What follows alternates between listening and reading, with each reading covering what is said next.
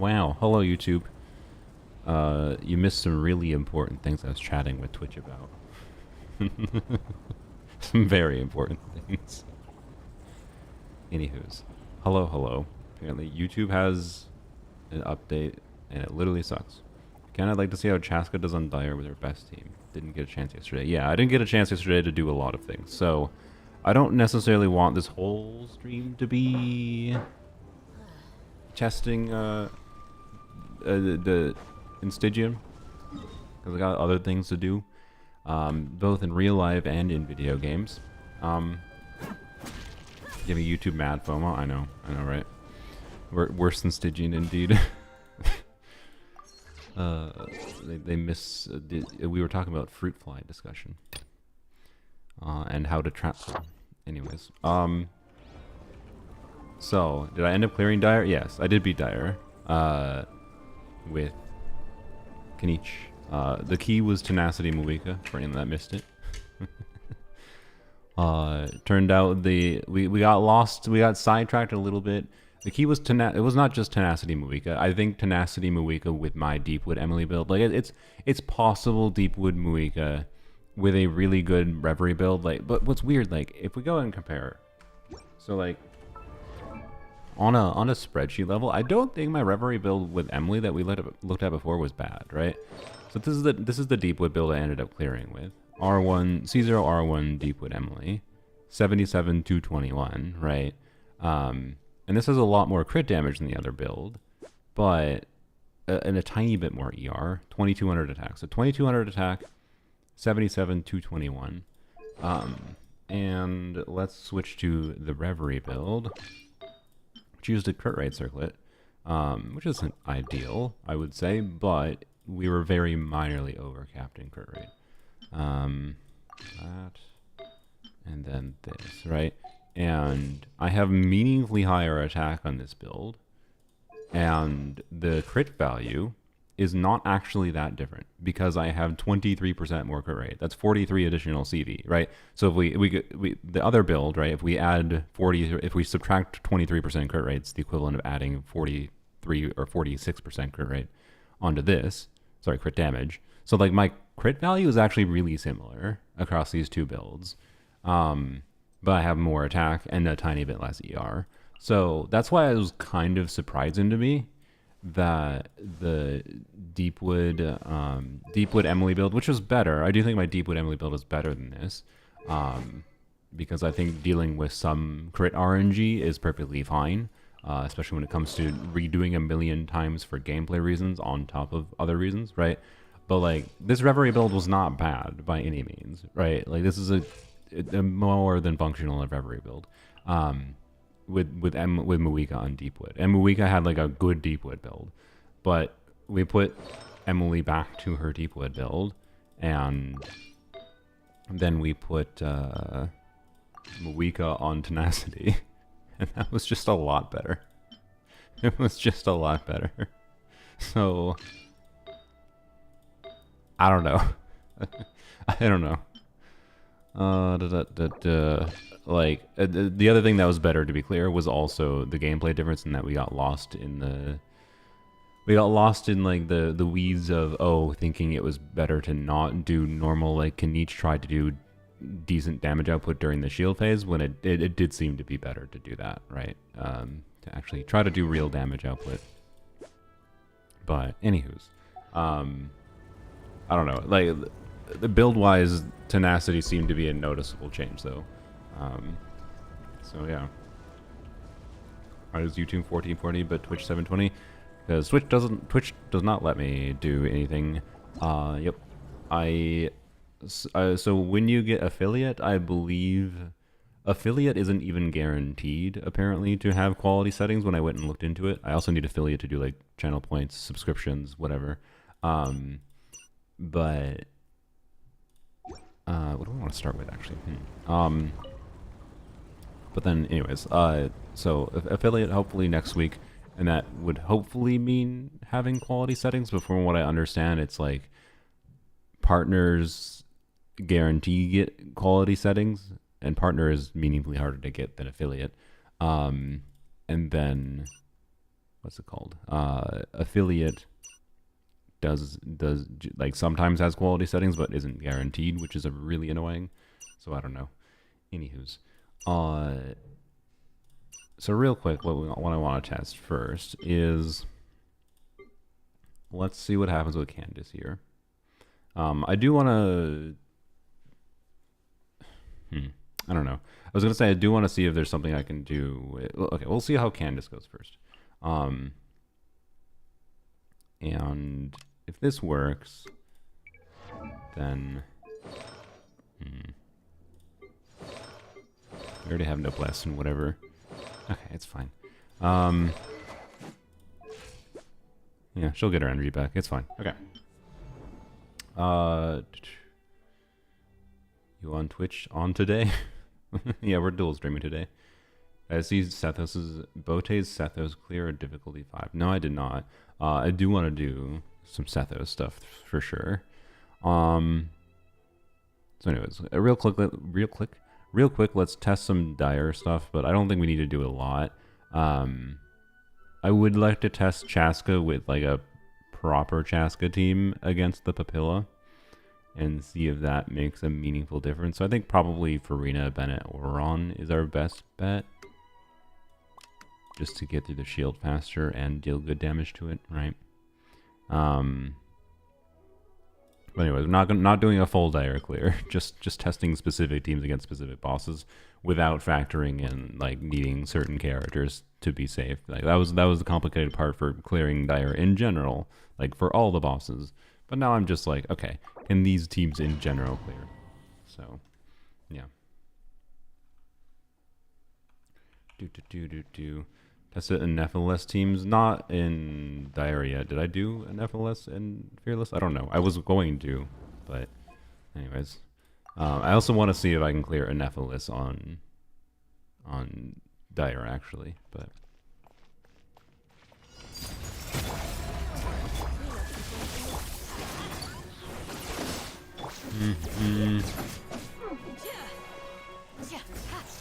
Okay.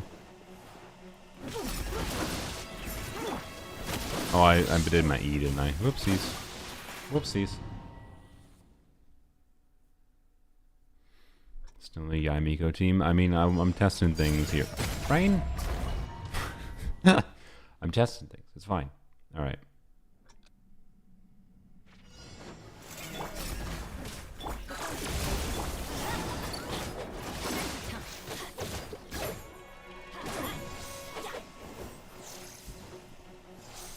Okay.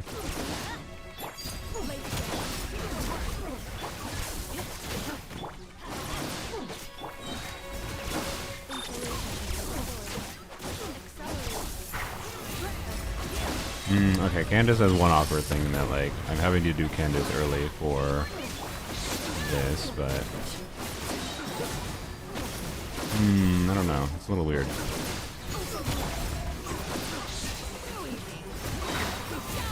Okay, I didn't think about that. There's a different optimization path for sure to happen with Candace here. Okay.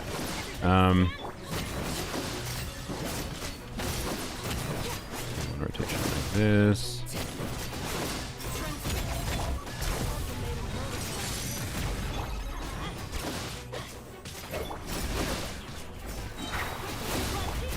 Not ideal, obviously, but no. Oh my god, stop it.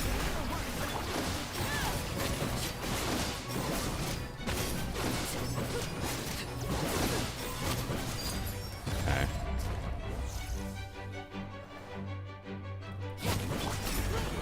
Yeah, this is really weird.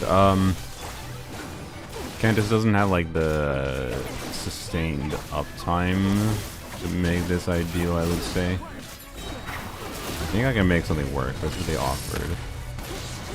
Oh, I was targeting the wrong freaking one. God dang it. Okay.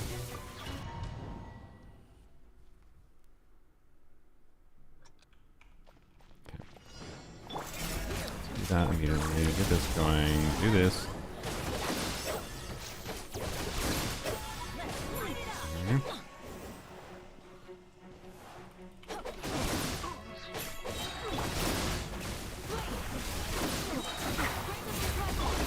I think we just kind of use a rotation doing this. It's not going to do that.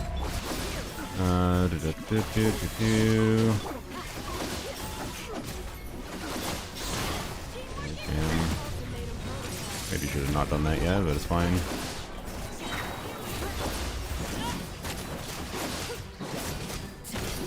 Oh crap,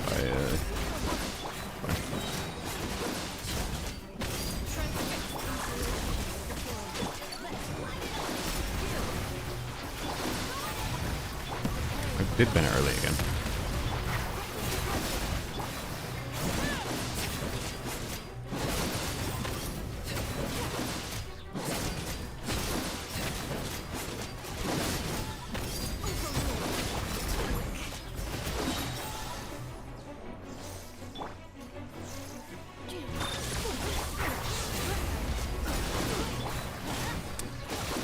It's weird. Like, it takes so long for just to know. I feel like Candace almost might work with someone else better. I don't know.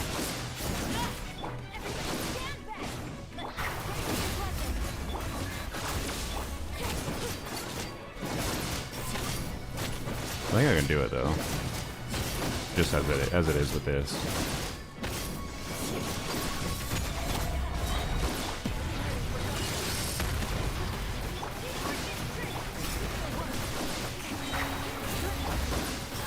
Ah, frick! God dang it! Got interrupted there. Okay, I could do it. So, it's safe to say, I think just that demonstration there is clearly enough demonstration that C6 Yelan was not really necessary.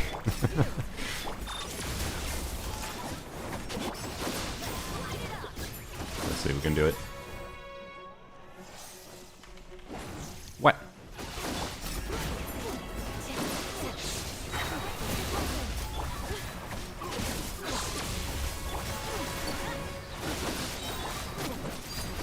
That.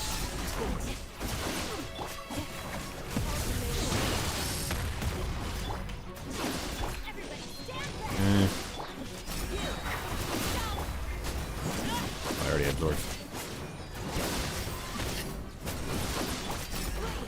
I didn't do that there. Whatever.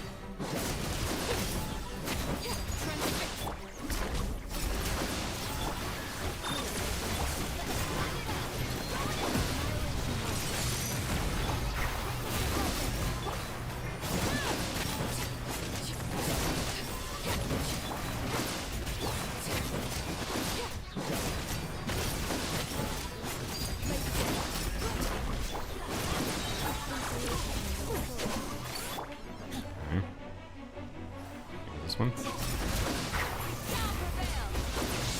Right? Yeah, okay. Good. I'll wait a little bit for that. And get my skill cooldown going actually though.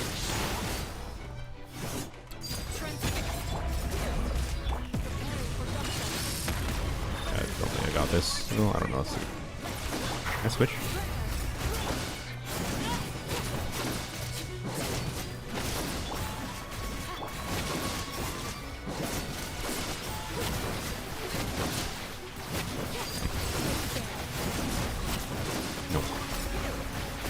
Nope. So does Candace on scroll? Scroll would probably be the best option here. Actually, you're probably right. That would probably be a min-max thing that would have gotten me there a lot easier. Right now, she's just on 2-piece because I didn't feel like changing it.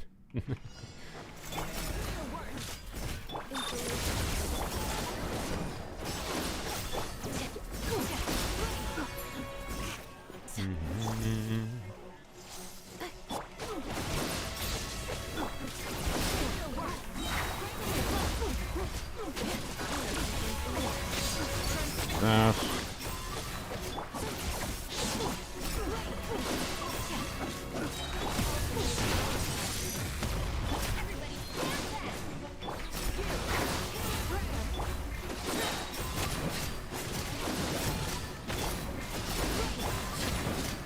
Get their own time.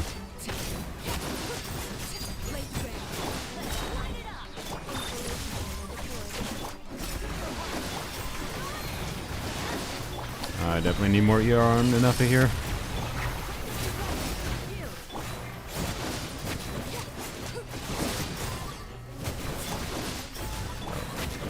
those Hydro applications missed.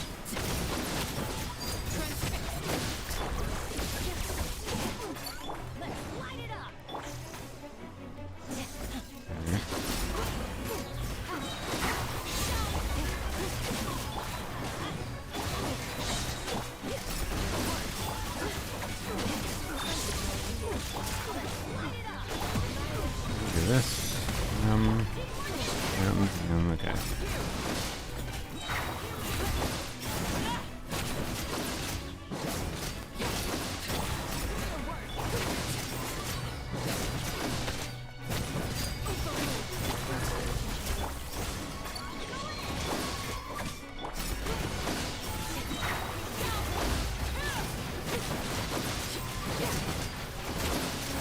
There we go.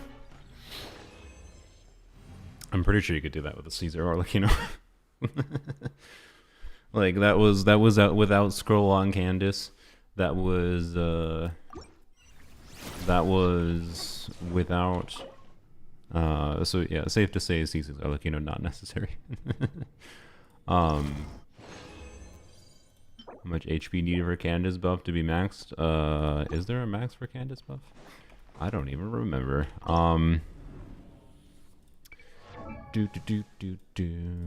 Let's see.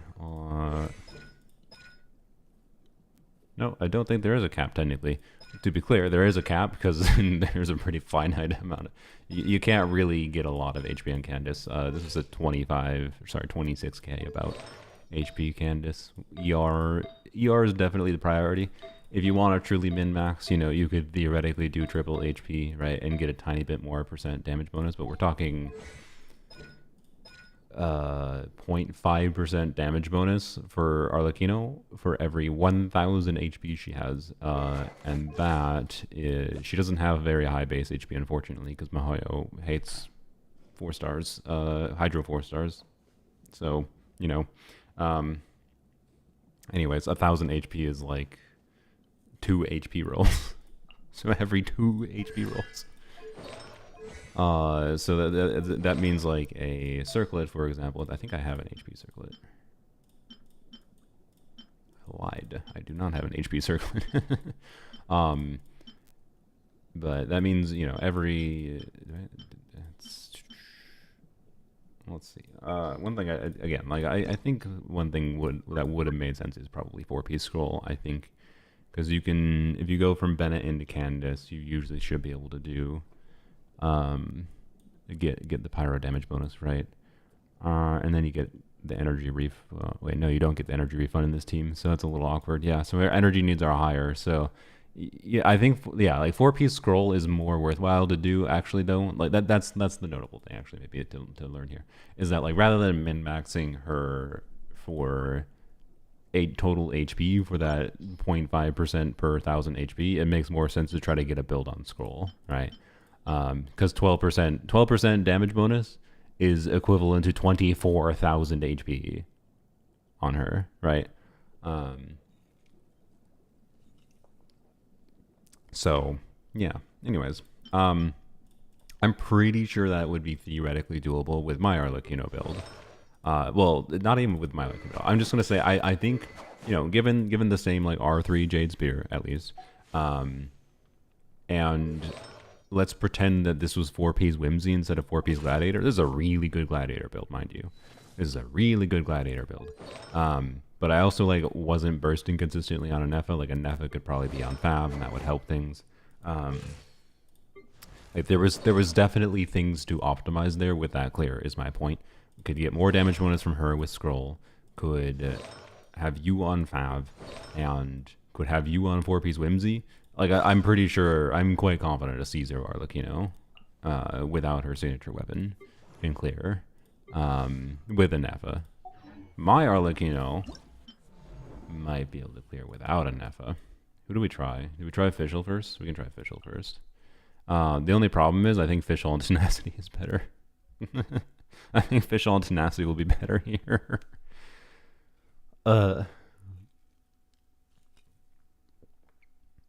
Teams, did you want to test for Stygian? Well, the main thing I wanted to do was make sure I could clear this without Yelan C6. I tried Yelan C6 yesterday because I just didn't want to think about it much. Obviously, Yelan Z6 was better than Candace. But not by much. So, anyways, let's see if my golden troop visual can work here. It's a really good golden troop build, mind you. The other, well, actually, no. I think visual might be a problem. I think visual might be too much. Oh, god dang it, man.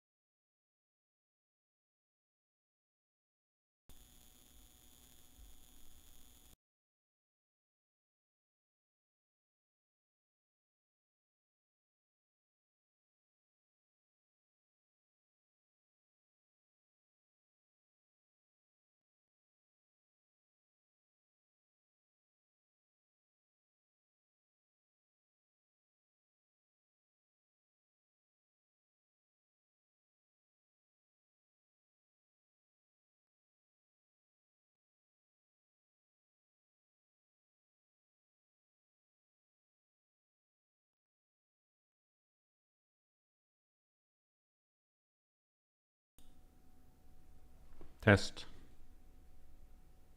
Okay, I think we're fine. I think we're fine now.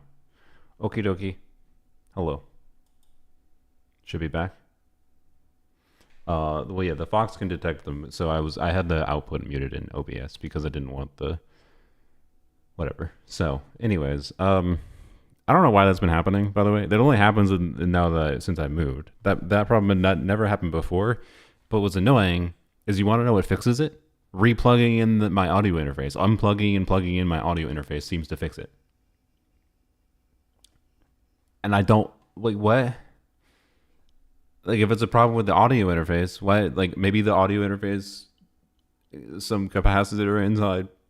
I don't know. That doesn't make sense much either. I don't know. Interference, yeah, presumably. But if it's interference, why is it immediately fixed by plugging it in and unplugging it again? I don't understand.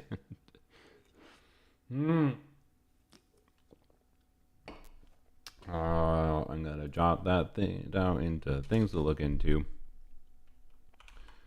Buzzing interference issue research.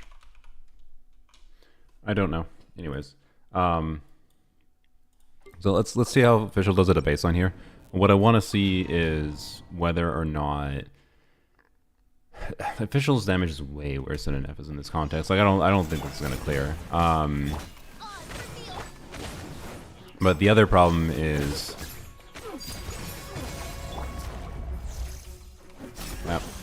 what? I didn't get particle there. Okay. The other problem. Bam. Oh, the other problem is I don't have ER. Right. Okay, well that's annoying. Sorry. The other problem is if she applies too much Electro, we're not going to get vaporizes properly. So. Why'd I do that? So there's no reason to even bother with Official Tenacity if she just interferes with all the vaporizes, right?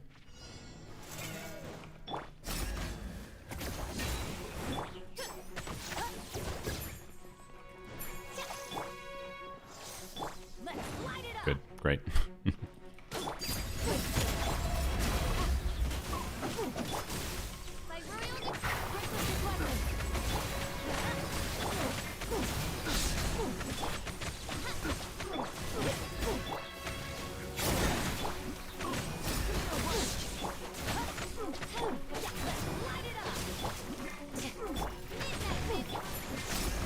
Not starting with visual energy is something I didn't think about, and that's kind of incredibly annoying.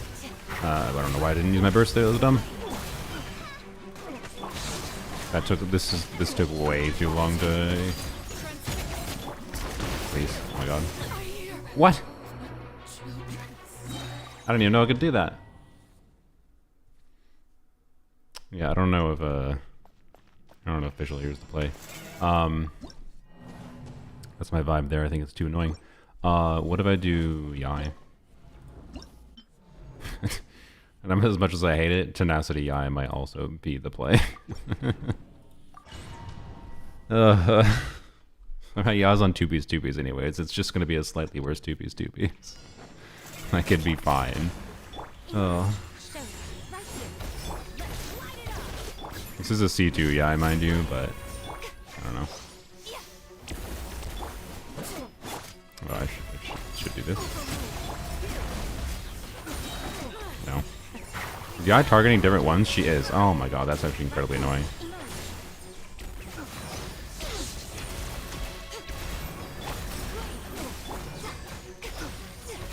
He's Yai. No, not RNG targeting. The one time I want the reversion to the... Remember the beta change they made forever ago? Or not the beta change. The live version change that everyone rioted about with Yai, where they changed her random targeting to prioritize the nearest target, and it completely broke.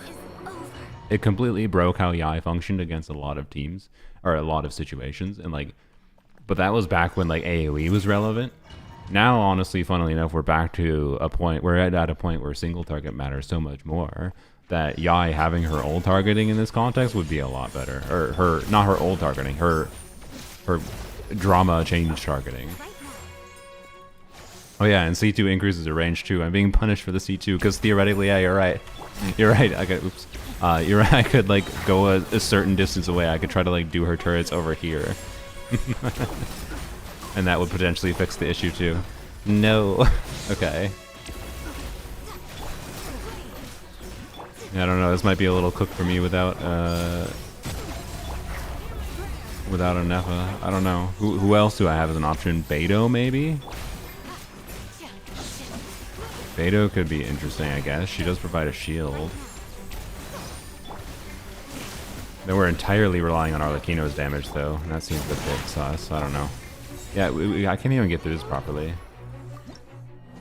Auron? Yeah, we can try Auron, I guess. That's true. Well, you don't have to be. You're fine. Don't say you're sorry. It's not your problem. Beto on the new claimer. Oh yeah, that's true. I didn't mean to. Beto does red shred. Isn't it only Electro red shred? Electro red shred is not exactly that impactful here when we're removing all of our electro damage. Haven't tried Auron. No, I forgot. Sorry. Should have though. Definitely. We might have to put him on Fav. As good as Elegy is. You know, we'll see.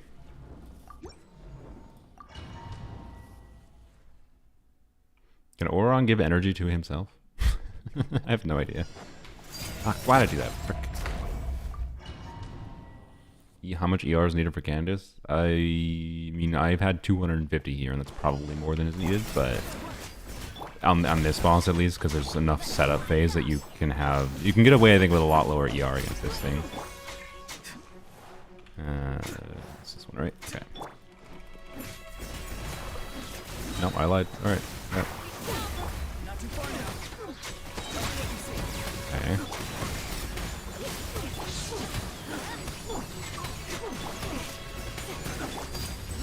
This. I think it. How did we not even get through two things with the shield? Like, what? How?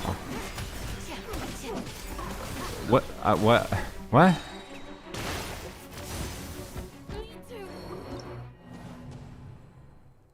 What? Anyone else confused by that? By how I got like no one tick on the shield per rotation? What? Or per burst? Okay. Well, I yeah. Okay.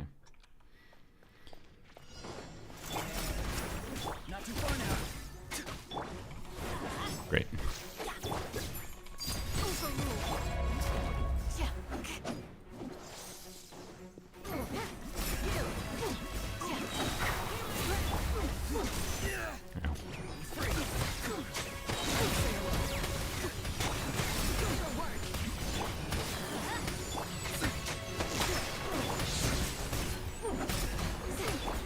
Like how?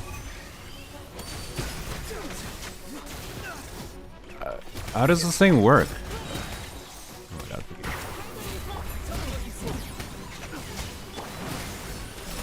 Does it have to take like 800 instances of electrocharge damage to proc the thing on a shield? I thought it was just like one what? Oh, yeah. Okay.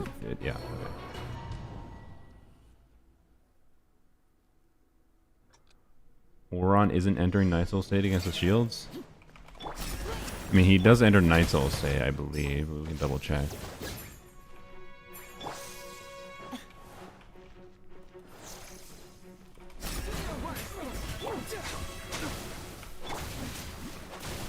No. Say a bad start, it's fine. No, he does.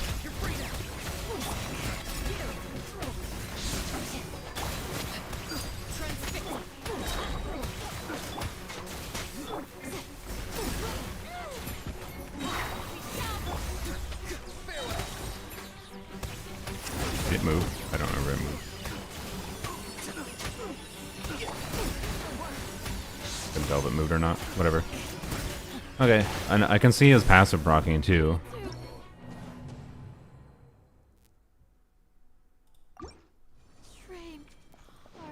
Use for Gene for dire mode. So, has there been a dire mode clear that's like not super high investment?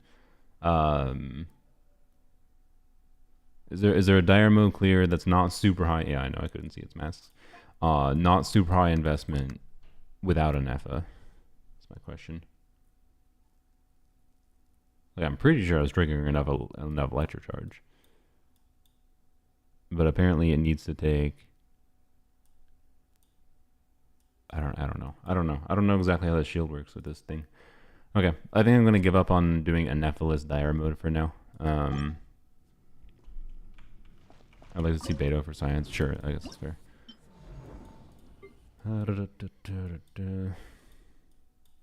I don't have her equipped, I think. She's equipped enough to get her burst? Yeah, she's equipped enough to get her burst. Let's go. Sucrose taser, maybe. Does Jeff brute forced it with C1R3 reverse? At Fearless, yeah. Why'd I do that?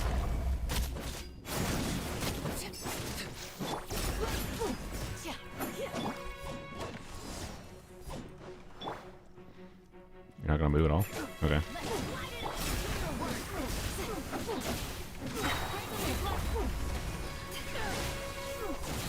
I think there's 2 electrocharge instances there.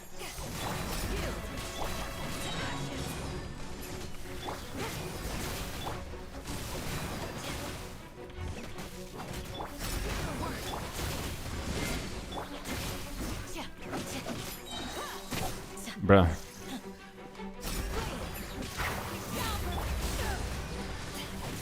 How many instances of electrocharge do we have to do on it and not see a single instance of the shield proc? I don't know if I wasn't buying the right one there, to be fair. But it didn't die at least there.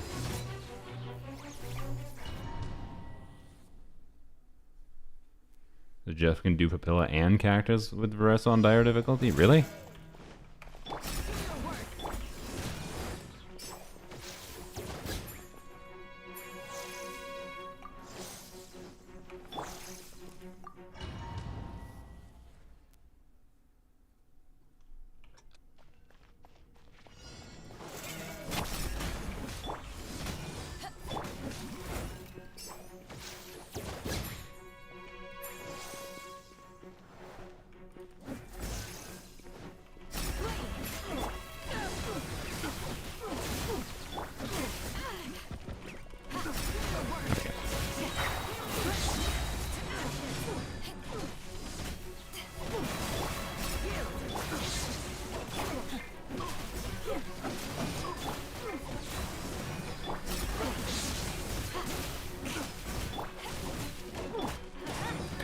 Beta might be doable here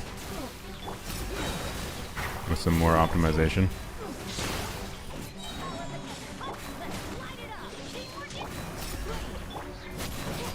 Oh, I forgot the Arlecchino's mark. Okay.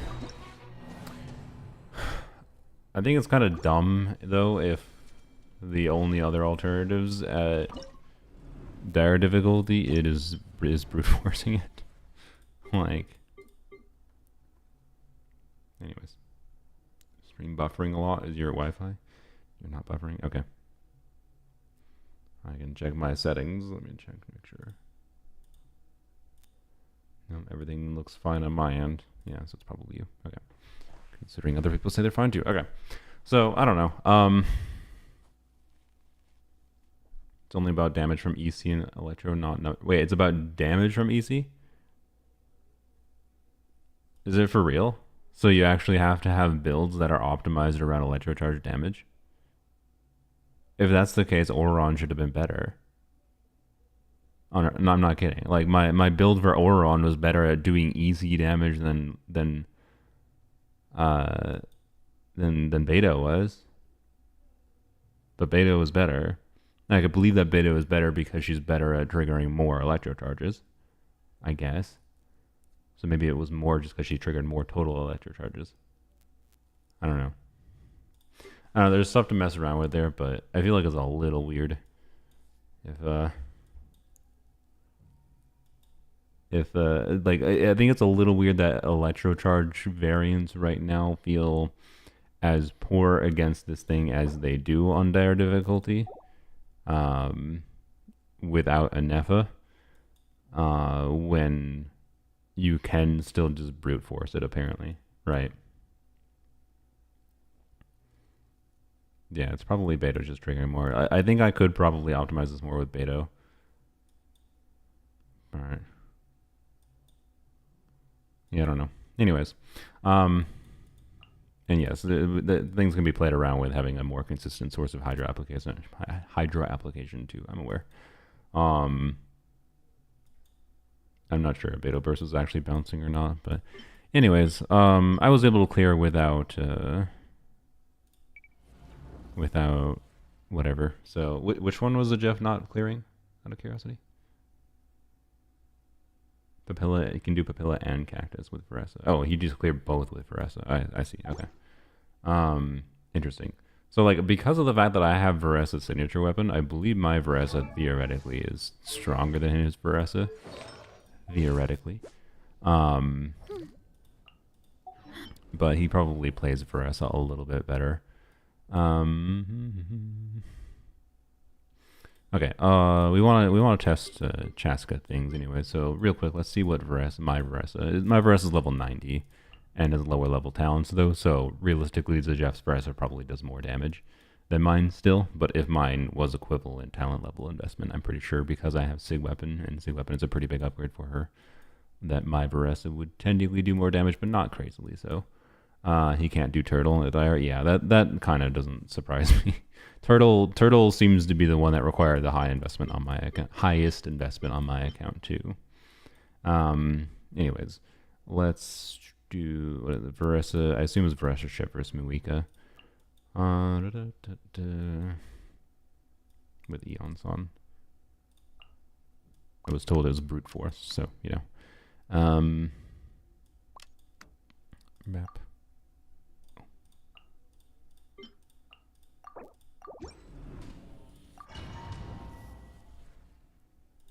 You do a Turtle Mulan run? Not a difficulty 6 yet.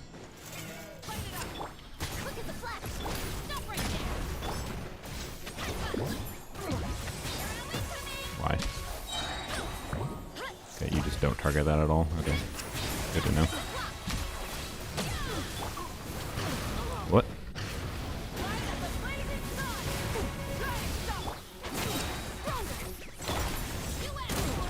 That's fine.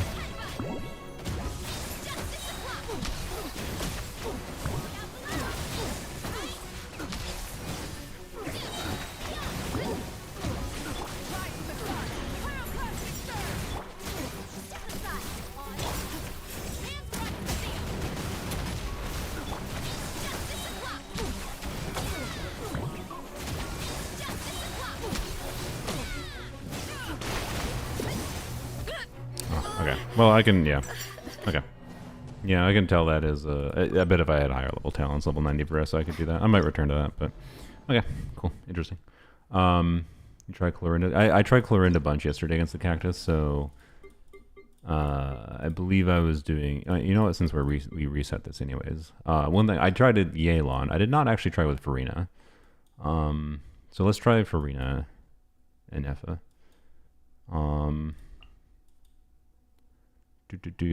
Both Furina and Effa are on tenacity here. By the way, I don't feel like changing. We'll see how it does at a baseline compared to Yelan. Yelan C6, mind you. And I was struggling to clear with Yelan C6. So, we'll see. I do have Elegy Auron, C6 Auron. It's worth keeping in mind as well. Oops.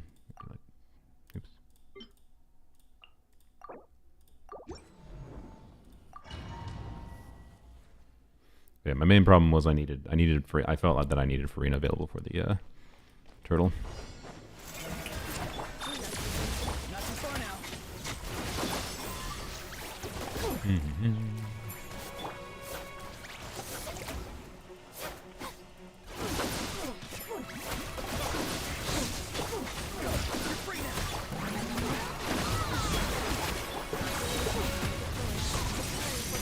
Very productive.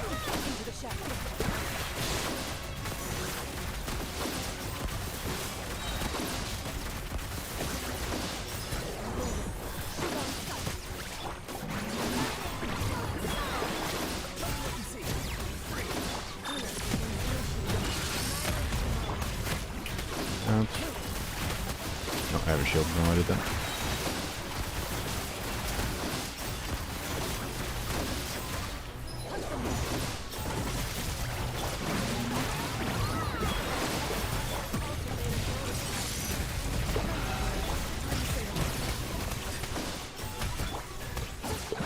Oh, I'm not on Corin.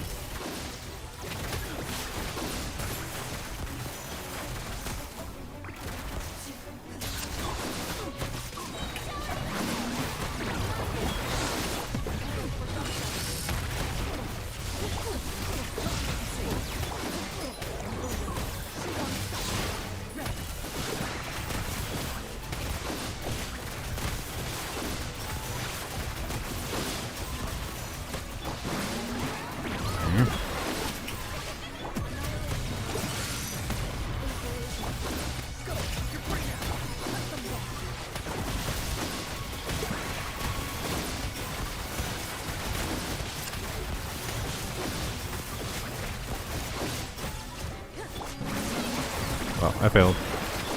Safe to say I could do it. Still safe to say I could do it, but I failed again. So, anyways, it's a C0 Chlorine with Aya to weapon, by the way, which, you know. And VV might be better than Aura on there, maybe, not sure. So, anyways, that felt like that was my first try with Furina and felt. We'll do one more try. It was my first try with Furina and felt very similar to my best try with C6 Yelan. C2 Furina, mind you. But also, here, oh, okay. Here, we'll do the first time I've returned to non-tenacity Furina in a while. We'll give Furina her Golden Troop build.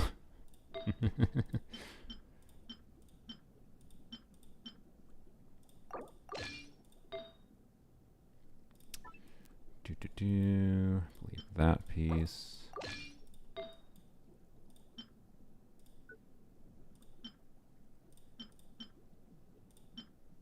That. And that.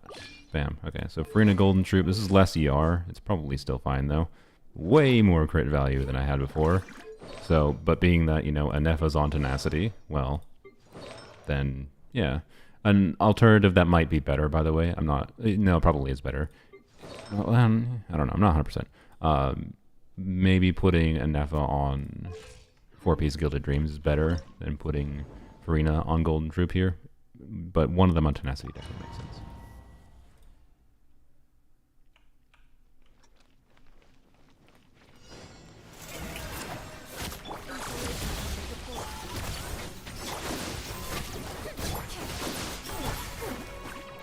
Trigger Fabs.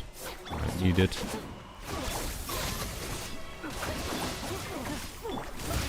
Okay. Good.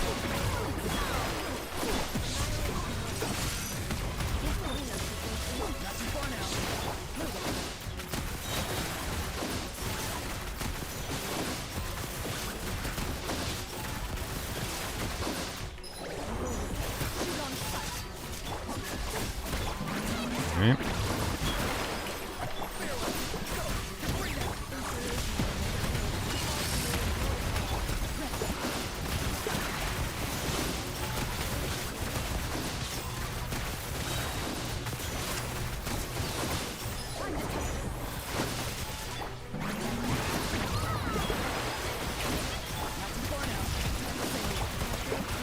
Ow, ow, I'm getting hurt. Stop it, you freaking butt wipe. Okay, whatever.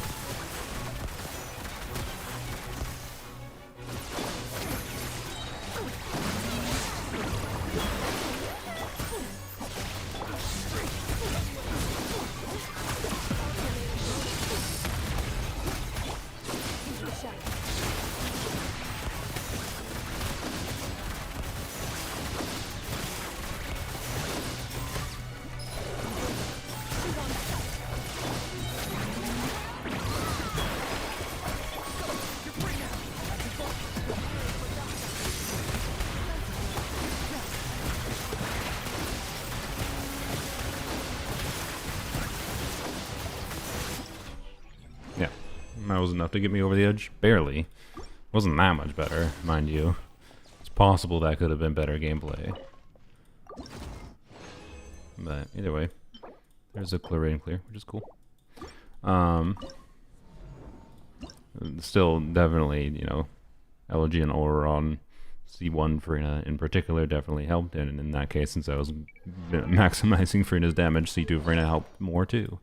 So don't get me wrong, the constellations help there.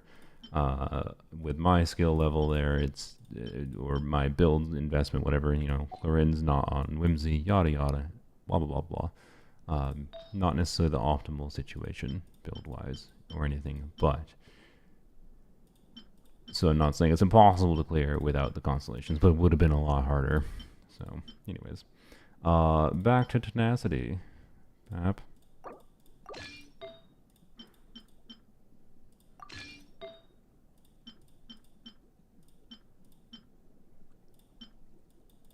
There it is.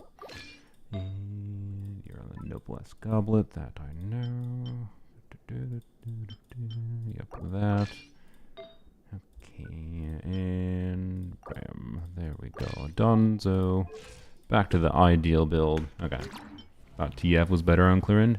Would it be better in this team? I don't know. It's possible it could be. TF is only better, though, in Aggravate with, like, 25-second rotations. Generally speaking, I believe.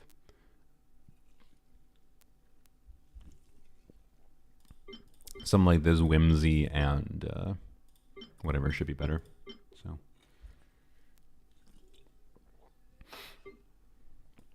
I think. Yeah, I don't think this team wants to do 25-second rotations. I don't think it makes sense. You theoretically could do extended rotations, but I don't think it actually is beneficial.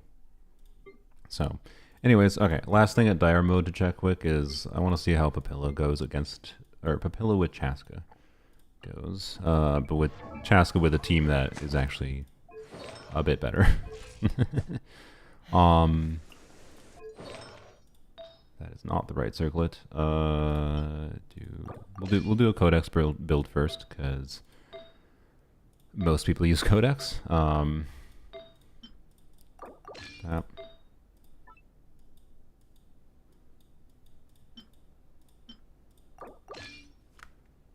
Okay, there we go. Yep. There we go. Okay. Thundering Pulse, C0 Chaska. Talent level 8. Level 80 Chaska. We'll do Furina C2, Benarito, and I think Auron probably makes the most sense here.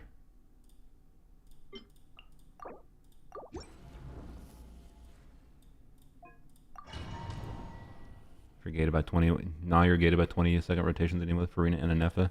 I mean, so no. I mean, I hate the. I'm sorry. I gotta nitpick. I don't like the misinformation that Furina is forced to do 20-second rotations. The weirdness with Furina and sub 20-second rotations. The problem is she fits in she can fit in shorter rotations because her burst cooldown has a 15-second cooldown. The duration is 18 seconds, and the cooldown is 15 seconds. And yes, her skill has a 20-second cooldown, except it has a 30-second duration, which 15-second burst cooldown. If you have the energy to burst every 15 seconds, and this lasts 30 seconds, she can fit in 15-second rotations. People just have to build her for it. And most people can't do that because they don't even put enough ER on their Furina in the first place. So, but the problem there is, like, the problem with Chlorina longer rotations is she wants to do, if I recall, with Thundering Fury, like 25-second rotations.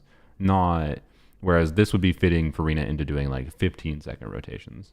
So, anyways, you want to refresh the summons against the cactus? Oh yeah, that's probably a factor too. So, anyways, I just don't like the statements that people saying Furina forces 20-second rotations. She really doesn't. I think the bigger problem there is so Nefa's 16-second rotations theoretically. But I think the bigger problem is just that 25-second rotations is a really awkward amount of time for like Thundering Fury, Chlorindon. I don't know. It's possible you can make something work as the point, but I just don't think it would be optimal.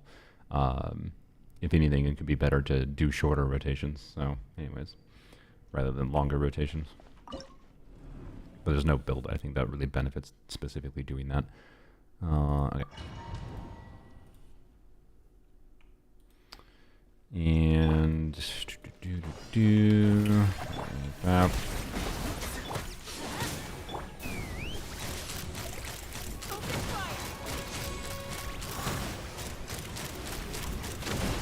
Obviously no Auron in the first rotation here, I think. God dang it. No Auron in the first rotation, and no living in the first rotation is allowed either.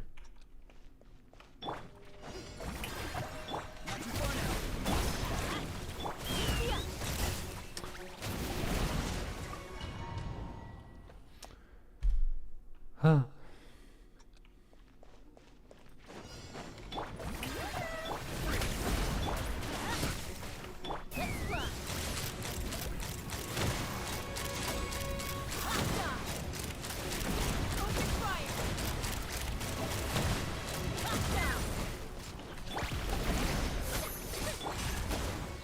Now, don't. Oh, did I have? No, Furina's back on taxi.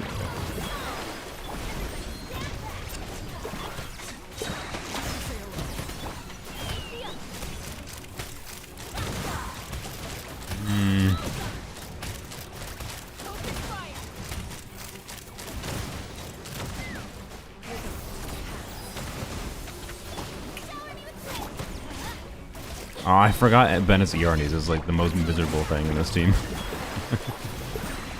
Also, you still don't have your energy. That's so annoying. Okay. Sure, fine. We'll try Seat Lolly, but the Seat Lolly is C1, so it's like way higher investment build. So like Seat Lolly is obviously going to be better here. I would hope.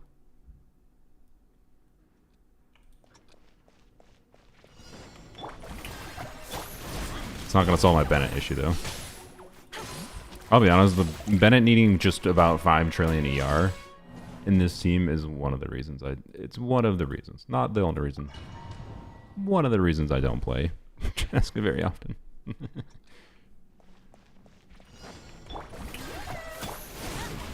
And in fact, I'm going to spend... I just got stuck onto the enemy. I'm going to spend a little bit of extra time getting energy on him. I think it might make sense to do that. Do a real rotation here. I don't know. We'll test it. Let's see how it goes. But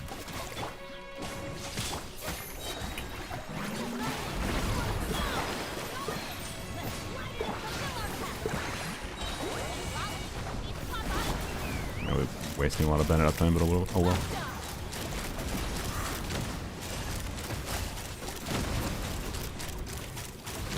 Okay, that's one interesting advantage of Chaska there. That...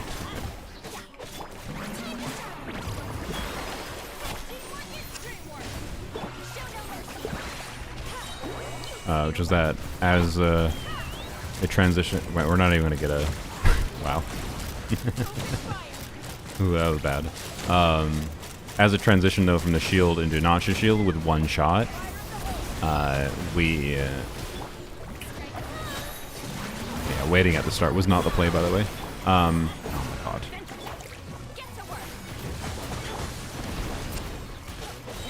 Yeah, okay. As a transition from the shield into the down phase, one of Chaska's shots got it through the shield, and then the rest went into its HP because of technically the shots happening a little bit separated from each other. So, anyways, even C6 Chaska struggles to one rotate both shields and HP bar. Yeah, I don't know. I don't know. Like, to be clear, there's some min-maxing with Chaska to do here that I wasn't doing to get like a couple extra bullets out. I don't know if the couple extra bullets would matter there. I think I need a Bennett build that I can't do. I don't have a Skyward Sword Bennett to make things a little bit more pleasing. I could swap her to an ER timepiece, but like not getting fab particles right away on Furina kind of sucks. I don't have Ayato. Why does YouTube have more viewers than Twitch? Because YouTube has a recommendation algorithm. Twitch is get rated network and hope people just otherwise randomly click on you just by sheer dumb luck, but there's no actual real recommendation algorithm to... I mean, there is, kind of, but like not in the same way as YouTube. So anyways. Also just like less total people, I think, use Twitch than YouTube. What a surprise. So anyways, use Chaska, Muika, Seat Lolly, Bennett. Yeah. But I'm sorry. Like, I'm sorry. If you're melting with Muika Burst, is this really a Chaska team? If you're clearing this by melting with Muika Burst setups.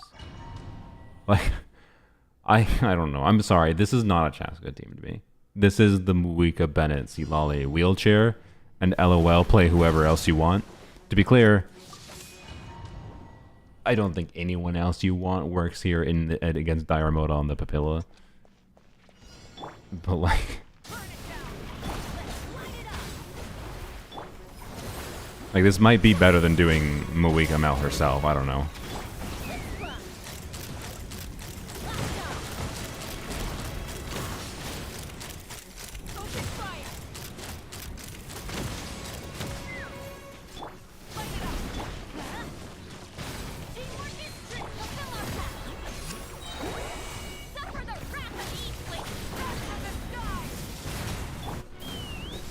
Did I actually melt that? I don't even know.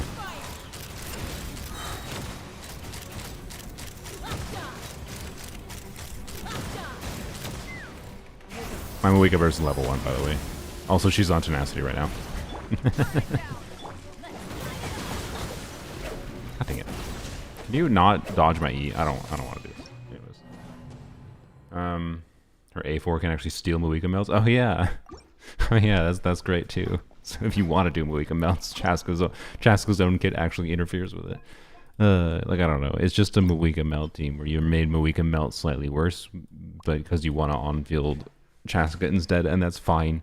But I can tell you where I dislike support Muika, unless you're just doing E-bot Muika, is in a Chaska context for sure, or in melt context in general. I have, generally speaking, not liked any team where like bursting on Muika gets like 500k plus damage when you're using her as a support or off-field DPS, except just doing EQ is, you know, 1 million damage or whatever, or somewhere in between 500k to 1 million. It just doesn't feel right to me. I don't like it. So anyways, Neuvillette or Ayato Taser work against the Cactus. Neuvillette, I'm sure someone's done Neuvillette clears, particularly with a Nefa. I don't know how good Neuvillette is. I have him equipped right now. I don't know how good Neuvillette is without That is Thrilling Tales. I mean, but Thrilling Tales might be better. I mean, is that much worse than Proto Amber? I'll just leave it on Thrilling Tales. Oh, maybe not.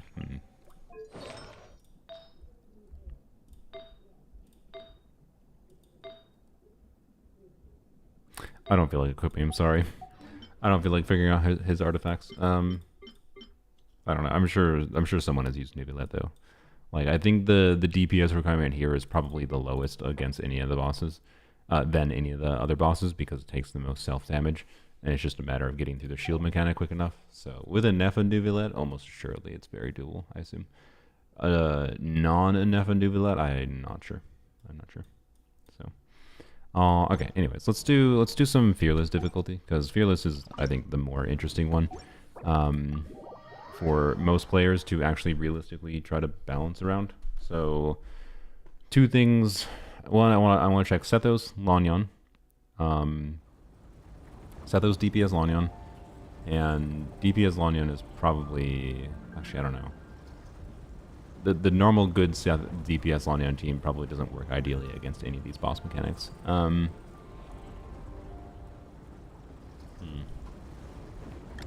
wonder if the turtle is doable. DPS Lania is so much better in Abyss than she is in Stygian, because she's much better at doing like front-loaded damage than she is at sustained damage. It's like, it's how DPS Lania works, right? She doesn't do sustained damage, so can't Hyperbloom Cactus because the Dendro stops Taser from happening. The Dendro doesn't stop Taser from happening, but it makes less Taser happen, so. And you kind of need a lot of it seems like, to break their shield. So I don't know if it's impossible to make Hyperbloom. It might not be impossible, I don't think, but anyways. So I know at Fearless difficulty, people have done Pyro Traveler, Mualani, Shalonin, Sucrose, I believe, for the turtle, which is cool, I guess. I don't know if I want to do that right now, 'cause it's going to require equipping the characters, I think, specifically around it. So what I want to test, though, I want to see if I can do a non-Natlan on-field DPS clear. I'm fine with using a Natlan off-fielder like Auron, but I want to see if I can do a non-Natlan DPS clear on difficulty 5. I don't think I can, honestly, because of this thing's whole mechanic of, like, the shield is just really tanky. Also, I'm on Dire still. So Superconduct. I mean, we can try Chlorind again. Let's try Chlorind.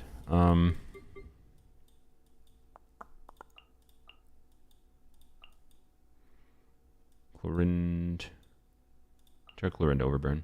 Chlorind Overburn didn't seem like, I wasn't sure it was impossible at dire difficulty, but it seemed like Chlorind Overburn would probably work at this difficulty level. Yeah, not necessarily an ideal artifact situation. You're on Deepwood, that's fine. You're on Scroll, which does not make sense. You're on Tenacity. But let's just see if that works. Normally I would have her on Scroll, and then her on Instructors in this team.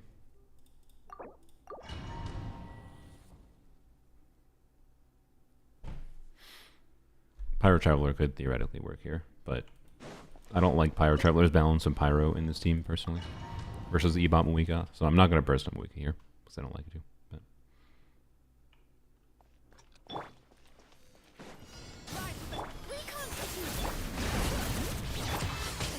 No.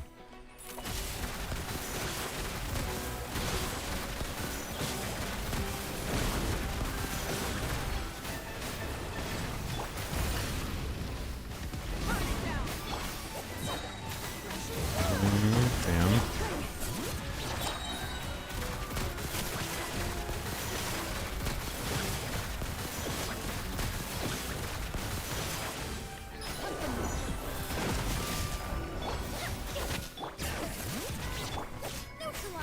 That's annoying.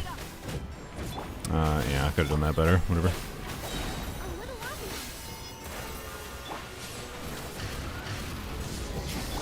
Let's just do this. Yeah, Chlorine's definitely faster.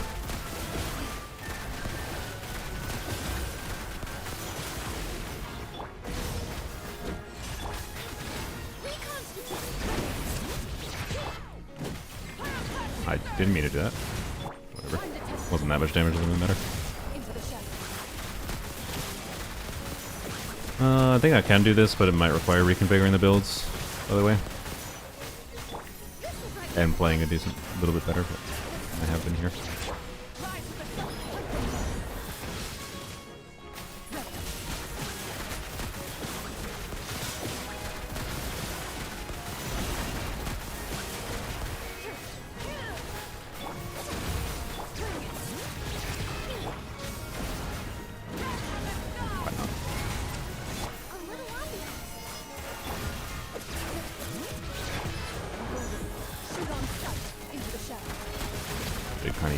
I did kind of use C2 Shalon in there. Will we get it? Okay, I do think I kind of used C2 Shalon in there, but we did get it. So, anyways. Yeah, there you go. Now, that still obviously used some Natland damage from off-field. I think with a... Like, with Pyro Traveler, that'd be a lot more awkward. I mean, it's still Natland damage, but whatever. Like, realistically, I don't think... Let's say we bring in...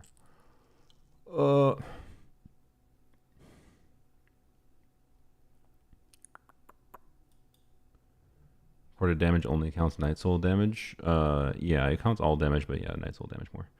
How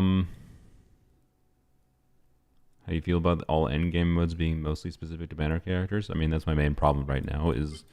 Why do they feel like they need to have Abyss and Stygian both shill the current characters?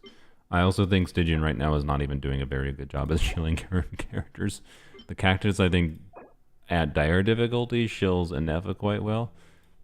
Non-dire difficulty, I don't think she's going to be very necessary, right? Like, I don't know.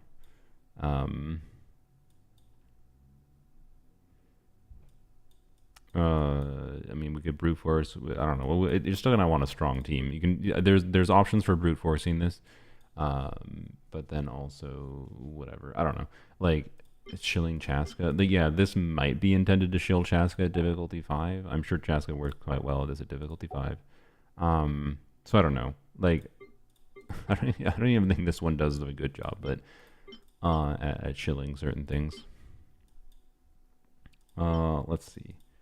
Can I do... I want to do set those clear. Superconduct physical? No. I'll pass. Do you have a video with some of your favorite DPS Lanyon teams? I made a video recently about DPS Lanyon.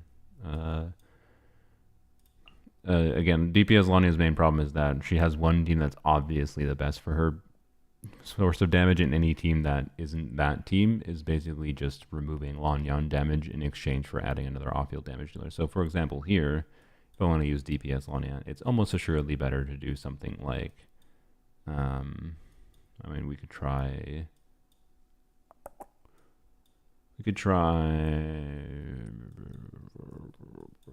don't know, Furina, Anefa.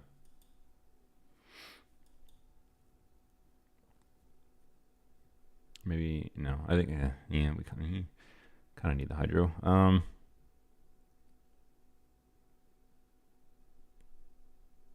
And just the healing problem. So, I don't know, Furina and Anefa Jean probably works. Probably.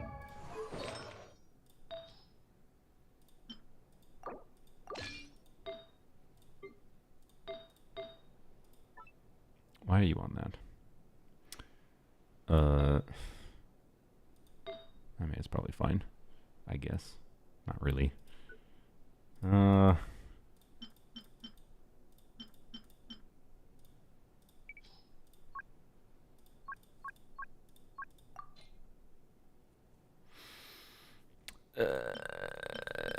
Okay,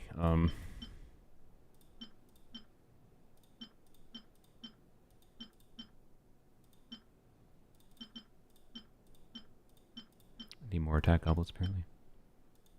Attack goblets leveled up.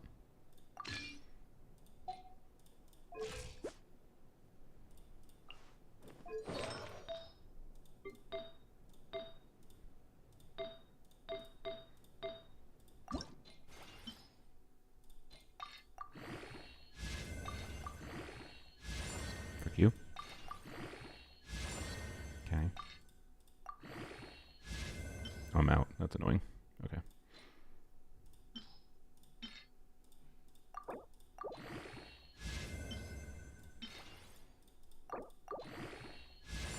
Ah, frick you. Okay. Well. Cool. Sick. That'll get trashed eventually, but whatever. So, anyways, just see how this goes. God dang it. But yeah, we can try a cactus without Neva. That's one of my things I want to do.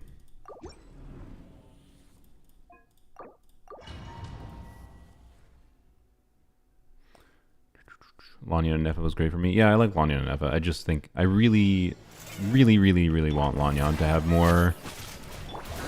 We need more Hydra applications for Lanyan. I actually think I really want C2 Ino, I think, to try with Lanyan.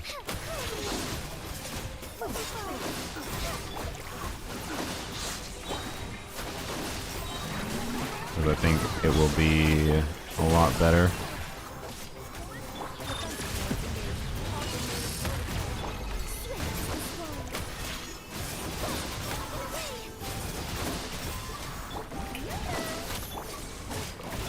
Yeah, Lanyan does get buffed a little bit by Anefa, but she's just restricted by reliance on Furina, in my opinion.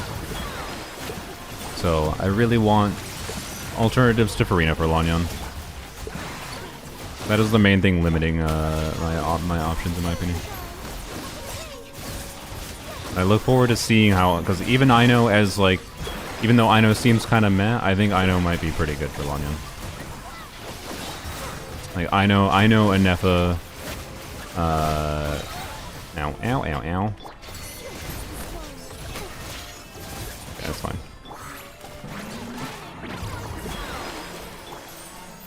Okay, obviously this is gonna clear, by the way, but I mean, what was I saying? I don't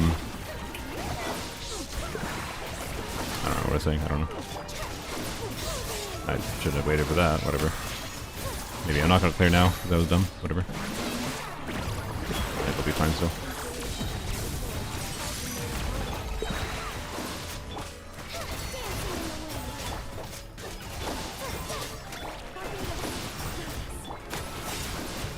Almost stopped that, but anyways, yeah.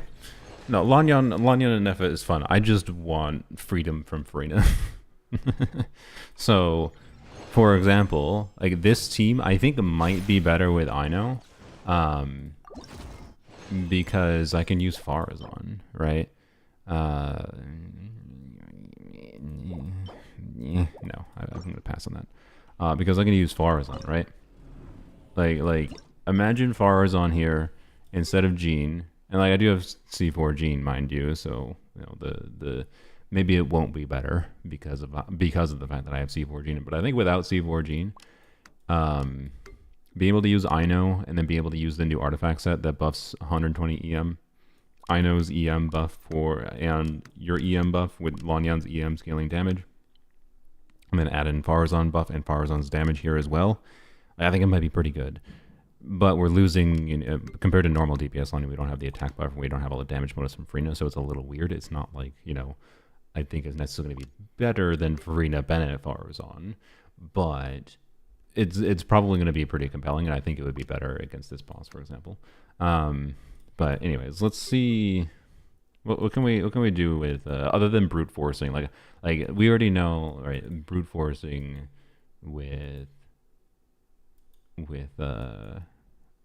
whatever works with just do a bunch of damage, right?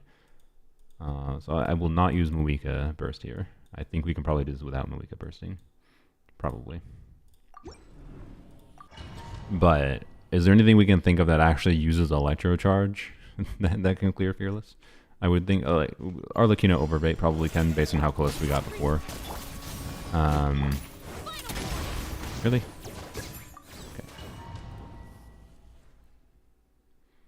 Brute Force with Navia. Okay, we can try with that with Navia. Yeah. Not Circuit Scroll. Again, whatever.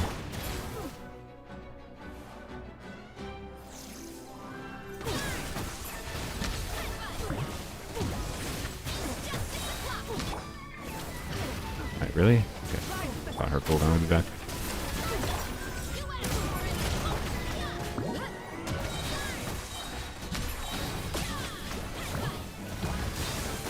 Wait, it moved. Oh, frick you.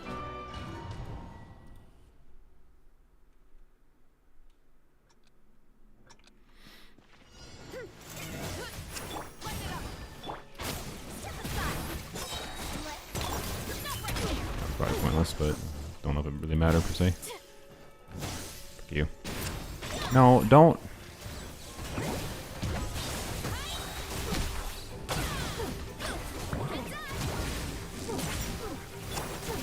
Now. Yep. Okay. So it's gonna burst on you. I mean, I should, but.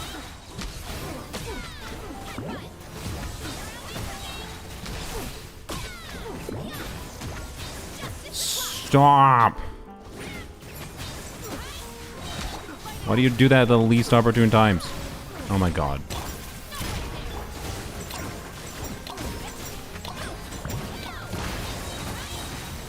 Bro, can you not, you freaking asshole, teleport at the most freaking obnoxious time? Oh my god. I could Mawika burst, but I'm stubborn. Tenacity Furina is amazing. Reduce your time by 15 seconds. Yep, no surprise. Yeah, I'm not. Yeah, it's on burst, so it's pointless.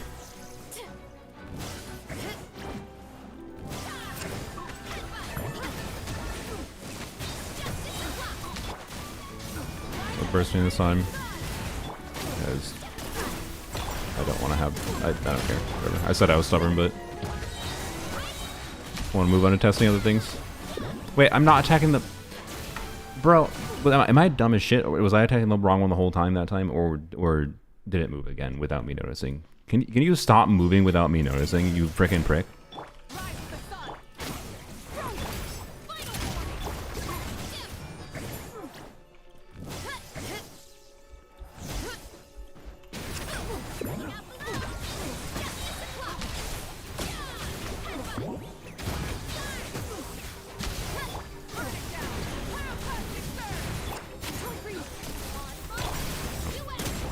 Saw him move that time.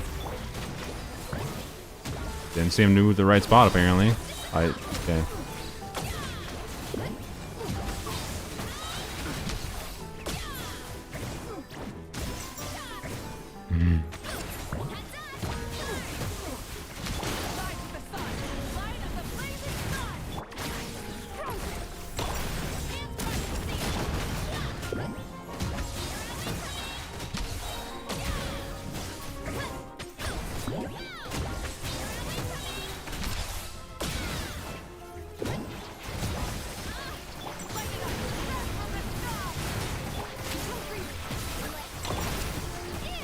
Stop it.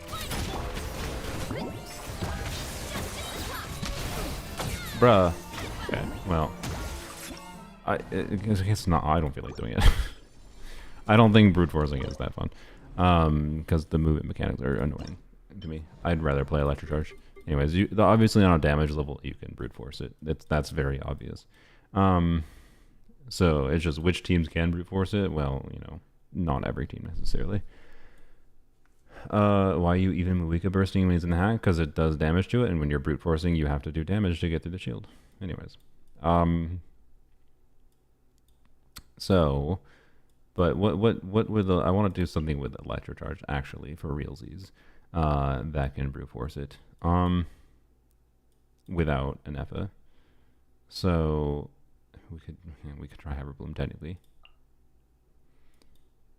Can we do?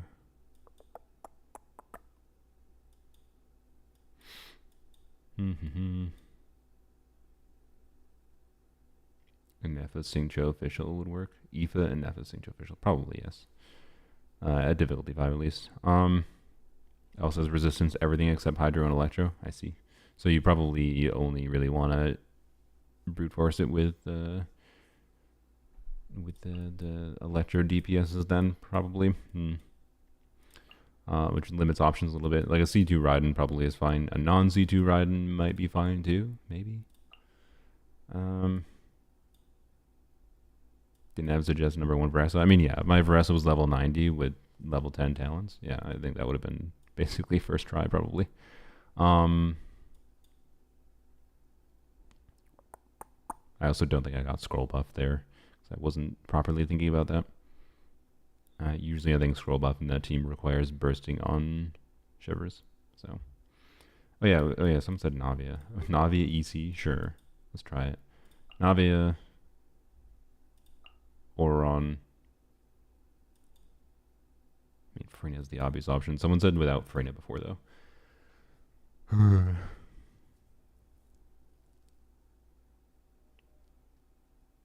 Why do you want me to do without Furina? I'm sorry. This game we sincerely need options for Hydra application that don't require normal attacks. Navia, Shalonin, Raiden, Xingqiu. Plunge Navia with Eons on Furina. Yeah, that would probably work. Mona is budget Furina. Yeah, Mona is budget Furina if budget Furina was a toilet. That's not no. If Furina was a toilet, Mona is budget Furina. Because Mona is going to the bathroom outside. You never want to do that. That's the metaphor I was thinking of. You don't want to do that.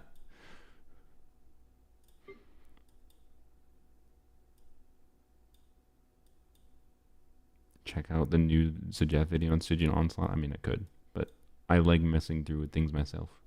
It's part of the process for me. Anyways,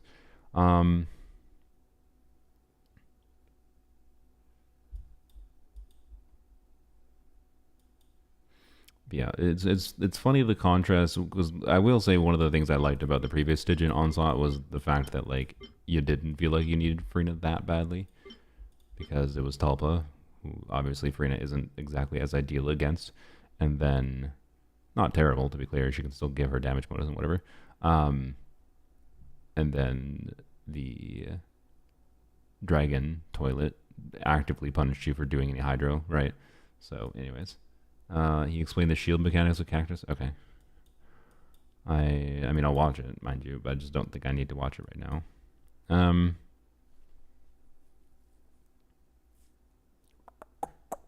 Anyway, so let's do, I mean, yeah, plunge would probably work, but I don't know if I can do Navia without Furina, to be honest, if we're doing Electrocharge here.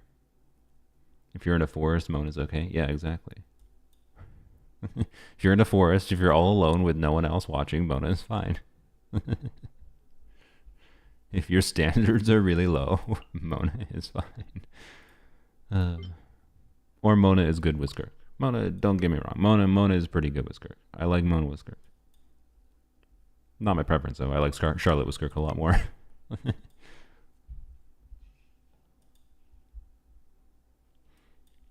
Ugh. I'm sorry, I'm blanking on ideas for how to do Navia without Furina. We're just going to do Navia with Furina. And we'll do Oron. Well, we already saw that Oron is a little sus with it. I don't know. We'll see. We'll see what happens. And then we'll keep Shalonin here. This is C2 Shalonin, mind you. So this is pretty high investment BS. But so with how high investment this is, with C2 Furina obviously helping, and you, and Elegy on you, I guess, then I will say that I hope this clears with relative ease. Otherwise, it's not going to be a recommendation for me. Because if it clears with ease for me, that means it could be optimized with whatever builds and better gameplay.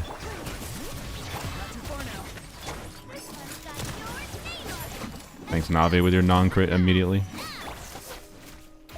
80% crit right now, Navi, by the way.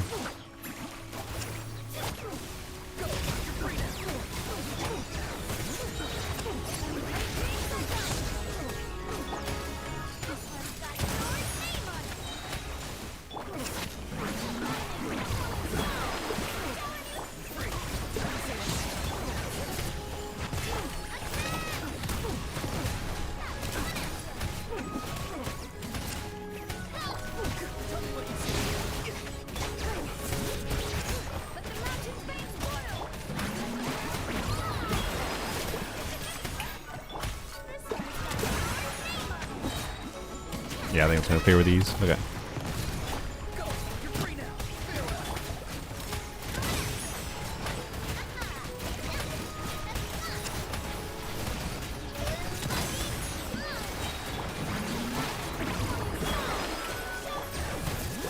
Not picky. Wow, well, that was successful stupidity. Okay. Right here. I see. I'm pretty sure with better gameplay I could have this dead already. Crap.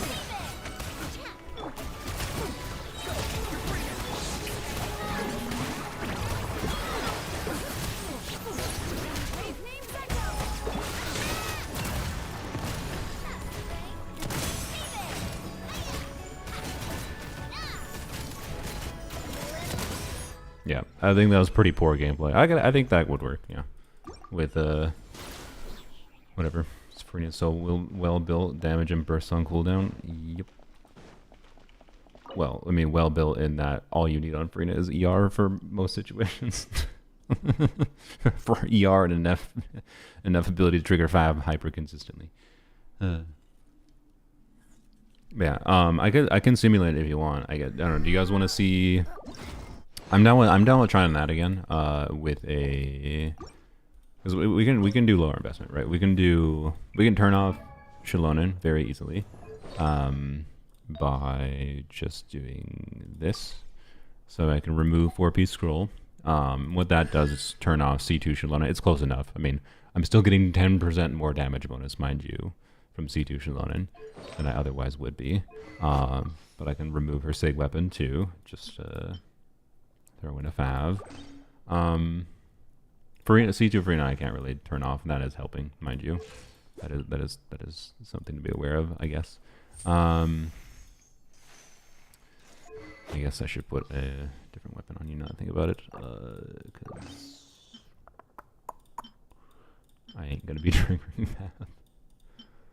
Well, I don't know, maybe Fav just still makes sense for the ER. I would say the defense weapon, but it's not really leveled. Just because this would give more healing. Your Navia does nearly 500k without Bennett.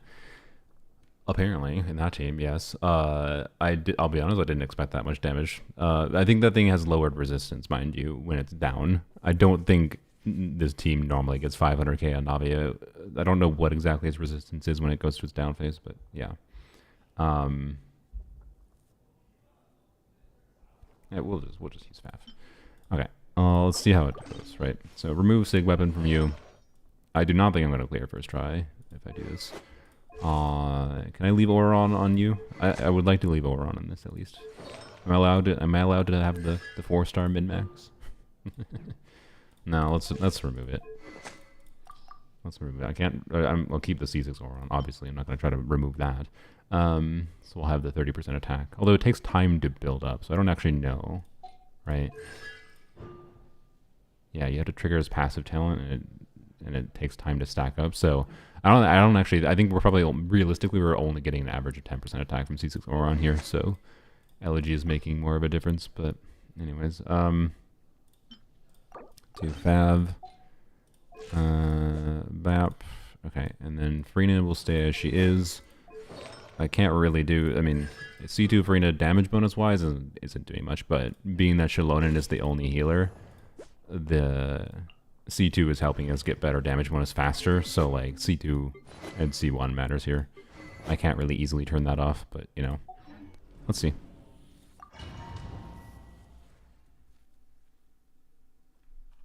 I suspect it is a top 10% Furina.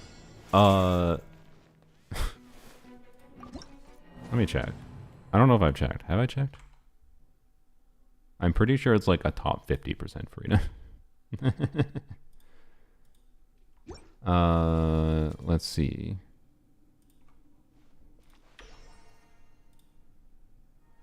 It's a top 1% Furina for how I think I want to use Furina, mind you.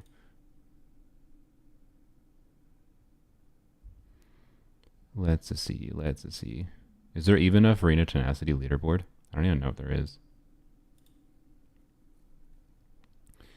Oh, I Have I not submit? I don't think I've submitted it. Okay, you can't see it right now. I didn't open it up because I hadn't found it yet. I don't think I submitted my Furina tenacity build. Okay, remind me to do that after.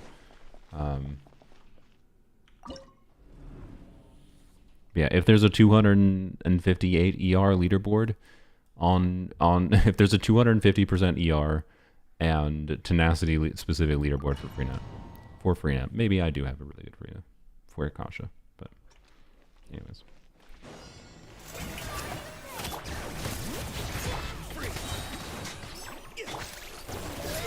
That was pointless, whatever. Well, not pointless, good energy.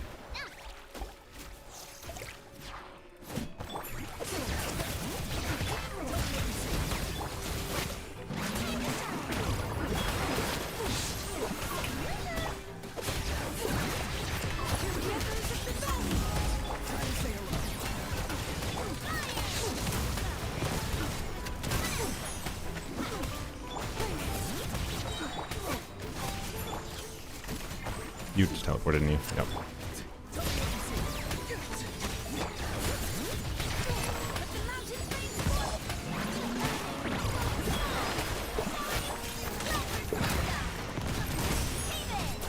Yeah, we're still doing a lot of damage.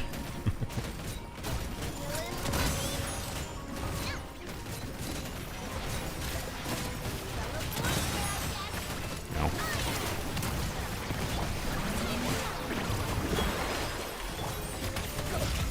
Oh, okay. Could have done that better.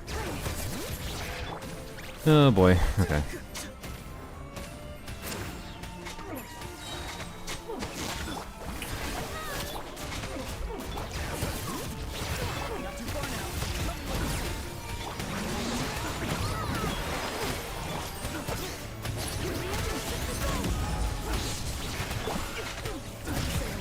Oh, I just realized,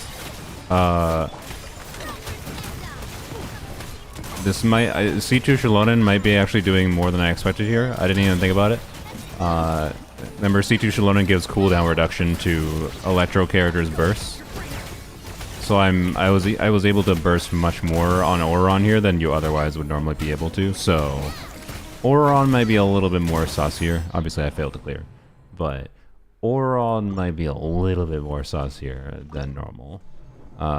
Then that's not something I could properly like I'd have to purposely like try to track when 15 seconds has passed before I use his burst again. There was definitely, I think, instances there where I used his burst because C2 Shalonen reduces cooldown to 9 seconds.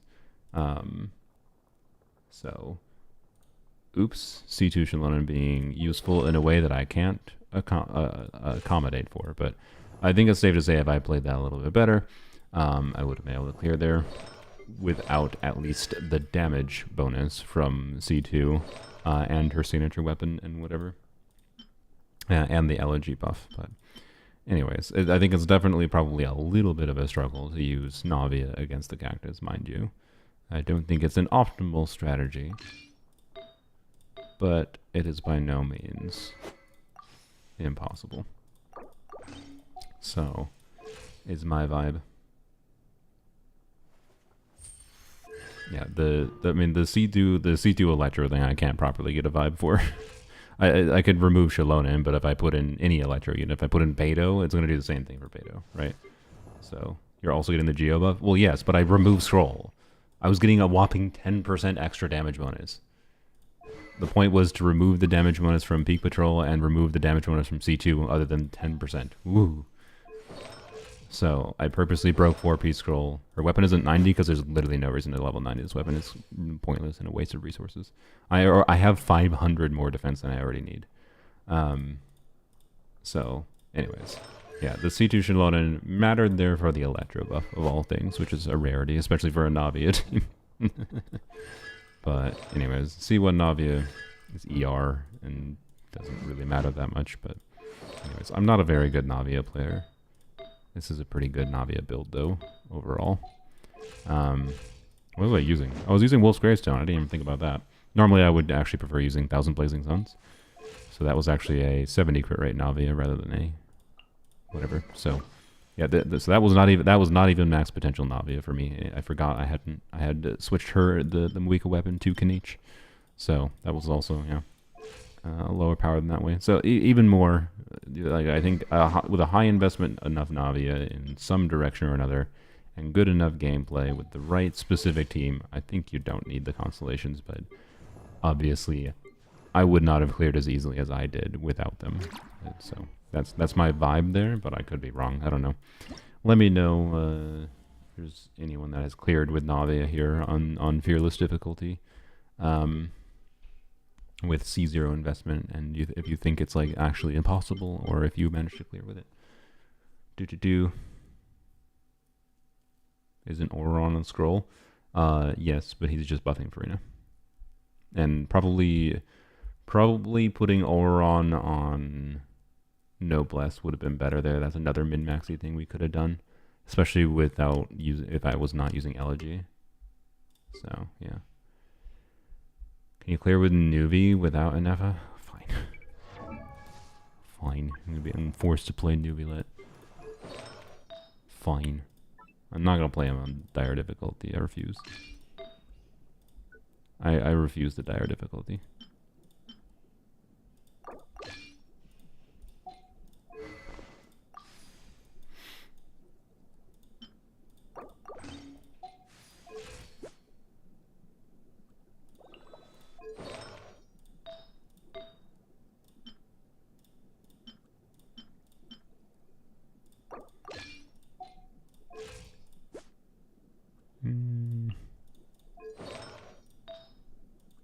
Tiny bit overcapped.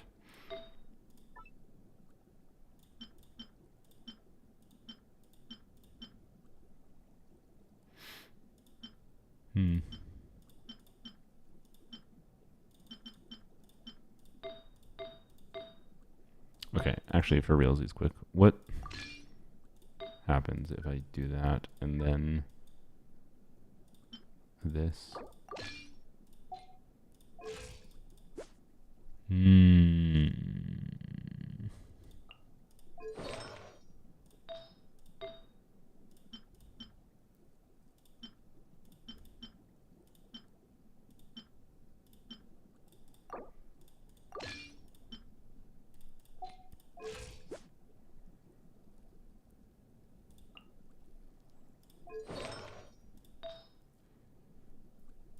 What was that Cope Gene Goblet? That Gene Goblet was really garbage.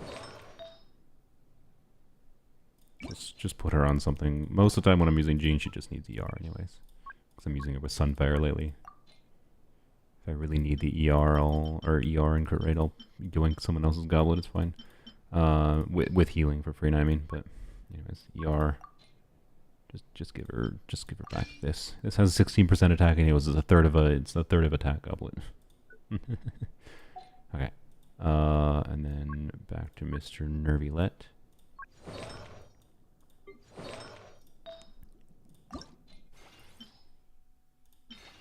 I was wasting XP. That's annoying. I don't want to waste XP.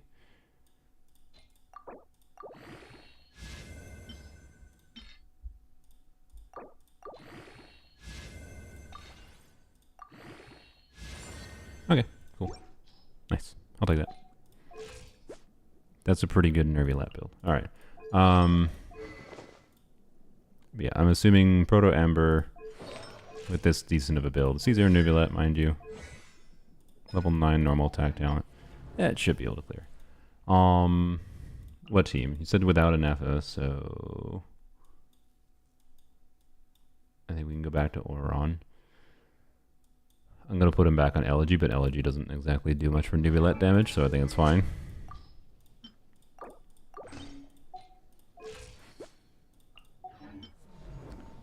Solo Hydro. I mean, anyways. I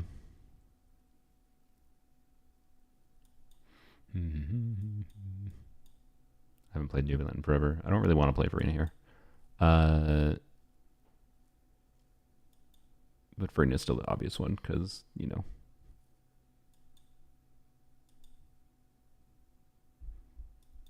Can we do more off-field Electro? No, that doesn't make sense with the C0 Neuvillette. Without Furina, at least. Xylo. Sure. then we gotta remove his timepiece. Turn off Shallonen C2. Also, we're doubling up on scroll. Well, you know what? I guess no. Shallonen C2 is functionally already turned off by the fact that we're doubling up on scroll here. So keep in mind that in a Neuvillette team, in this context with double scroll, should put Petra on Shallonen. And Petra on Shallonen is close enough to a... Well, no, it's not really close enough. I think this is still better, mind you, but like not crazily, incredibly so. Anyways, whatever.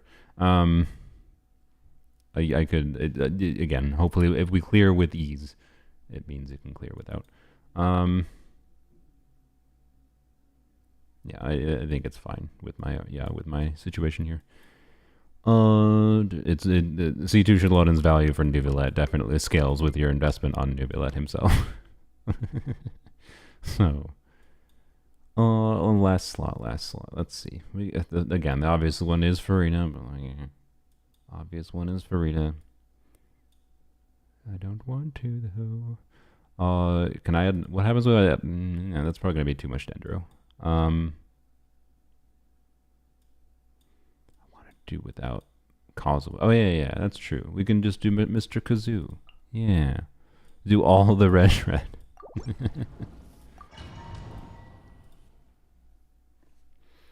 We forget about Mr. Kazoo. Sucrose would just be a worse causal here, of course. Wrap.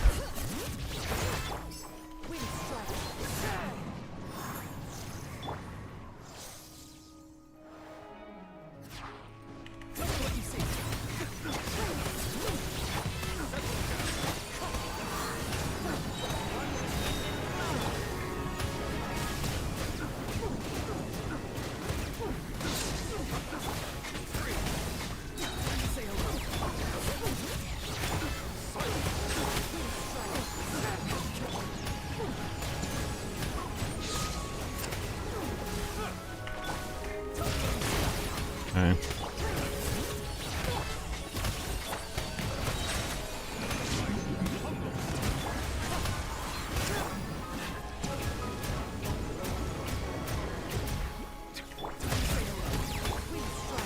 I didn't get Hydro. Yeah, no Hydro Swirl. Whoopsies. Bad Neuvillette gameplay. No. I'm gonna fail this because I'm bad. Ah, crap. Really? You didn't move, did you? No, you didn't. I also should have put Fab on Kazuo.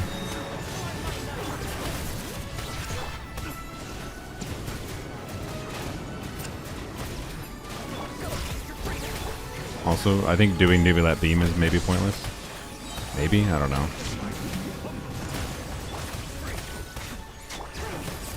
Well, I can tell you, with how bad of a Neuvillette, with how bad my Neuvillette play has been, I don't like Neuvillette right now. I'm sure Howluna. Hi Luna. Hi Howluna. How's it going, bro? You don't have to nerf. Okay, I don't have a Petra build for Silo though. So I don't really have a choice to nerf Shallonen here. What we can do is we can use someone better than Oron. The officials should be better here, theoretically.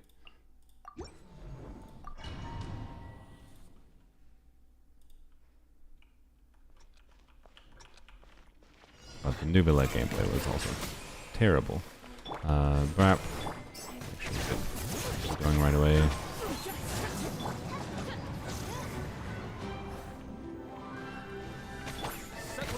Why did you target that? Oh, because that was the real one. I see. I'm bad.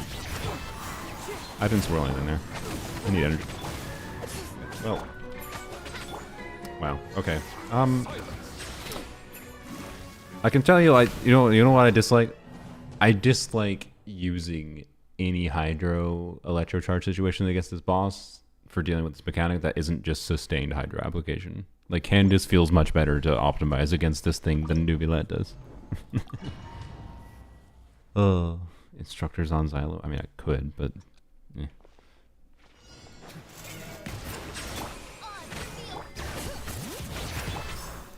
All it does is minorly increase our electric charge damage. That shouldn't be the difference maker here.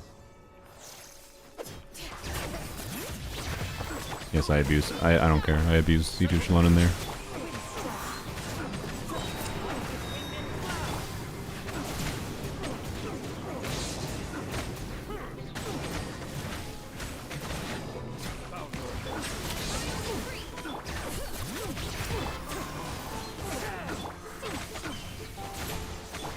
Please. Are you serious? Ow. How have we not gotten through your shield? Oh my god. Okay.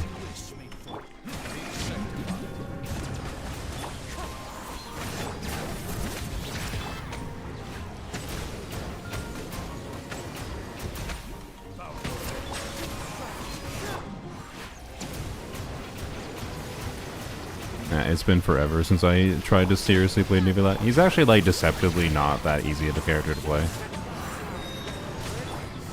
In a lot of contexts, such as this one, I think. I don't feel like playing him. That's my vibe. So Neuvillette, I think, is, for me, worse than Navia here. For you, you might have a different situation. It's...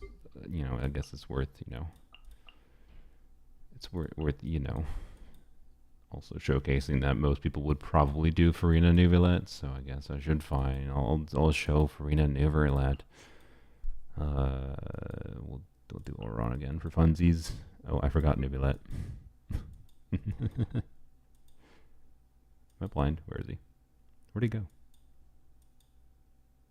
Oh, he's up here.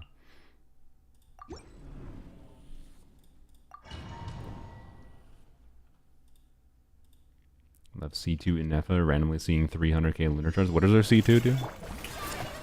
But also, I think all you did was wheelchair. You just wheelchaired your Eva even more. I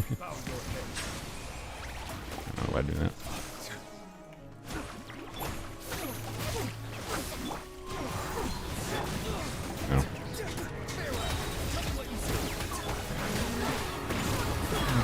No.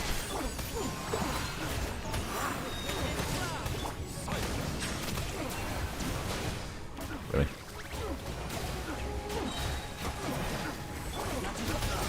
Oh my gosh.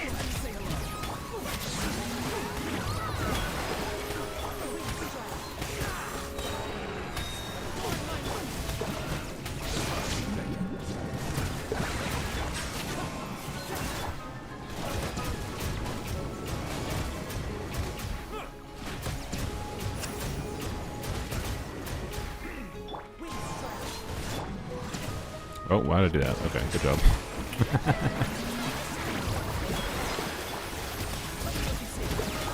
Neuvillette gameplay you came here for.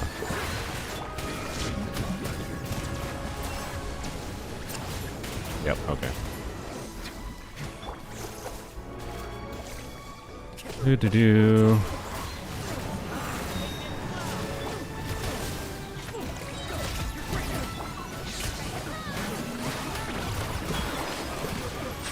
Probably gonna fail with Furina too, but obviously it's much more doable with Furina.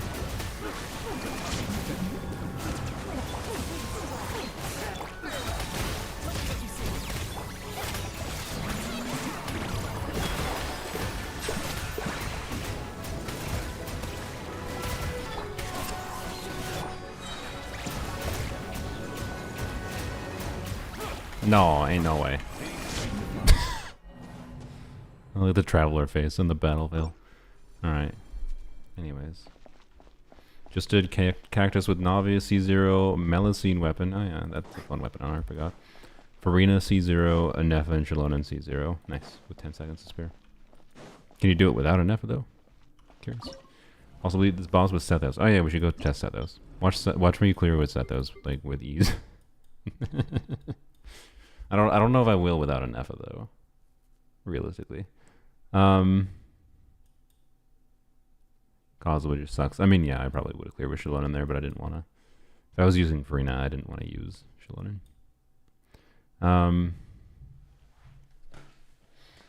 Proto Embers is real weapon, yeah.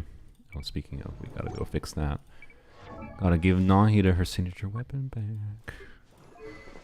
I mean, honestly, with the fact that with you, Prototype Ember's a lot worse weapon, I think, on Neuvillette, with the fact that you don't start with the burst, right?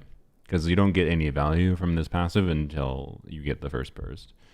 And Neuvillette's burst is also, I think, just weird to fit in with the cactus. So I think this weapon is probably actually actively worse than this weapon against the cactus. I think. That's my vibe, but it would require actual testing to know for sure. If you're struggling, if you're trying to simulate something similar using Neuvillette, Furina, whatever, against the cactus, unironically, if you're using Prototype Ember, maybe consider trying another weapon like this weapon. But what was he on before? I don't know. Ah, there we go. Okay. Okay, so Sethos, Sir Sethos. Well, first let's just see what happens with Electrocharge Sethos with Furina.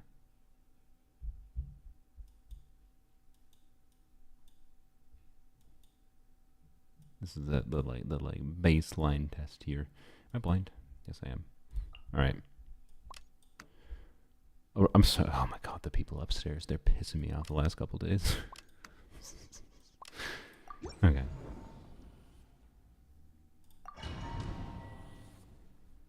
FC4 Neuvie, pretty good build, 38k HP, cleared in 108 seconds. I want to do better.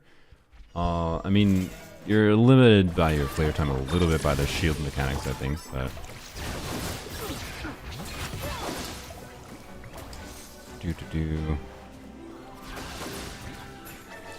I actually lost track of it, but... Very productive. Okay, bad.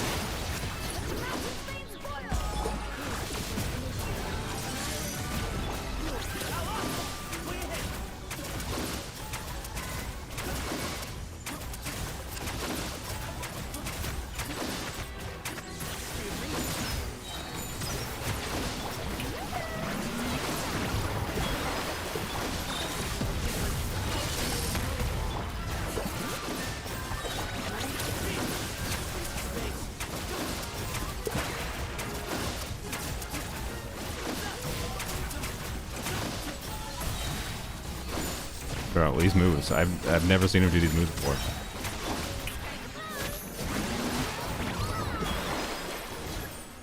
Oh my god.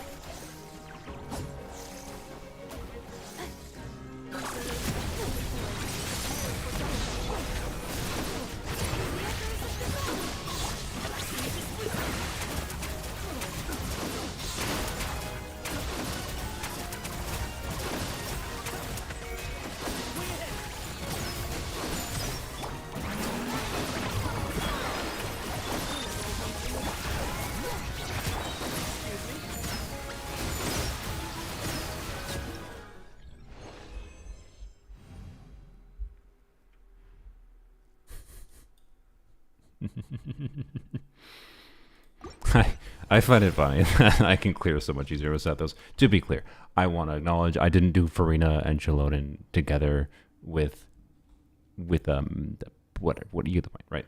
I didn't do Furina and Shelonin with Neuvillette. Not 100% comparable situation. I just do find it funny. So let's see then. Can we do something? I would do Quick Bloom Sethos, but I don't think Quick Bloom Sethos is going to work very well. Let's check it quick. Because I'm curious how it'll work. So we'll use Sing Cho, and then we'll do my Nahida and Anefa again.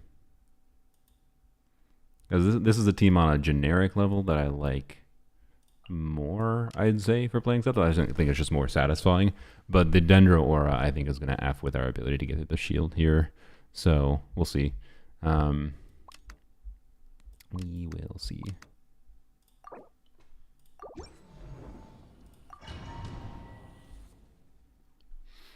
And F is a game changer on Cactus. Yep, it's almost like the boss was designed to be really good with her for some reason. I wonder what they do.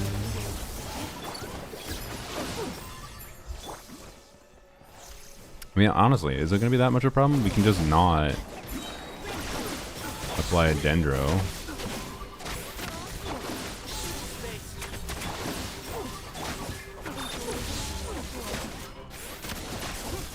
Can I get my... There we go. Okay. Okay, let's do this. I didn't line up these abilities very well, but it's fine.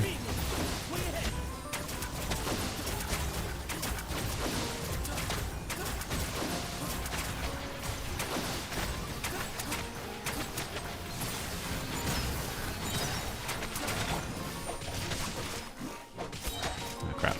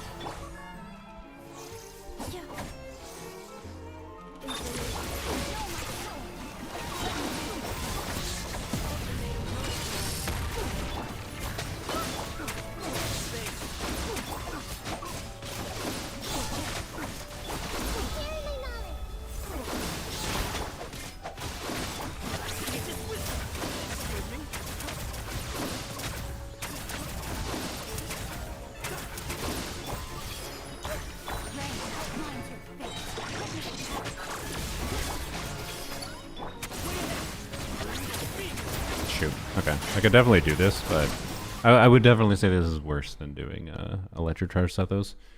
But this is a lower investment team, I'd say, than the Electrocharge Sethos was, right? Like, I could put Furina here with my C2 Furina and do Prototype Ember Nahida with C2 Furina instead of Xingqiu, and it's probably better, right?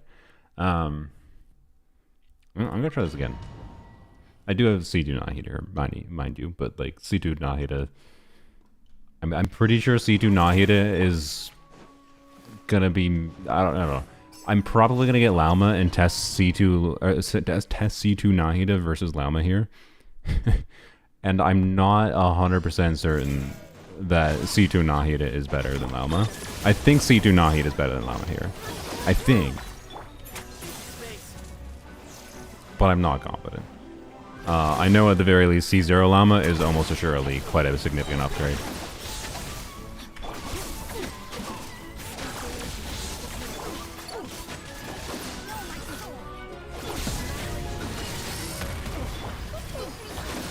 I get my energy? Yeah, okay, nice. Okay.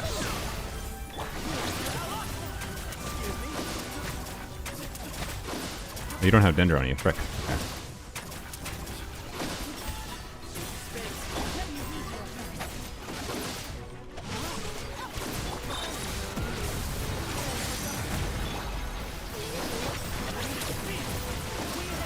I think he also might be stealing blooms, I'm not sure.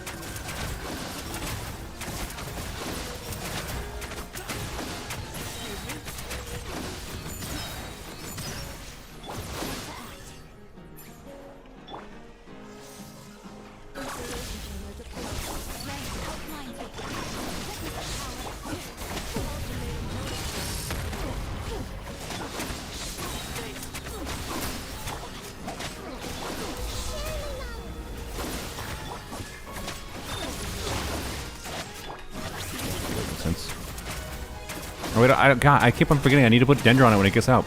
Ah!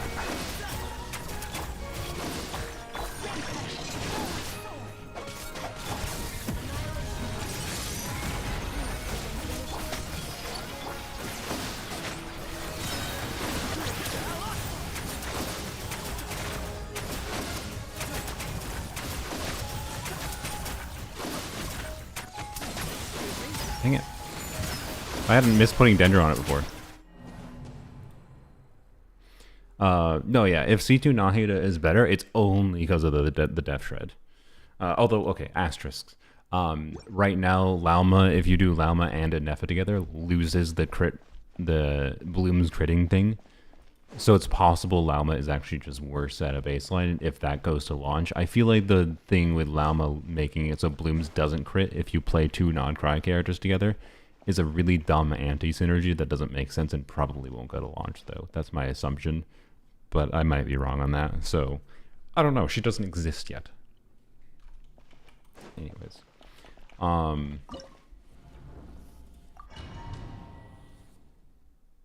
even if it, I don't know, it might be a good thing, right? That it doesn't come to launch, because it would probably mean Dahida is just better at C0 here still. But.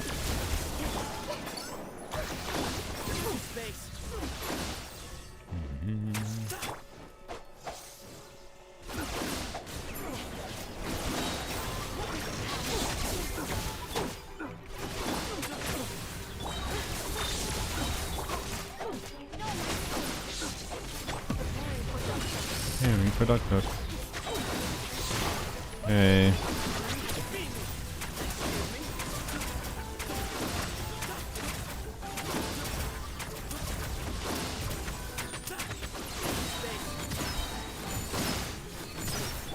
think I did too many charges. I think that was dumb. Might be fun now.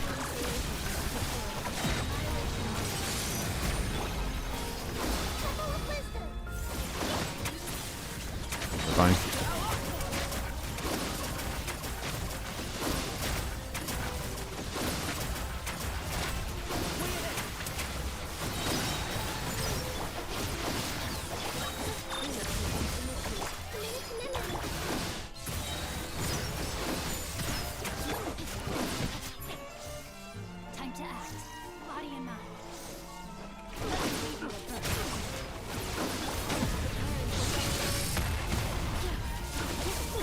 Oh, that was bad. That might cause a problem. Oh, I guess we'll see if it causes a problem. I think it's fine. Okay.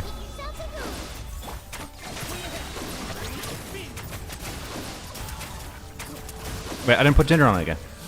Why do I keep forgetting that? Brain. Okay. Oh, that might not have been worth doing.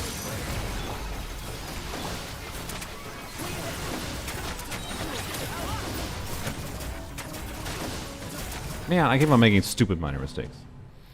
Do it again. Where's the mods on Twitch? Oh, what just happened?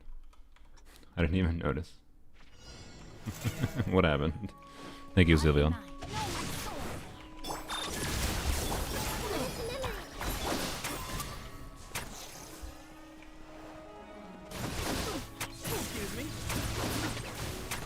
Oh, I put Dender on it. Well, I mean...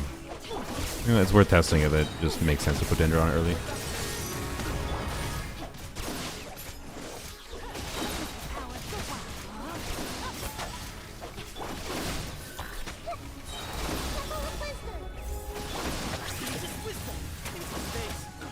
Oh.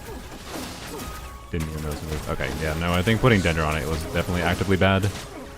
At least at the start. Okay.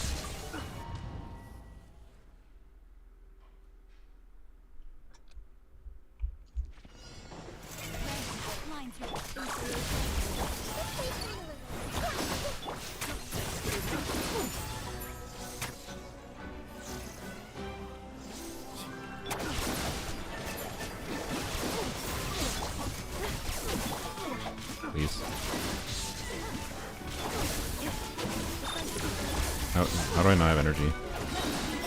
Okay.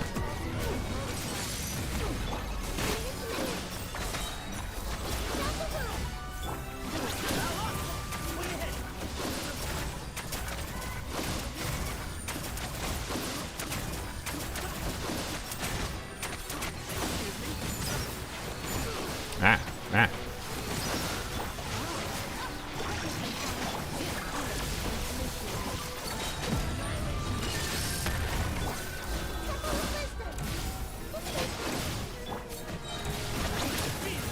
I don't know. Oh, I think it did hit. Okay.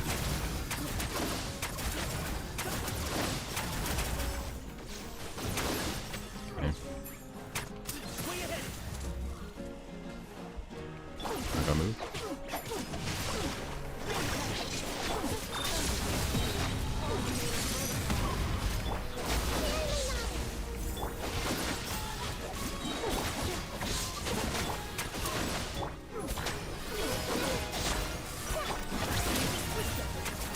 Did I not? Why? Brain, I was literally on Nahida. Did I do it too early? I think I did it too early. Freaking god. Oh my god.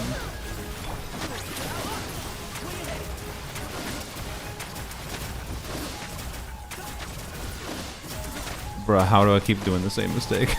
Just Nefa power down? No. Well, okay, to be clear, Nefa probably should be on Gilded Dreams here, not Tenacity. Tenacity is not doing nearly as much here as it would be for other teams. I don't really have a good Gilded Dreams build. I don't have enough ER. So I don't have a good Gilded Dreams build to use here in the first place. So there's no powering down my Nefa. I would have her on the EM set if it existed right now, but it does not. So, yep.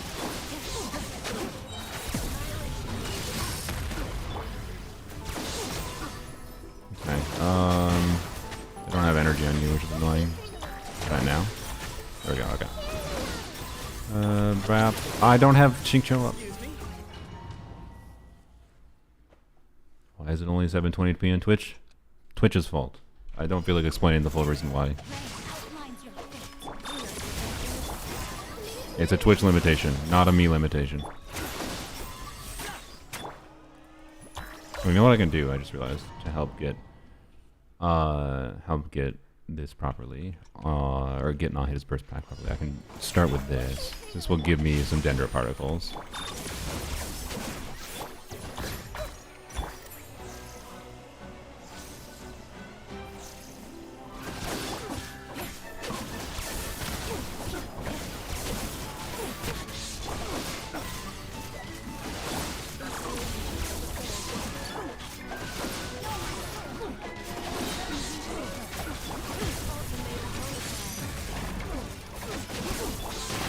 Okay. Or it did not help, I guess. Okay, there we go. Still another one of those worth doing.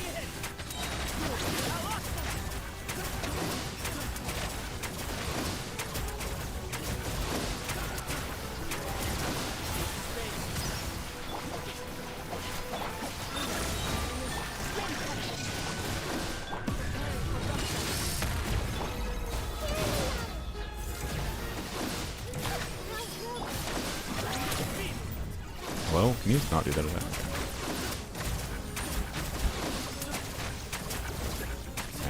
Not great.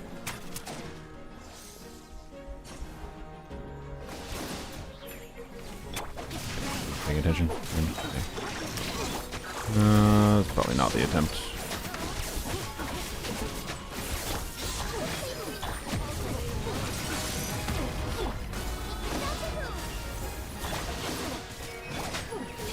I should not hit it either. It's bugging things. Yep. Thanks for testing your work helps a ton. I'm glad I could help. Mostly I'm just testing for myself, to be honest. And then I'm sharing it, so hopefully it helps others too. I'm glad you find it helpful. And thanks for the $2 dues.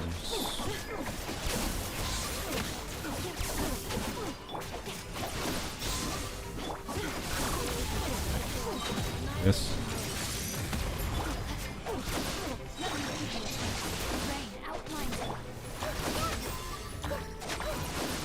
Please, why? Why? Why is it taking 5 years to get through the shield? Yeah, okay. I definitely don't recommend bringing Dendro into this thing. I think it makes it actively a lot more annoying to get through the shield. Bring in Dendro with your whatever, with your electric charge. Like. If you have Sethos and Nefa, I think it's almost assuredly better to just do Sethos and Nefa and just do pure electro charge, right? We cleared with pretty much ease doing that with, you know, Shalon and whatever constellation, but, you know, which helped, but I don't think it helped that much. Anyways, I was attacking the wrong one, of course I was.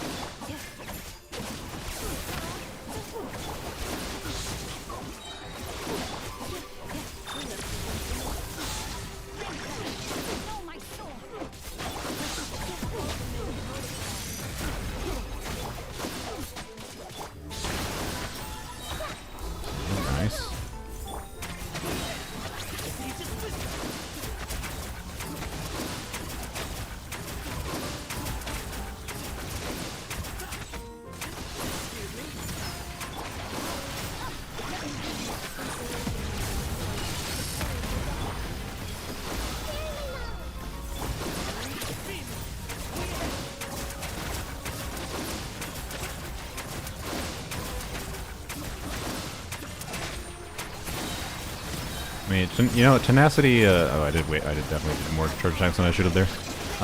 Tenacity Anepa might still be pretty good just for the shield durability, because Sethos is so squishy. Okay, you took so much longer than I expected to go into your mode. Okay.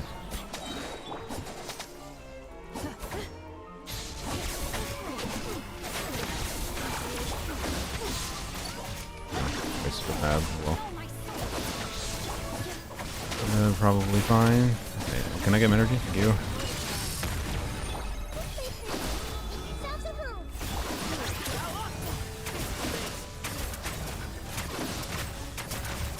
Wow, with good gameplay, we clear with time to spare. Cool, finally. Jesus Christ, that took me far longer than it should have. Oh. So, Jafufu's good against this boss? Yeah, I should have used my Fufu. That's true. Anyways. Do I like Warhammer? Didn't you ask that last time? I recognize you. Don't think you can come here and ask again. Are you a bot? Why do you keep asking about like Warhammer? I believe I mentioned before that I've like looked a little bit at the new Warhammer game, but never really played much of it. Lots of video games coming out, so no, I'm not super into Warhammer. Is the answer? Sorry, but it does seem to be an interesting world that has been built, and seems to be a thing you can lose about $20 billion into, like a gacha game, and that's cool, I guess. Bote did it without an Effa. I mean, okay. What did Bote? What team did Bote use so we can measure the difference between my and Bote's skills? I'm down to do one more. Official Yelan? Oh, of course. Well, I'm okay. Keep in mind, if I do this, you know, there's a difference here. That's a funny build. Didn't you have a different circlet? Oh yeah, you were on this. There we go. 8150, 200 ER, fab build. On the Yoli random C6 character, so keep in mind that difference. Official Yelan and Sucrose though. Let's try it.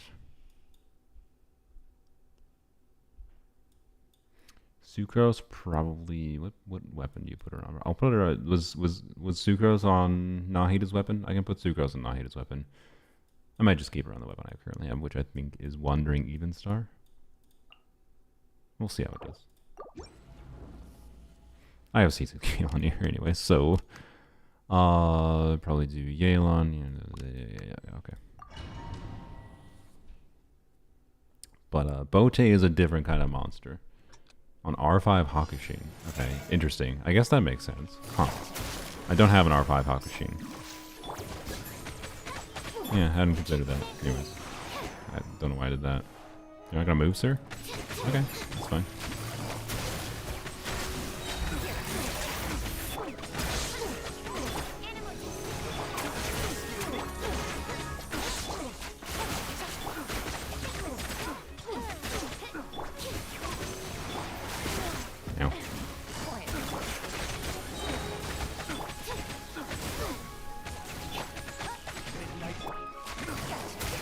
Why? Okay.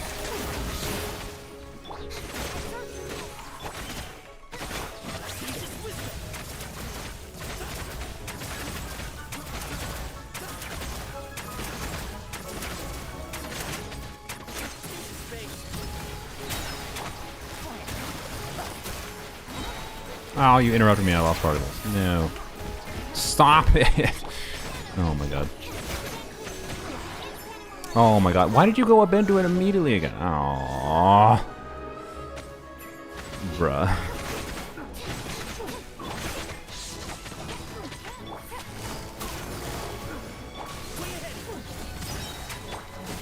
Did Bote actually try to do damage against this when it's during this phase with it?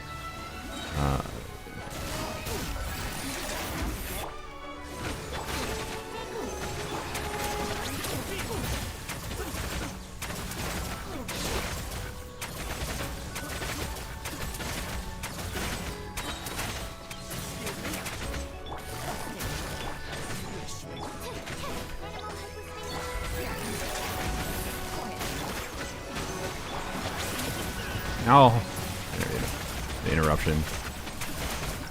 It wasn't that far away, but Bote is a different kind of beast, I will say. I maybe I'll try that more in the future, but yeah. Anyways, C6 Yelan does not just immediately give me that. So, anyways, saving up for Yelan, can't wait for a rerun. No, she's fun. She still has plenty of random use cases, even if you don't care about even if you do care about the meta. Which you said you don't. So, Bote's clear was really close as well. Yeah, I believe it. I'll go check it out actually. But yeah, Bote is a different kind of beast. I doubt I would be able to clear with Senos with a C0 Yelan. Obviously, I can definitely clear with a C6 Yelan with a little bit better gameplay. Only pulled Skirk and Muika for funsies. Nice. Tax evading every rotation, yeah. Anyways, thanks for joining, Sophia. Okay, what else should we test? We played Lanyon. Oh, did I do a Papilla? No, I did a Papilla clear without a Natlan main DPS. I don't know if a Papilla... Has anyone seen a Papilla clear? With the video just says yes. You don't have to say what it is, but yes or no. Have you seen a Papilla clear at difficulty 5 that has not used a Natlan main DPS? Or sorry, that has not used any Natlan aligned damage, like Night Soul aligned damage. Sorry, not Natlan main DPS. I already did it without a Natlan main DPS.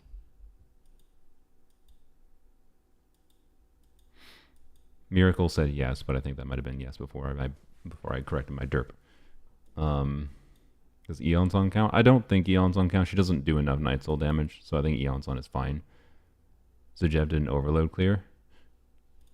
Arlecchino overload clear? Okay. Was that interesting? Okay. Arlecchino burning? Yeah, we could try Arlecchino burning, actually. That could be interesting. Let's do... Cosmo, I guess. Let's try Arlecchino burning. That might be interesting. Ball? What does that mean? Like Kaya? You did with the burn team, but had Shallonen. Sure. Shallonen doesn't do enough Night Soul aligned damage that should matter. Like, having Eons on Shallonen shouldn't really matter there. Probably. Do you have characters who you constantly farm for, or a horizontal investor? I'm a mix of horizontal investor and not. I don't know. I'm a weird middle ground person, which kind of makes like Stygian Onslaught Dire difficulty a perfect balance for me, right? Not. Okay. Do this. Yep. Okay. Do this. I was hoping to iframe that. I've very failed. I dive and break. Will Lonnie count for this because she does not apply that much? You could probably say she does. I think I tried Mulan before. Or was that a Dire difficulty? I don't remember. We could try Mulan again though. But I would say Mulan without Mawika isn't really applying enough Night Soul damage, no. To trivialize the shield.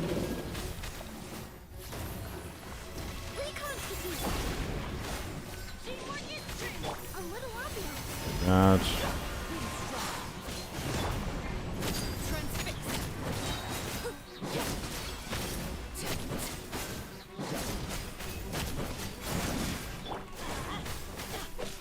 No, Bennett. How dare you, Bennett? Oh my god, bro. You have no idea how much damage you just lost us there, sir.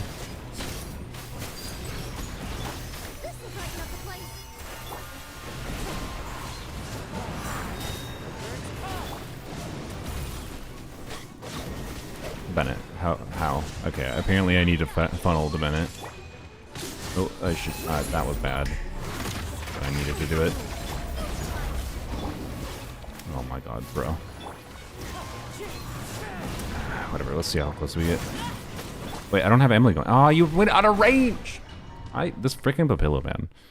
I think the Papilla is the least fun thing about this Stygian. The turtle is not, I think, fun either. We haven't even tried anything different against the turtle.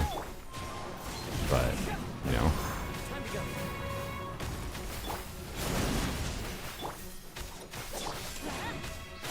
Ow, ow, ow, ow. Stop, you freaking bot. Wait, I just transferred the damage to Arlequino. God freaking damn it.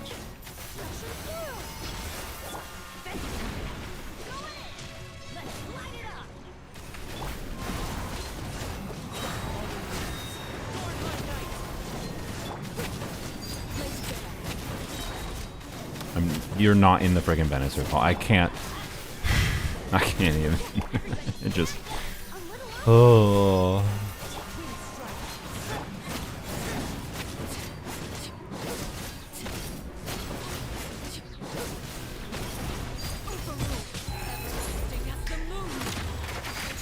Yeah, I think I had to do that.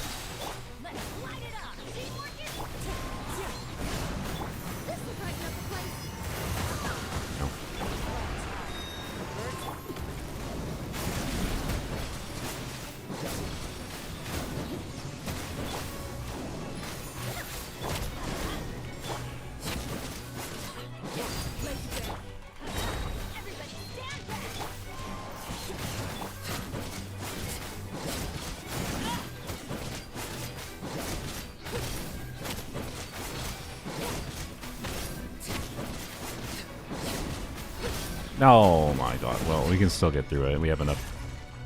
Alright, I need to switch. We have enough time, I believe. But I think with good gameplay, you could get through this with Caesar Arlequino. Wait, we're not gonna get it. We're going too slow. I also died at the end. Oops. Also, but okay. No, we're gonna get that. But hey, at least this is a 0 Natlan character team that can do it. There's a little bit of additional 5-star investment here. I don't think Emily Weapon matters that much in this team instance. Arlequino C1 obviously is helping me. Probably go from this taking a long time for me to do versus... I think being that I should have had it dead with like 20 seconds to spare there, I'm pretty sure you could do this with a well-built Arlequino at C0. Just difficult.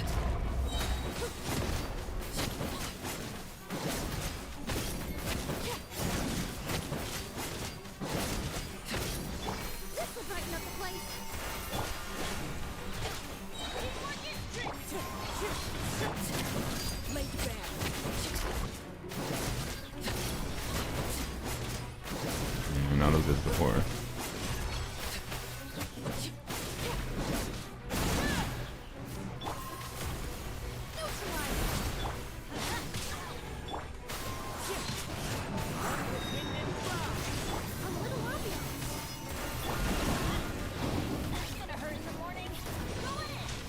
Oh my god, really? Can you, like, not somehow push me, like, barely outside of range? You frickin'... Can I try? I don't have stamina. Oh my Jesus Christ.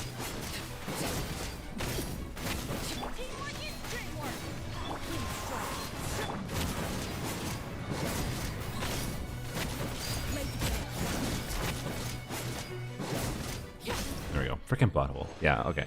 That was not perfectly played, and you could play better. Yeah, you can do that with the Caesar Arlequino. I'm like 90% confident. Do I want to? No. I don't think it's an ideal team, but it feels like a much more appropriately balanced enemy. Like, I kind of wish. I don't know. Like, the thing is with the whole like damage the shield takes converts to damage it actually takes to its HP bar after it breaks mechanic encourages a completely different kind of gameplay versus like difficulty 4, which is the same as Abyss, where it starts with the shield.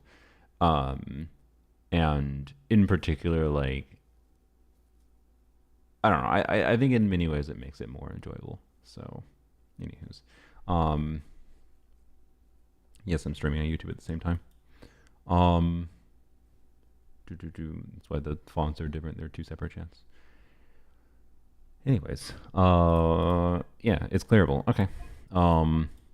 So I don't know. I'm happy with that. Like this is a difficult endgame mode, obviously. I don't think it like I am I'm not on the side of like, oh, the fact that I can't clear. I don't think I'm going to clear this with Lanyan, right? Probably not. Well, I don't know. For the lulz, should we see what happens with Lanyan? I don't know. It would be funny if it did work. I don't think I'm going to clear with Lanyan, but, you know, let's see. Stack frags won't trigger. No, it won't. Which is, yeah, a big part of the reason. That means I should do a different weapon on her, technically, but I don't know. It'll trigger during the down phase.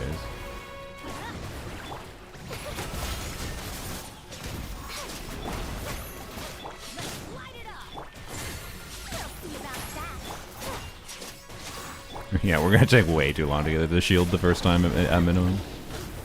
No, there's no way.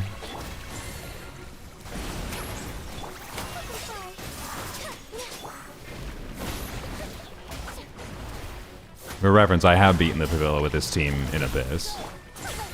So, like, my point with this is, like, different game mode, different context. Different teams work different amounts of well. I probably shouldn't have done that quite yet. How do I not have energy on you? Did I use your burst earlier? Like an idiot? Or did I just not get any energy on you? Try that again.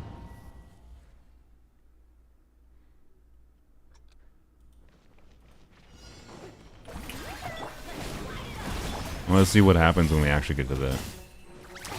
When we actually get to the damage phase. I should start with a Lanyan skill. That's how all my teams do against the Pavilla. 1 year to remove the shield. Yeah. I think it's either burning or you use a Natlan. You use Natlan and do a bunch of Night Soul line damage. And the ideal seems to be a combination of both, I'd say. For speed of breaking the shield, at least.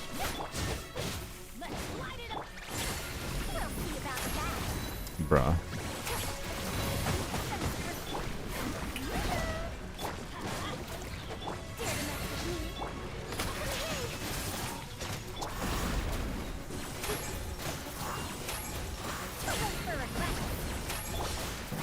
I should not have done that.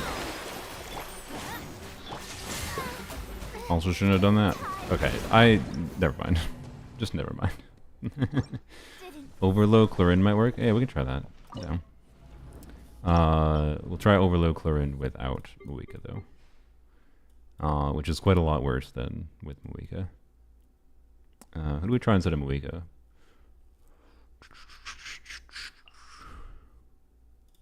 How do we do this?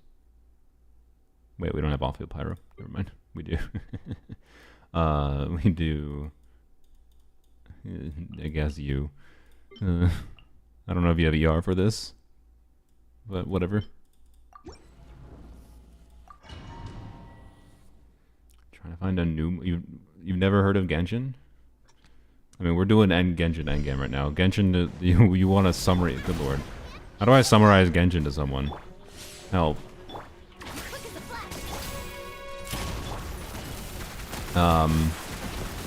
It's got a lot of story, it's got a lot of open world exploration, and for some people it's got a combat system that's really enjoyable. Ow.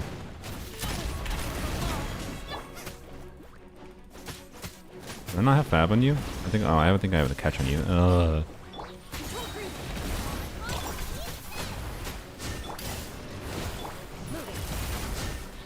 got interrupted. Stop. Okay. I do not recommend Overload Clearing against this thing.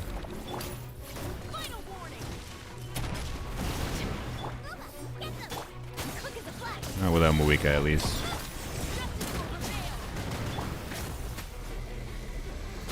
What?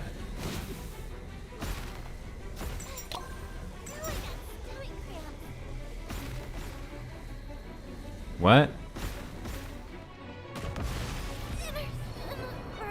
I don't know it did that at difficulty 5 and 6. It's a yeah, buzzer.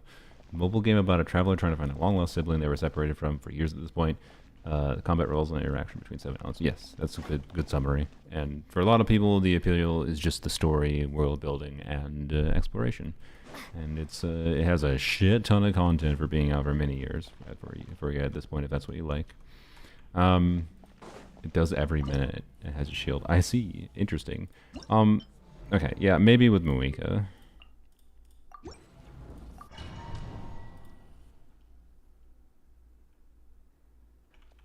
I just didn't know it did that shield. Like, that's the normal Papilla shield mechanic that it does, like, right away in the Abyss or whatever, right?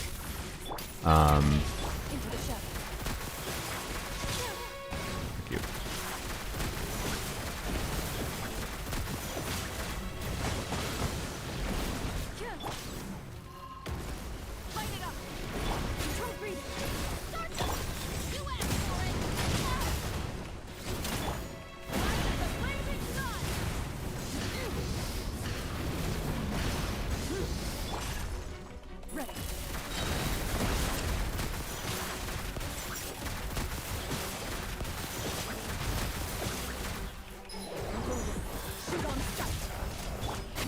Oh, I didn't get scroll. I'm dumb.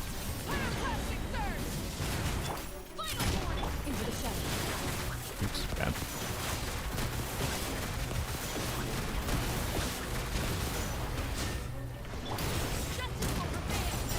I love that miss. Cool. Thanks, game.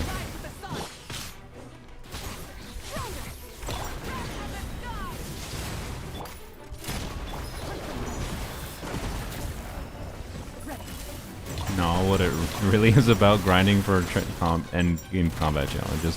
I mean, yeah. If you don't like really grindy games, but you think you might like the combat is probably not for you. If you don't care about the combat, the game's honestly not that grindy. Okay. I think it's possible this team might be able to clear, but I don't want to do it. I don't want to do it. You can do a lot better setups than I was doing, and you could have a leveled Moika burst. That would help.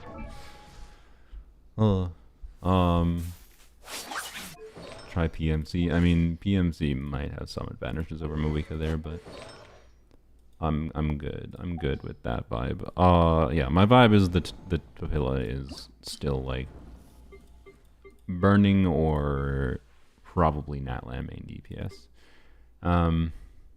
We did you know, Arlecchino. We did Chlorind with Overburn. Try Bennett at least. What do you mean? Instead of Moika? No.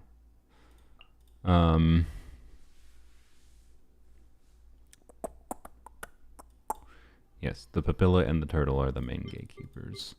Should we try something against the Turtle that isn't...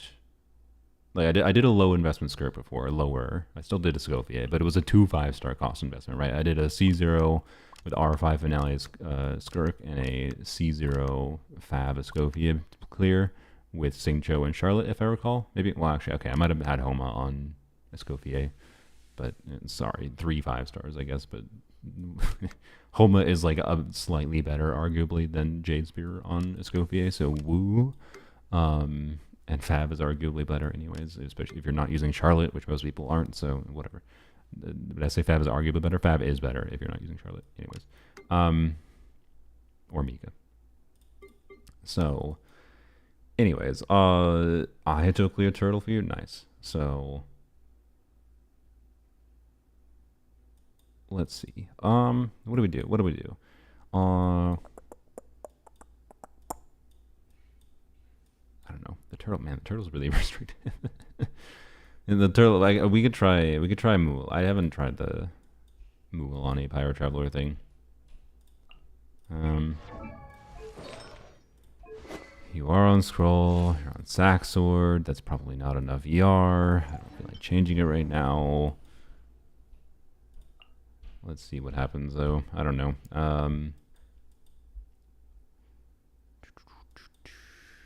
Is this another Hakushin Ring Sucrose play? I don't have it again, but I don't know. Anyways, I don't think I saw a clarification that anyone did a Mualani clear on difficulty 6 with this team, but I know people have used this team to clear Turtle at difficulty 5. Cactus is most difficult for you, and your best electric DPS is Raiden C1. You know, I should see if I can clear with Raiden C1. I have Raiden C1 as well, which is the same as Raiden C0. Oh yeah, it only works with electro reactions, I forgot. Yep. So Sacrifice Sucrose is the play here, yeah, okay. Okay, so you hold E on Traveler, you get smacked. I need to do normal attack on Mualani first, right? This. Wait, man, it's fine. No, I remember. You freaking do Petrish on here, don't you? I just realized. Okay, so, frick me, bro. Sucrose with Mualani is just some. Sucrose with solo Hydra Mualani is some diabolical shit that I don't vibe with. Okay, so it might be Tabby. Oh, really? Interesting. Okay, so do this.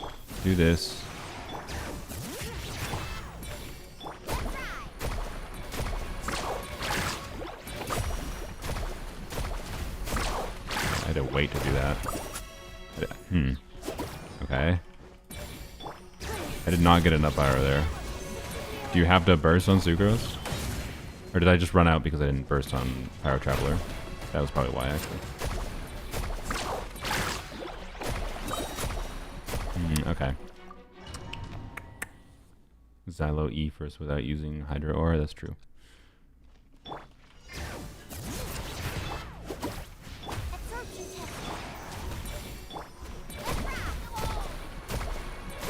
Why did it take so long to get Pyro on?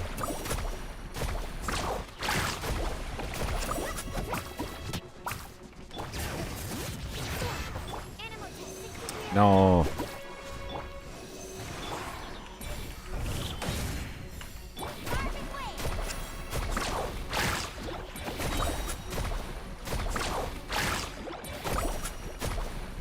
Okay, yeah, you need to burst. Okay. Okay. Interesting.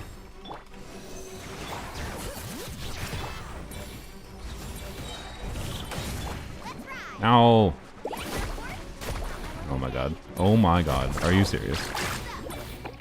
I feel like this can clear. I feel like this can clear on a damage level. This is exactly what I'm talking about with like Mualani with solo Hydra Mualani with Sucrose being just like kind of diabolical. Use Dia with instructors. Also, this enemy doing its spin move and running away from Mualani is literally miserable. It clearly can clear, but seems incredibly annoying. I also don't think it can clear difficulty 6. Not without me min-maxing builds a lot more, at least. Yeah, my preferred teams with Mualani, generally speaking, are Burn Babe teams. Though, which don't really work here, because Emily hits too much. I have trash builds and this cleared with optimization fairly quickly. Yeah, I don't think our damage dealing is the problem. So it's just the other optimization, mostly play optimization. So I believe it can clear. It's just really weird. And it's like if this boss was meant to shill Mualani, I don't think it does a good job. Because it only really shills a specific kind of Mualani teams that are really awkward to play. Yeah, you could use a Candace. So Candace non-C6 is ideal. I have done Candace with C6 with Mualani, by the way, like doing Candace, Shungling, Sucrose, Mualani, but Shungling's going to hit too much, I believe. So, anyways. Dire Mualani clear by Karen on YouTube. Look at that. Let's see. Let's see it.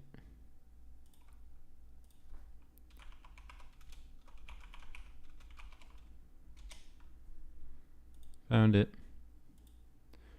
Do do do do do.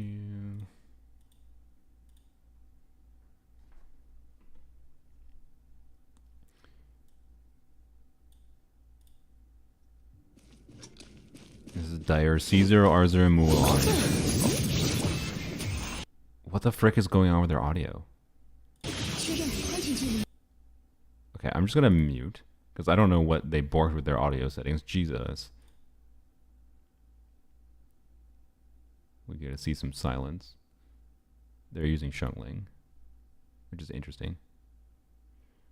Wait, is it just global Shungling?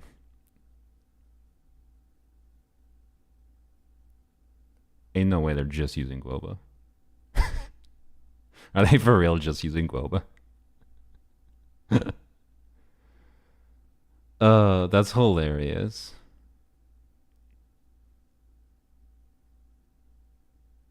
But yeah, that's a lot more damage than my Mulan gets.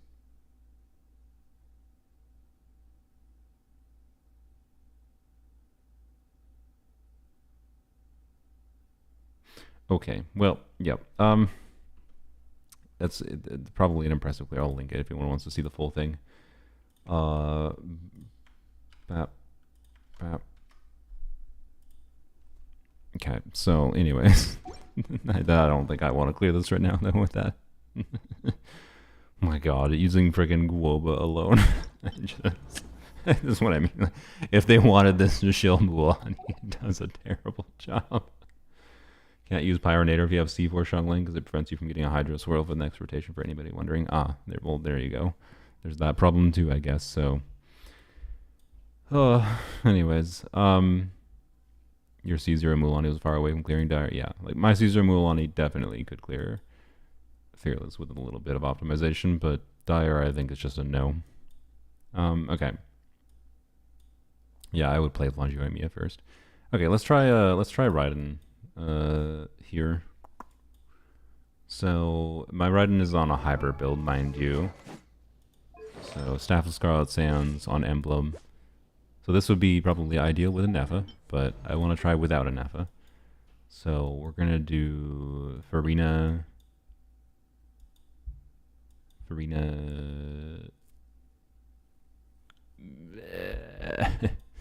Oron, Jean. I need to put you back on VD? No, you're on VD. Good. Okay. Might be this is my Jean probably doesn't have enough healing right now for the build she's on if I didn't have C2 Furina, but obviously Jean is really good with Furina with a different build. Yeah, let's run it like that. Actually, let's make sure you do E first. Do that. Something like that. I don't know.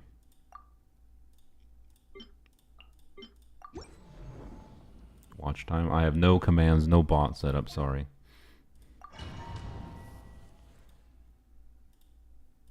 Let's see. Alright, and then by the way, after this, I think I've gotten a good vibe. If anyone else has any things they want to see here, I'm open to taking suggestions, but after this, I'm not really in the mood to do polearms only today. But we can do some co-op on my EU account. Okay. This.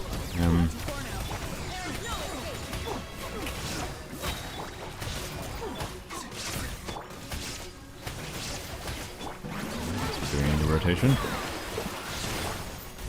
Okay.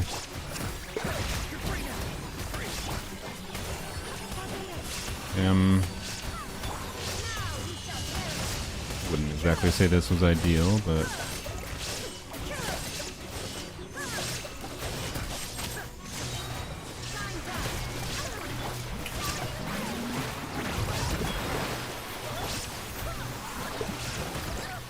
I probably should have done Eons on instead, I just realized. I don't know why I didn't.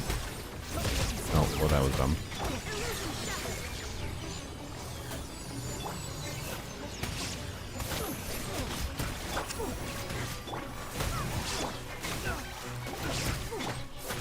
Can we trigger an electric charge? Thank you.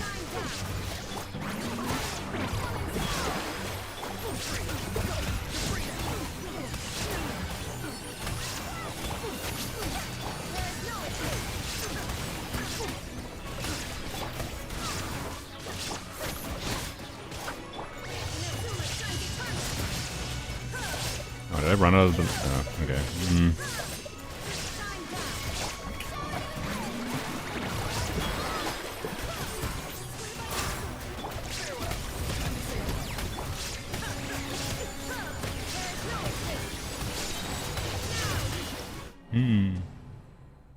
Yes, Hybrid Raiden probably works quite well with Lunar Charge. I should keep trying this a little bit here.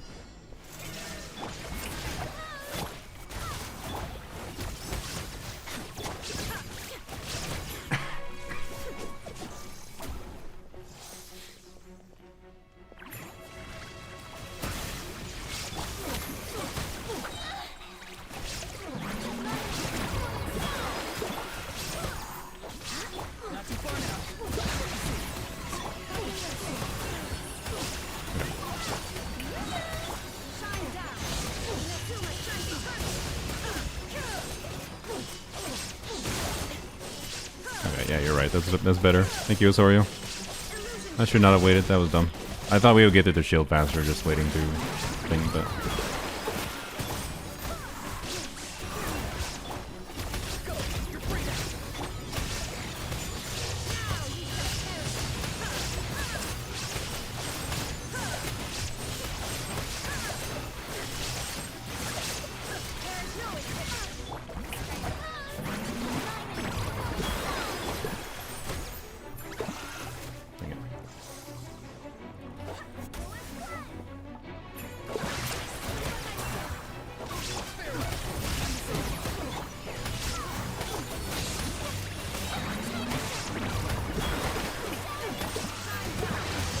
dumb. Whatever.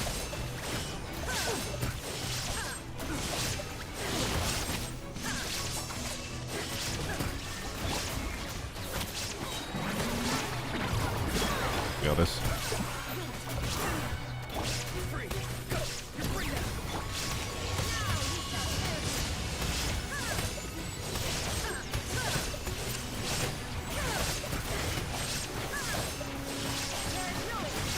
No. Now stop getting interrupted. No. God damn it. Skill issue. Hybrid Raiden build here, by the way, is definitely not ideal. I'm pretty sure. I think it's not bad, mind you, but almost assuredly not ideal.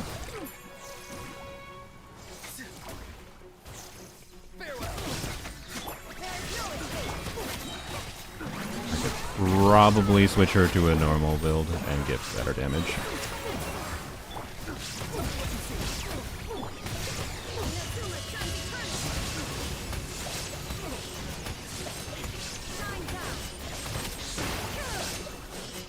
But considering the constellations and whatever on the team, I'd rather clear like this.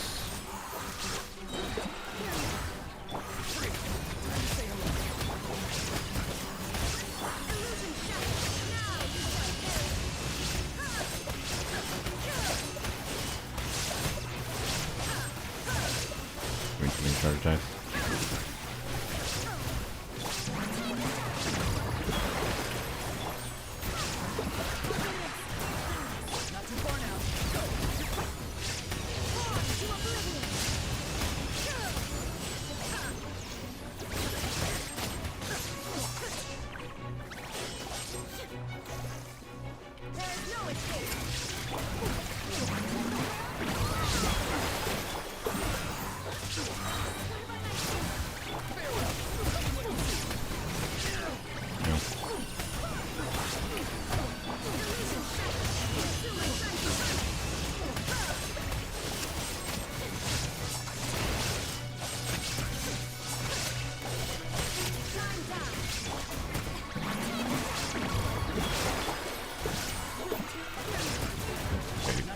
Got an Electro Swirl.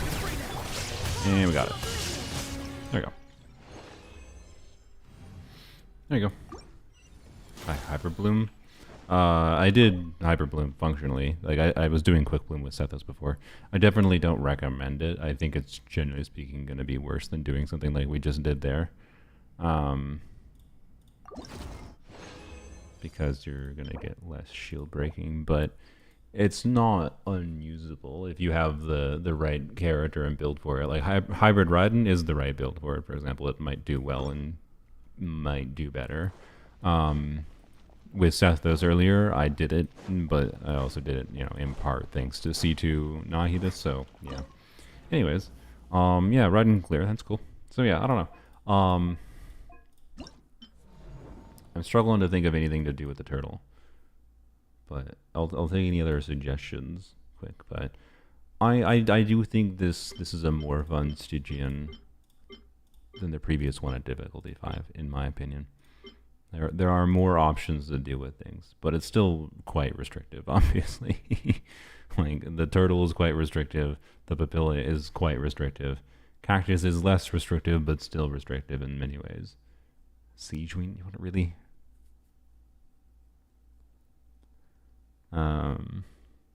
Standard Hybrid Bloom would need a reasonably high degree of investment to clear. Yeah.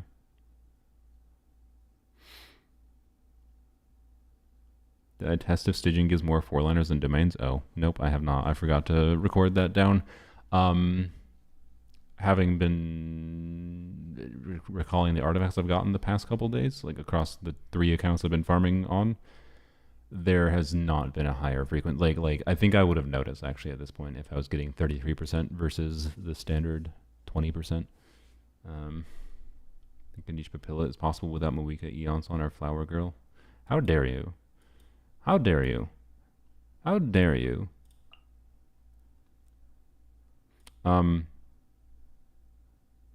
Maybe. Vress is the only overload team that can clear the turtle. No clue. I assume Moika Overload probably can if Vress Overload can. But anyways, can each papilla without Moika Eons on or Flower Girl? That's restricting a lot of units. You're like, without 3 of his best units? At difficulty 5, probably.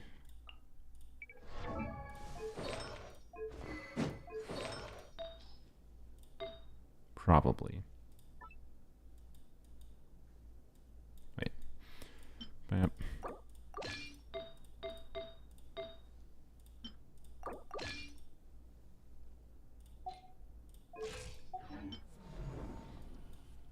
It's the situation you're in, so no, I understand. It's just funny.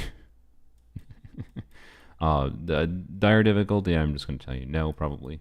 Wait, oops. What do we do? I don't know. What can each teams do people even play before? Well, Bennett, obviously, that I know. That is a non-starter. What did people play? I'm trying to remember what people played on like each launch.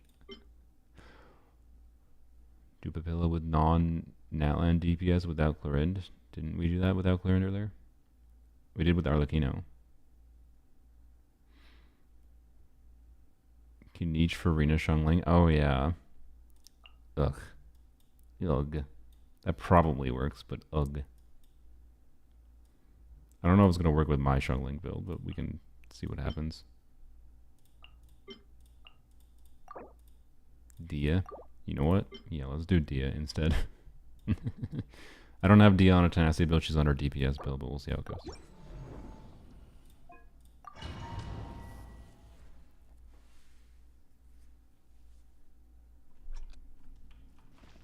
Shungling should be better here, obviously, on a damage level and doing more hits level, of course.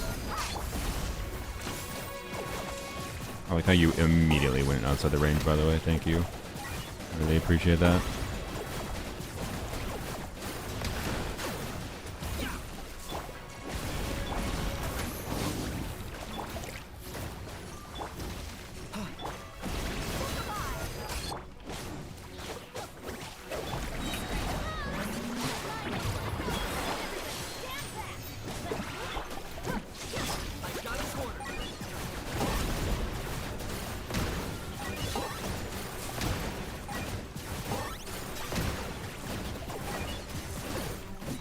Wow, bad. Okay.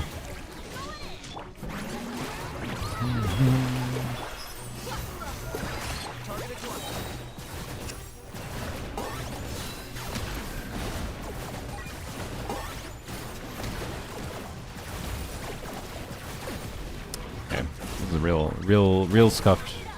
On a damage level, I think I could do it. Do I want to? Not really. Yeah, I think Xiangling might be a necessity here. You do a Fav Xiangling barely even helps. I don't know. You do Xiangling with 300% energy recharge, which I can't even do. But you do Xiangling with 300% energy recharge. That's a slight exaggeration, like to be clear, I think. But definitely more than my 200 ER Xiangling. I don't know. Yeah, it moves a lot, which is a problem. So I have Furina C1, which is buffing that a little bit, but like I also don't have tenacity on Dia, mind you. So actually, wait, we don't even have any Deepwood on the team. Now I think about it, I didn't have any Deepwood on the team, and I didn't have freaking tenacity Furina. Or sorry, I have tenacity Furina, and then no Deepwood. So one of them should be on tenacity, and one of them should be on Deepwood.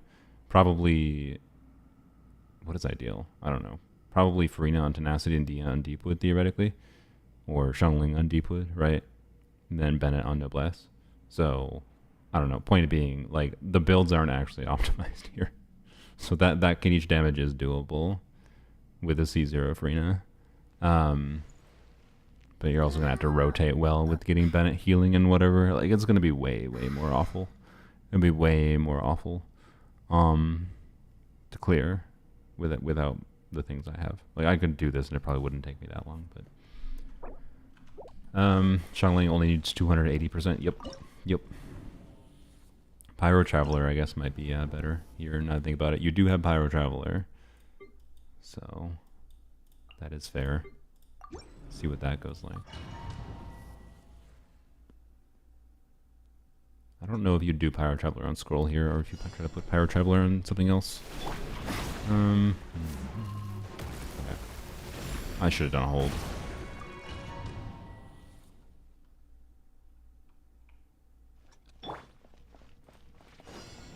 I do have Muika's weapon on Kenichi, by the way. Sorry, I did forget about that.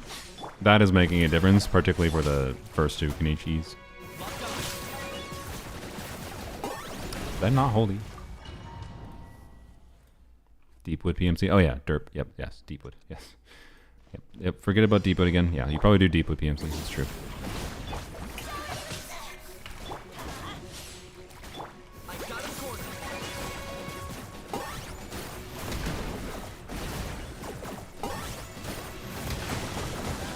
Was there a single instance of burning uptime, by the way, there? What the frick?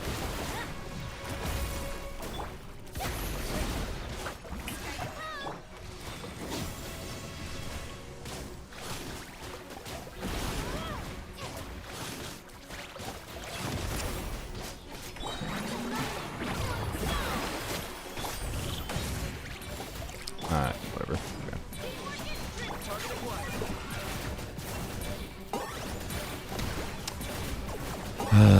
Camera. Yeah, there you go. So,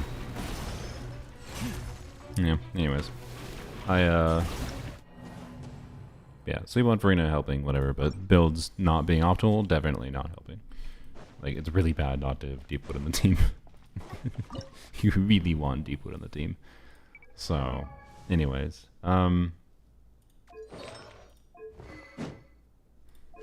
I don't feel like doing that. I don't know. If I was in your situation without having those characters for Kenichi, I don't know that I would bother trying to clear difficulty 5, personally.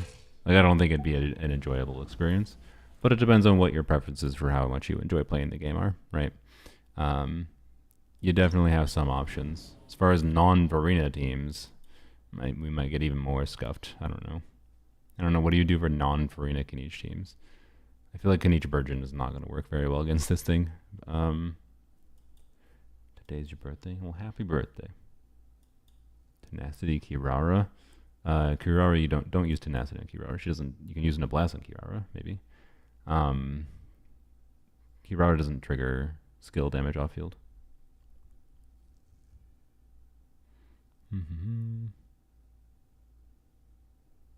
Yeah, I don't know. Dia is one of the more compelling options for sure. Mona, I don't know. So you could try it. I'm not gonna try it.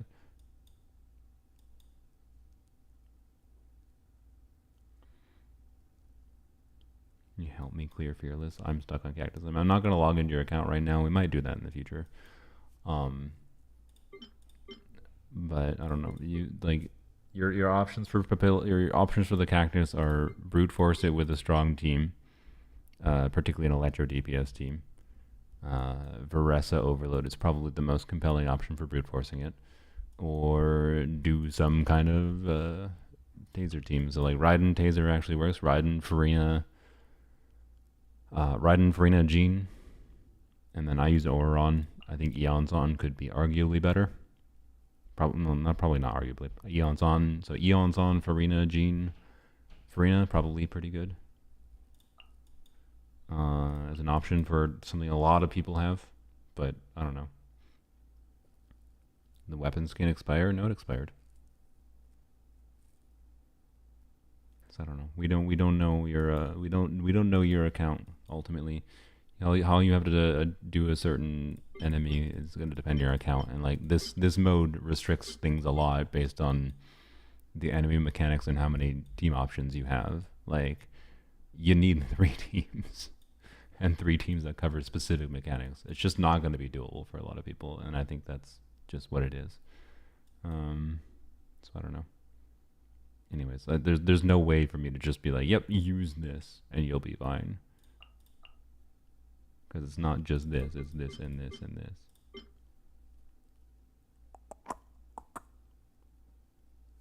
I already used Furina on the second boss. Well, you might have to try to figure out something without Furina on the second boss. I don't know if you can. If you use Skirkus, if it was Skirkuscopia, I already did a Skirkuscopia clear with Skirk on R5 Finale of the Deep. That did not need Furina. So, it is possible. I'll hate them burning. I probably wouldn't recommend it. I've tried to hide them burning in the past. It was mostly just how I hate them getting carried by Emily's damage. And I don't think it's going to work for Stygian. I to Venti, Fischl, Singcho, a good team. I would, in AoE? Yes. Does AoE exist? No. But Alhaitham can actually do like synergize quite well with Venti's burst in AoE, such that you can functionally get a lot more extra damage out of him. But Raiden, Auron, Sucro, Singcho work. That's a good question. I'm leaning towards no. I just don't think you have enough buffing potential. Like we could test like the probable realistic max of this. I'm not gonna change my. By realistic max, it's because I have a C6. God freaking dang it! I have a C6 Auron, and I have a. Raiden on a good build, but it's not like necessarily an ideal build for this situation, but it's good enough. Like maybe with a C6 Auron on LG, like I have, maybe, I don't know. I'm sure, like I am not, unfortunately, I'm not someone who's like the best at doing the lowest investment clears. I'd like to try lower investment clears. But I would like to think my skill level is like fairly average at the end of the day. Like I have a lot of knowledge about Genshin, but not as much skill execution in Genshin, just because Genshin hasn't really necessitated me getting better at the game pretty much ever, other than Stygian existing. Like I'm getting a little bit better because of Stygian existing, but anyways. And so my overall vibe is like, if I can't like relatively easily clear with something, I don't think most players are going to clear with it, right? But it depends on the kind of player you are. So, anyways, poked around with Hybrid Raiden with Chlorine, didn't F at all. I tried it once. It was like basically better than doing Fischl. When I've considered doing Fischl with Hybrid Raiden before, but it's just a different direction for Hybrid Raiden to go in. It works. Like we were doing Hybrid Raiden before, right? If we used a Nefa there, it would have been better. So yeah. Anyways, you definitely should be on Thrilling Tales. So Thrilling Tales, yep, and there we go. Okay.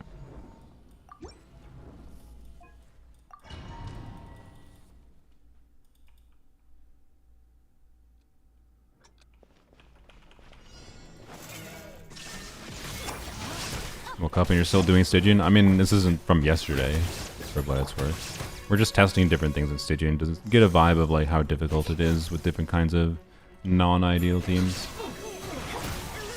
I think it's important to test that, but ultimately there's no way I can test for every single person situation, but you know, doing what we can.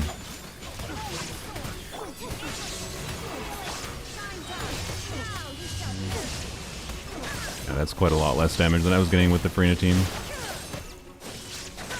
Is it unusable with a different Raiden build in particular, maybe? I don't know. Like, I think you do a normal Raiden emblem build, right?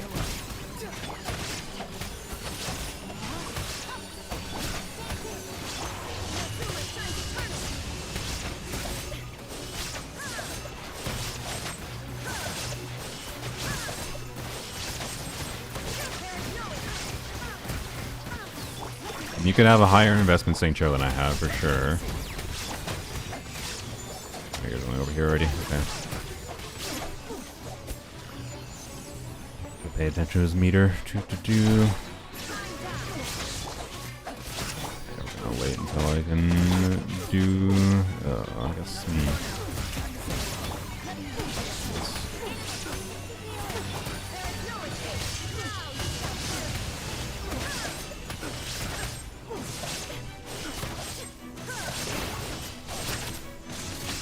Yeah, I don't know.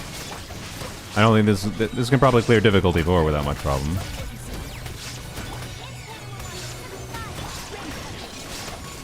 No, I just gave that with them. Whatever. This certainly wasn't perfect gameplay. Certainly isn't perfectly optimized builds. But I don't know. I'm not gonna say it's impossible with this team at difficulty 5. Because Raiden... But this is a C6 Auron with elegy. It's a C6 Auron with elegy. A C6 Xingqiu that is not on a very optimized... Well, I don't know. I say not very optimized, but in many ways. Maybe it is optimized for Stygian, because you kind of just need to make sure you get his ult up immediately and without question. Win exploration stream. Well, it might not be happening today because I've been doing more in Stygian than I expected. Oops, I just bonked my mic. Sorry.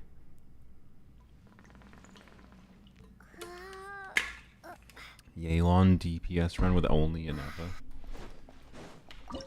Like just a 2-unit run. Oops. So I don't know.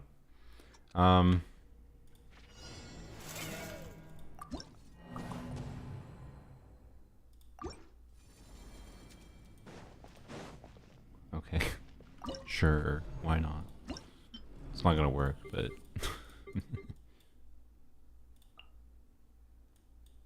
well, maybe it will, honestly. I have no idea. It would be a little sad if it did.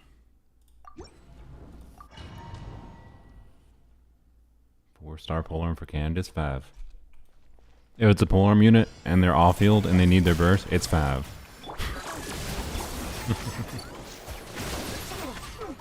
Not necessarily universally, I guess, but, you know. Okay, do this.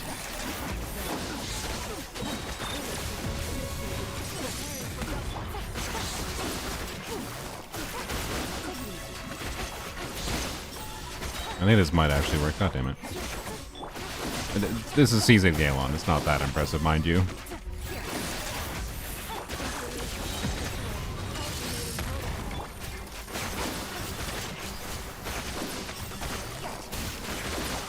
I think a Nepha might be doing more damage than Yelan. So...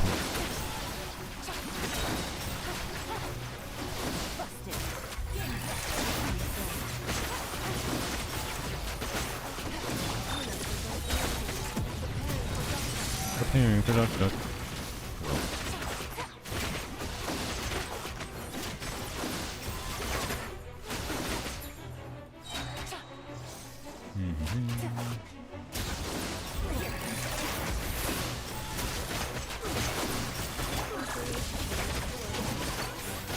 Please.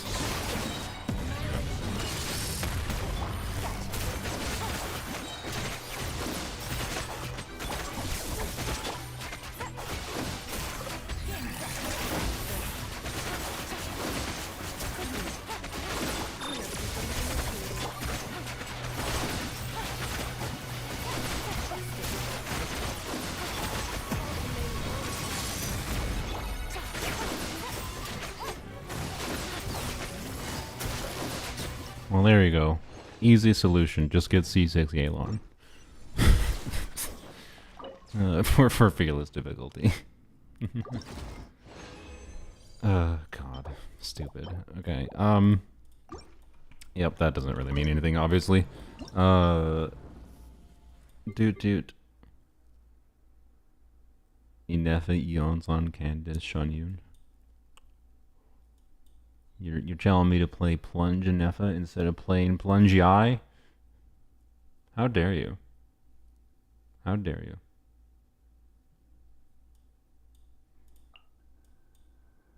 But fine. Except I'm not going to change Inefa's build for it. But yes, Inefa can and should use the Plunge artifact set here. I am well aware.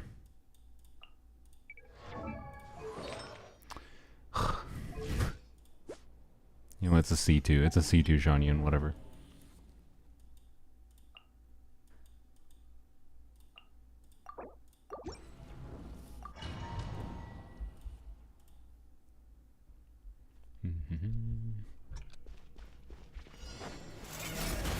And we don't have to think about BB. Oh, I didn't expect to get her burst. That's funny.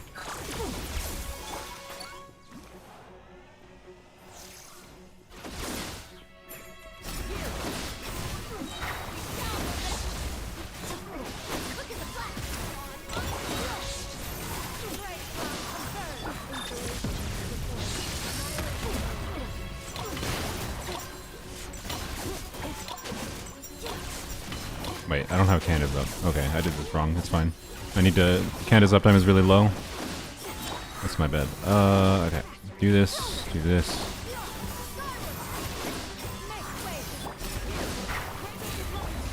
I should have bursted in you beforehand, but it's fine.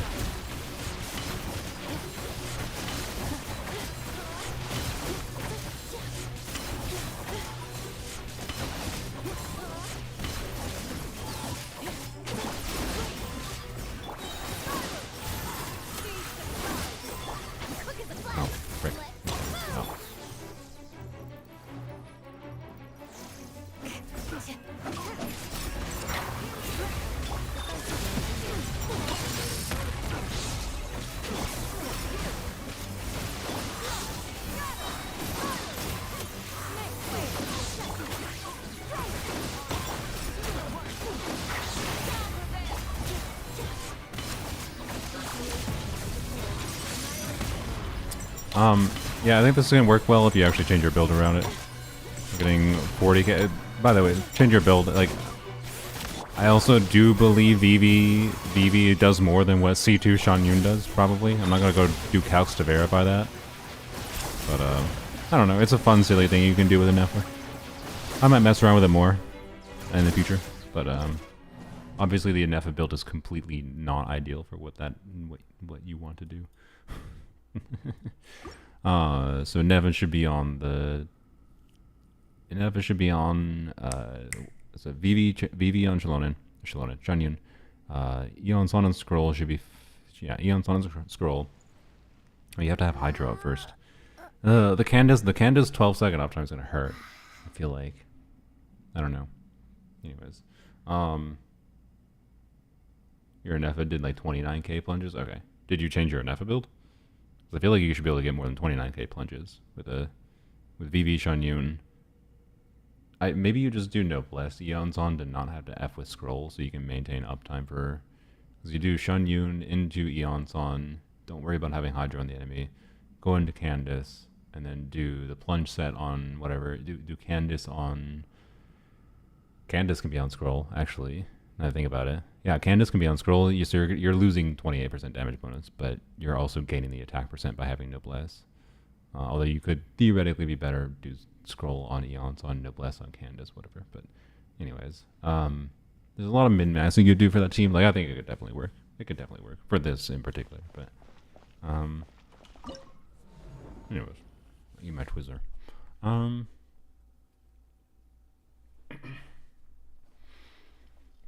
I've been streaming too much lately. I can feel like my throat getting worn down.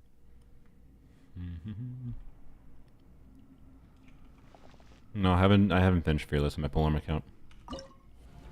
Being how long I spent here today, I don't know if I want to right now.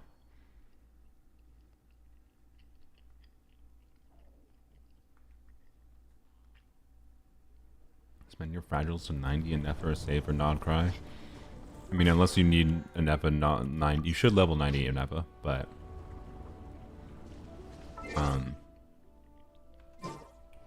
you know, do you need to 90 an EPA right now? Probably not. Right? You can just farm ley lines or whatever for a little while. A few days, I mean. So, anyways, I don't know. I think that we'll probably do some messing around with this Stygian to be clear more, both on poems only, and on or in co-op. Sorry. Maybe we can invite Zajeff, Mies, whoever again. Fearless even possible? I'm like 90% certain it is. Yeah. The problem is that we can definitely deal with Papilla. We can deal with any one of them brute forcing. But the problem is the other two, like both Turtle, to be able to deal with Turtle easily, we want Candace. To be able to deal with the Cactus, we want Candace. So I'm still not certain what the ideal combo is. I think the ideal combo still might be brute force Papilla with Arlecchino and Emily together. So Arlecchino, Emily takes care of Papilla, and then the Turtle is use Mika, Escoffier, Rosaria, Shenhe, which is just such a pain in the ass. It's such a pain to optimize that, but I think I can do it. I don't know. I don't even know if I'm gonna do it anytime soon. It might take like later into the patch. It's not a priority right now. I don't think it's gonna be very fun. So, anyways,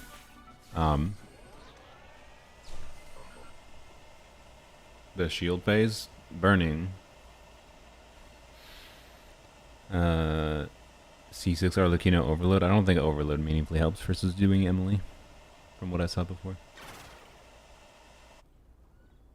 C1 Flynn's on poems only. That depends on luck and how much we end up being able to grind. Hopefully.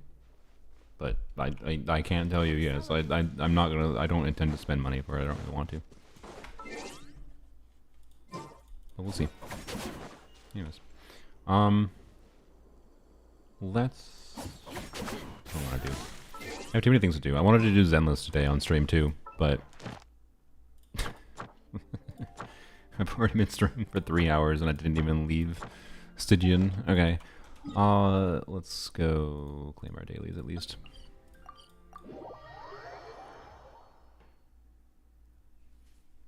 Is there exploration in 6.0? Yeah. It's, you think they're you really think they're gonna do a 0.0 patch and they wouldn't add exploration to Genshin? Like there's just so many people that only play Genshin basically for exploration. There's no way they wouldn't have. I don't know why I went here, but now that I'm here, I guess I don't know for the lulz. We're gonna get the best tenacity piece you've ever seen.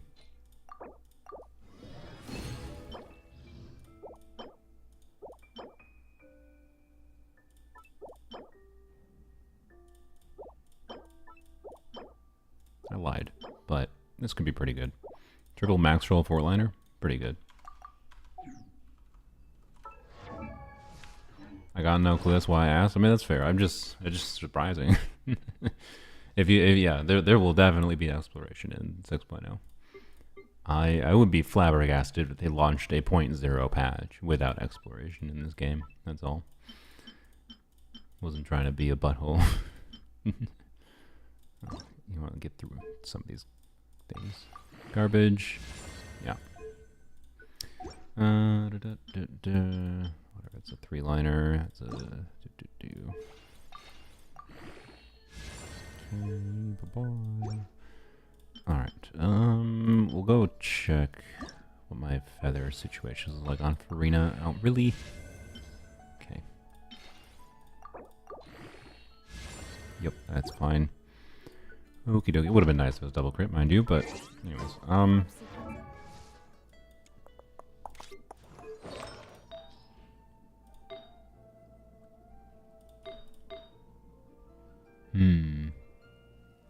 It could be better. Interesting. Yeah, this new piece could definitely be better. I don't know what specific combination has to roll in. If it rolls into defense once, it's kind of doomed, but...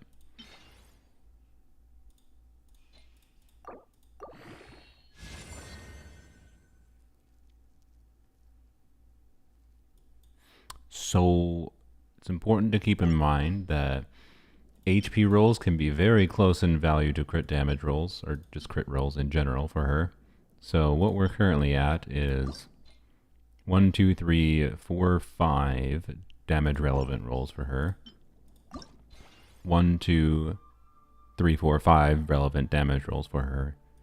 And we have 2 upgrades to go. So this is already not that much worse. I wish I did the level 20 piece.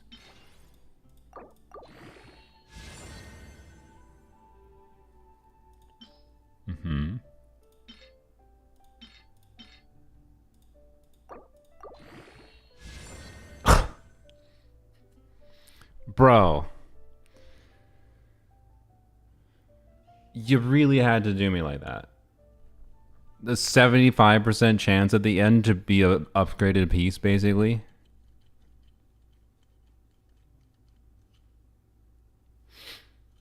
And now it's like straight arse in side grade territory. Come on.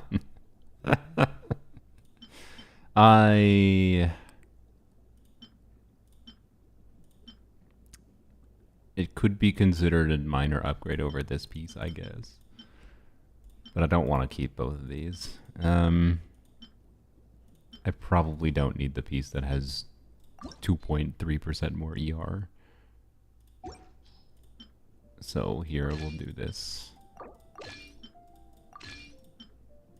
And this can get thrown away. I'm fine with that. Alright. Frick you, game. Okay, it's fine. Anyways. Okie dokie. We'll go into Polearms, only do dailies there quick, and then we'll go see where we're at for the casual account.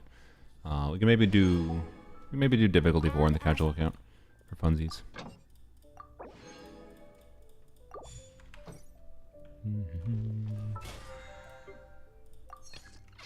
Okay. Let's go turtle. Oops, that's not what I wanted. Alright. By the way, I did find a setting for where I can have separate audio tracks, I think, for... Actually, no, it doesn't let me do multiple audio tracks. But it does have a mixer setting. So I don't know. I have to look into it. I think I can probably set up having music playing for Twitch streams and not having music playing for the YouTube stream, but it's going to be a little bit weird in that case, because then people will hear different things. And I will hear different things. But, anyways. I think that is something I can configure, but it's just going to be funky.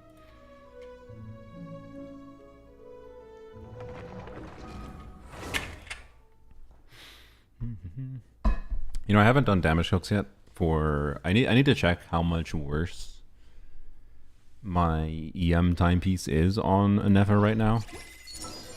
On Polearms only. Because my Anefa build right now has this, right? Which is a 4-line with high roll values, all good stats. Like, as far as would you consider putting an EM timepiece versus an attack timepiece on Anefa? Well, it's when you get as good of an EM timepiece as this one. But attack timepiece is theoretically still better, but I haven't checked how much better, right? So anyways.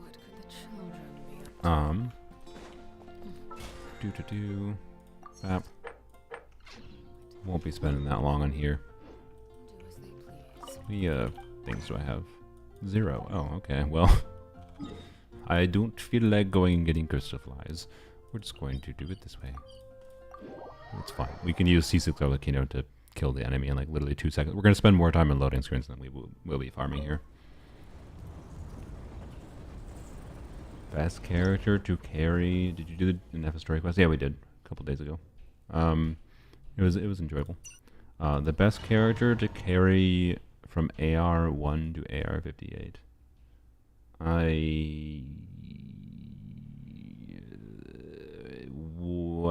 What kind of content are you playing? This game is not a single character game. There's two. You use multiple characters, but like I guess Bennett. Like I guess Bennett, because Bennett is the most omni-universal. You get, but like Bennett is hard. Bennett is not someone you get to be like really compelling at AR1 though, right? Like arguably, I would say at AR1 it's Pyro Traveler, although you're gonna get to AR3 before you can get Pyro Traveler, so that doesn't count either. Well, no, you'll get to like AR20 or something. I think 25 maybe. I don't remember when the quest unlocks, but anyways. So, anywho's, who's the healer on this account? On polearms only? Why do I need a healer? But also, for some reason, almost every polearm unit seems to heal. So I don't know. It do be a team-based game at the end of the day. So I don't have a single. It's a weird question. I don't have a single unit that I would probably recommend specifically.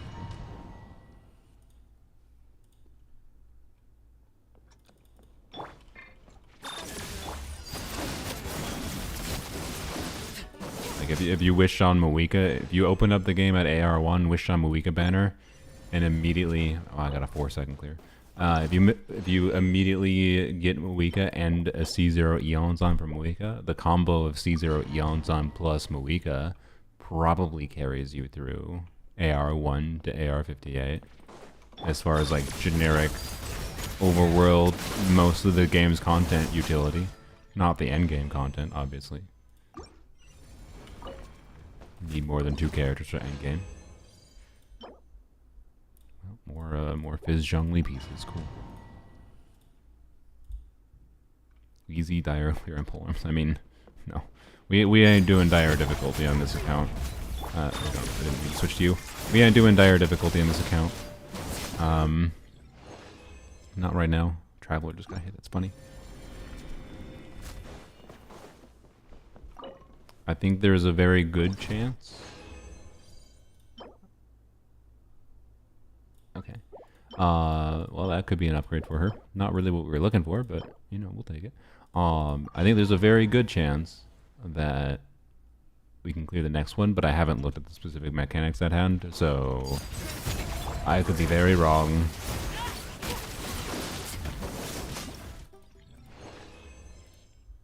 Yeah.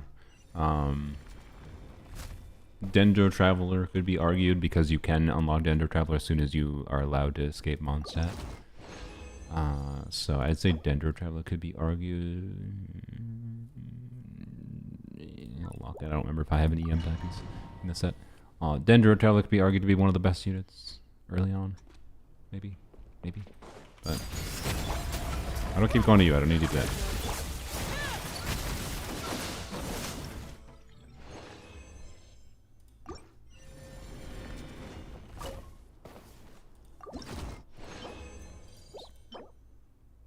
Okay.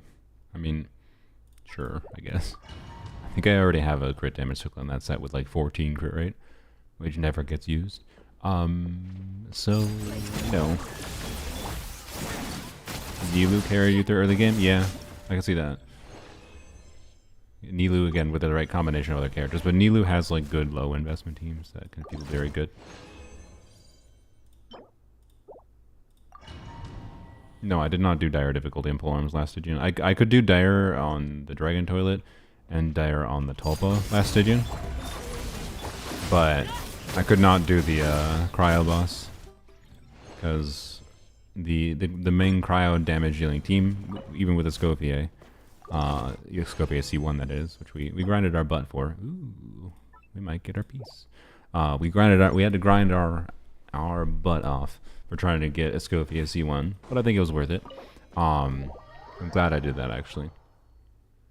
But Escofia C1, Rosaria, Shenhe, I have estimated at around like 70k DPS, which is I think pretty good.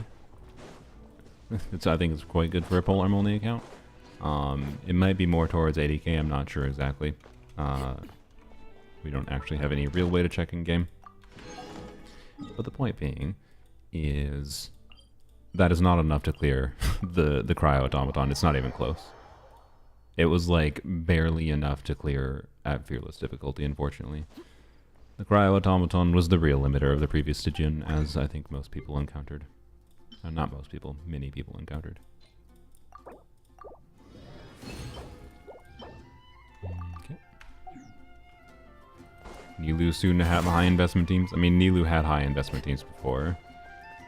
So I think there's a lot of people that are in for a rude surprise for how much Lauma might force them to change. Might. I don't know. Things could change. Might force them to change their team composition. Because with higher team damage from blooms comes higher self-damage from blooms. You might not be able to use the same kind of comp as you did before. Anyways. Like, I think some people that are looking forward to Lauma might be in for a little bit of a rude surprise if they're assuming they'll just be able to use things exactly as they were before, but with like a slot-in upgrade. But anyways. Yeah, Nilou, I actually don't think it's a healthy thing for the game that they're doing this, by the way. Like, what Nilou needs is more AoE content. Nilou didn't need a character that just makes her single target damage be good, in my opinion. And the fact that they're releasing a character that makes an AoE character do competent damage in single target tells me that they're never returning to doing AoE. And I think that feels really terrible. So, anywho's. Level those pieces quick.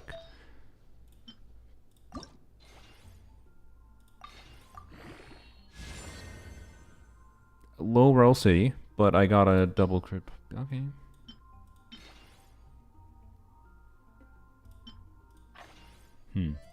Okay, before we... This piece has... Okay, this was a 3-liner. Interesting. Okay, so this piece could be meaningfully better. Interesting. Okay. And having the ER here is really good. Well... so I actually got a... I leveled up a different crit rate circlet in this yesterday, and it rolled slightly better than this one. Not crazily so, you know. Bye.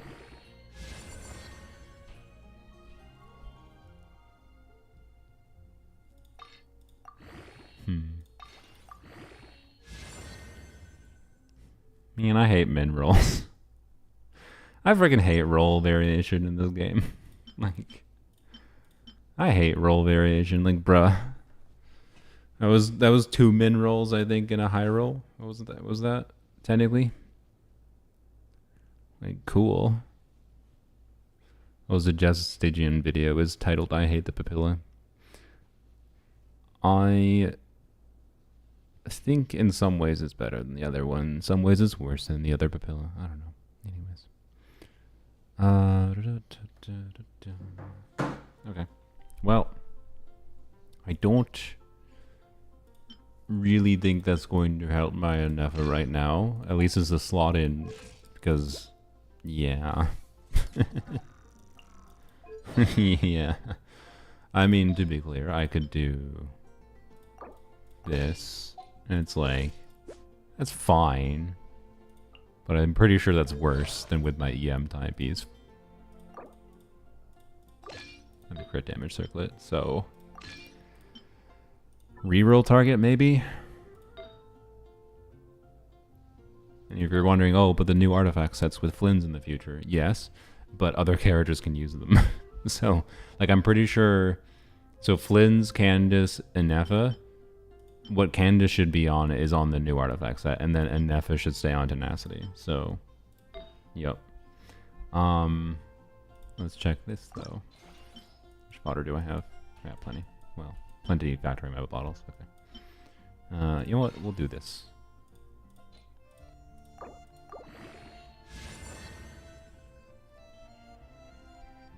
I mean, it's now... This could be really good, but I think stat value-wise, it's side grade to my existing piece. Just with more crit. Oh, never mind, it's a downgrade. This is another reroll target, yay. That's what I wanted, reroll targets, yay. It's not like it would have been better if it rerolled well in the frick you game. If it was attack percent, that would have been obviously very... it would have been a worthwhile... Well, no, I need more crit rate, actually. Like, I needed this to roll heavily into crit rate, but... it sucks, because it had high rolls, too. The 2 flat HP rolls kind of kill it. So I'm like 90% certain it's a downgrade versus this, by the way. Like 95. I could do damage calcs, but I'm not going to bother right now. Okie dokie, but more options is not bad, and that's reroll targets, and that's fine. Okay. And this one's a weird reroll target, because like rerolling 3-line pieces feels bad. Rerolling 3-line pieces that have 3 good stats feels less bad, and this is a piece that has 3 good stats. But then it's also a 3-line piece that has 3 good stats that has bad roll value. Like, it's starting with min roll crit damage and 3.1 crit rate, right? Like, it's kind of oof, in my opinion, but anyways. Staring into my eyes is ill-advised. Planning to pull every banner? Will you change it for non-cry? No, I'm not planning on pulling every banner in non-cry. But if they keep on running 4-stars that I want, well, we'll see. But no, my intention is I might spend money on my main account to get Llama, because I might need her to do a sponsored video anyways. But I also might not. I don't know. I could just make the video on someone else's account. But I want to save my non-paid resources to get Dia. So, okie dokie. Well, this account was almost set up for getting a really good Nefa upgrade today, and then it did not. Oops, I just double pressed my button.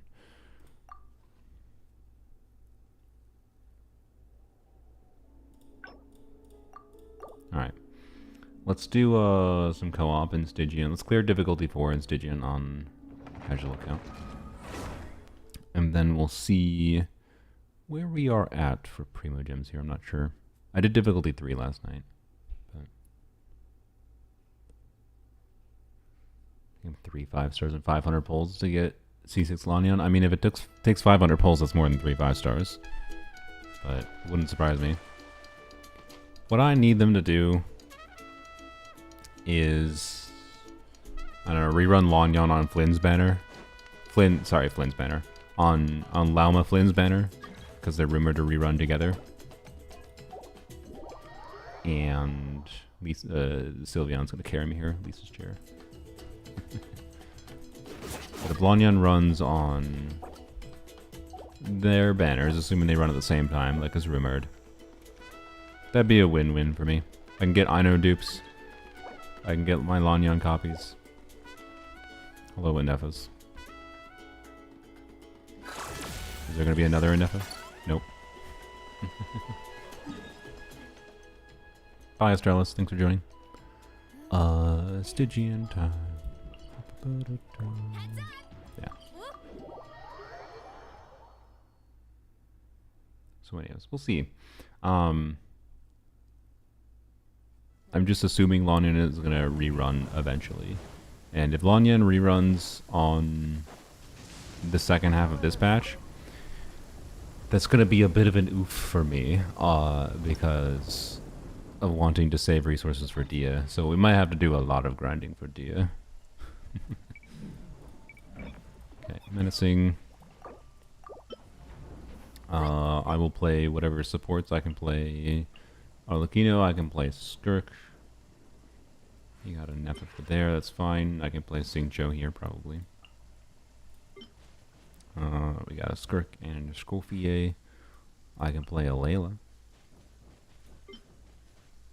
I don't know if Layla gives shields in co-op. Furina can play a Benarito here. I'm pretty sure Chaska Bennett is probably good enough, right?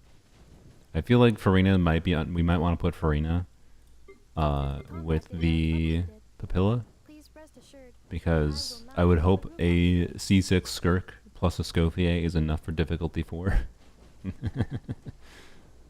C1 gives co-op shields. Let's go.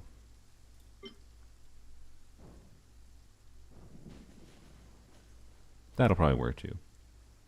Cool.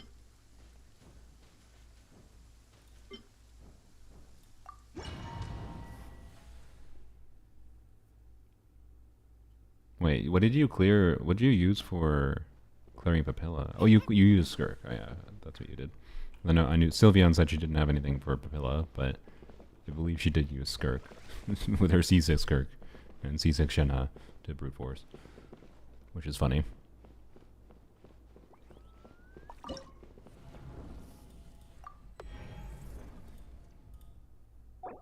Nope, no.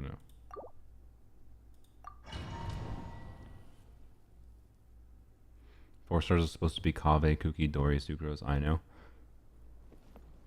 If Sucrose is rerunning, that probably means no Lanyon.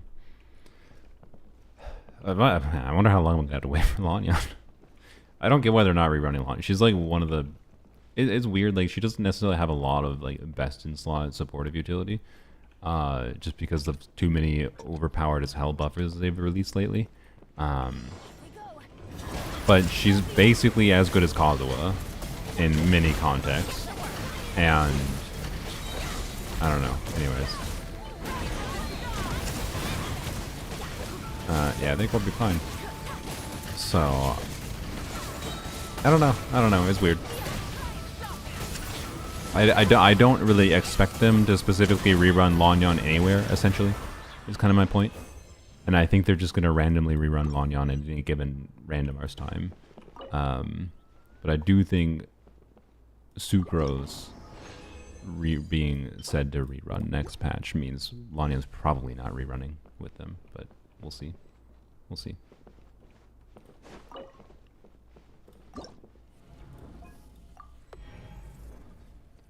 She's 2025 Zhongli, pretty much, except better. I'm sorry. Better for me. Doesn't mean better for you. A lot of people like Zhongli for his brain off, which is his main value. Brain off, hold E at the beginning of rotation, and then he gives a buff that you don't have to think about, and whatever. Forgot to hit start. But yeah, I don't know. Lanyon's just really good, and she should be rerun more. Particularly because she's really just good at a baseline for low investment utility for many players that aren't, you know, min-maxing their builds and min-maxing their pulls for combat in the game, right? But yeah, the only thing Zhongli has is the higher uptime, more generically useful shield.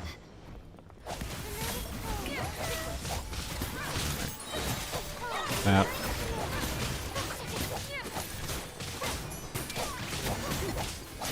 My 1k physical damage.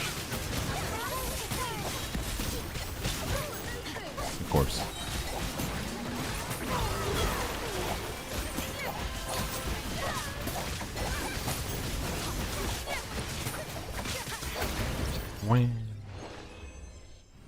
Lanyon can't swirl Dendro. Exactly. Exactly. There is some things Zhongli does have over her. Just not very many.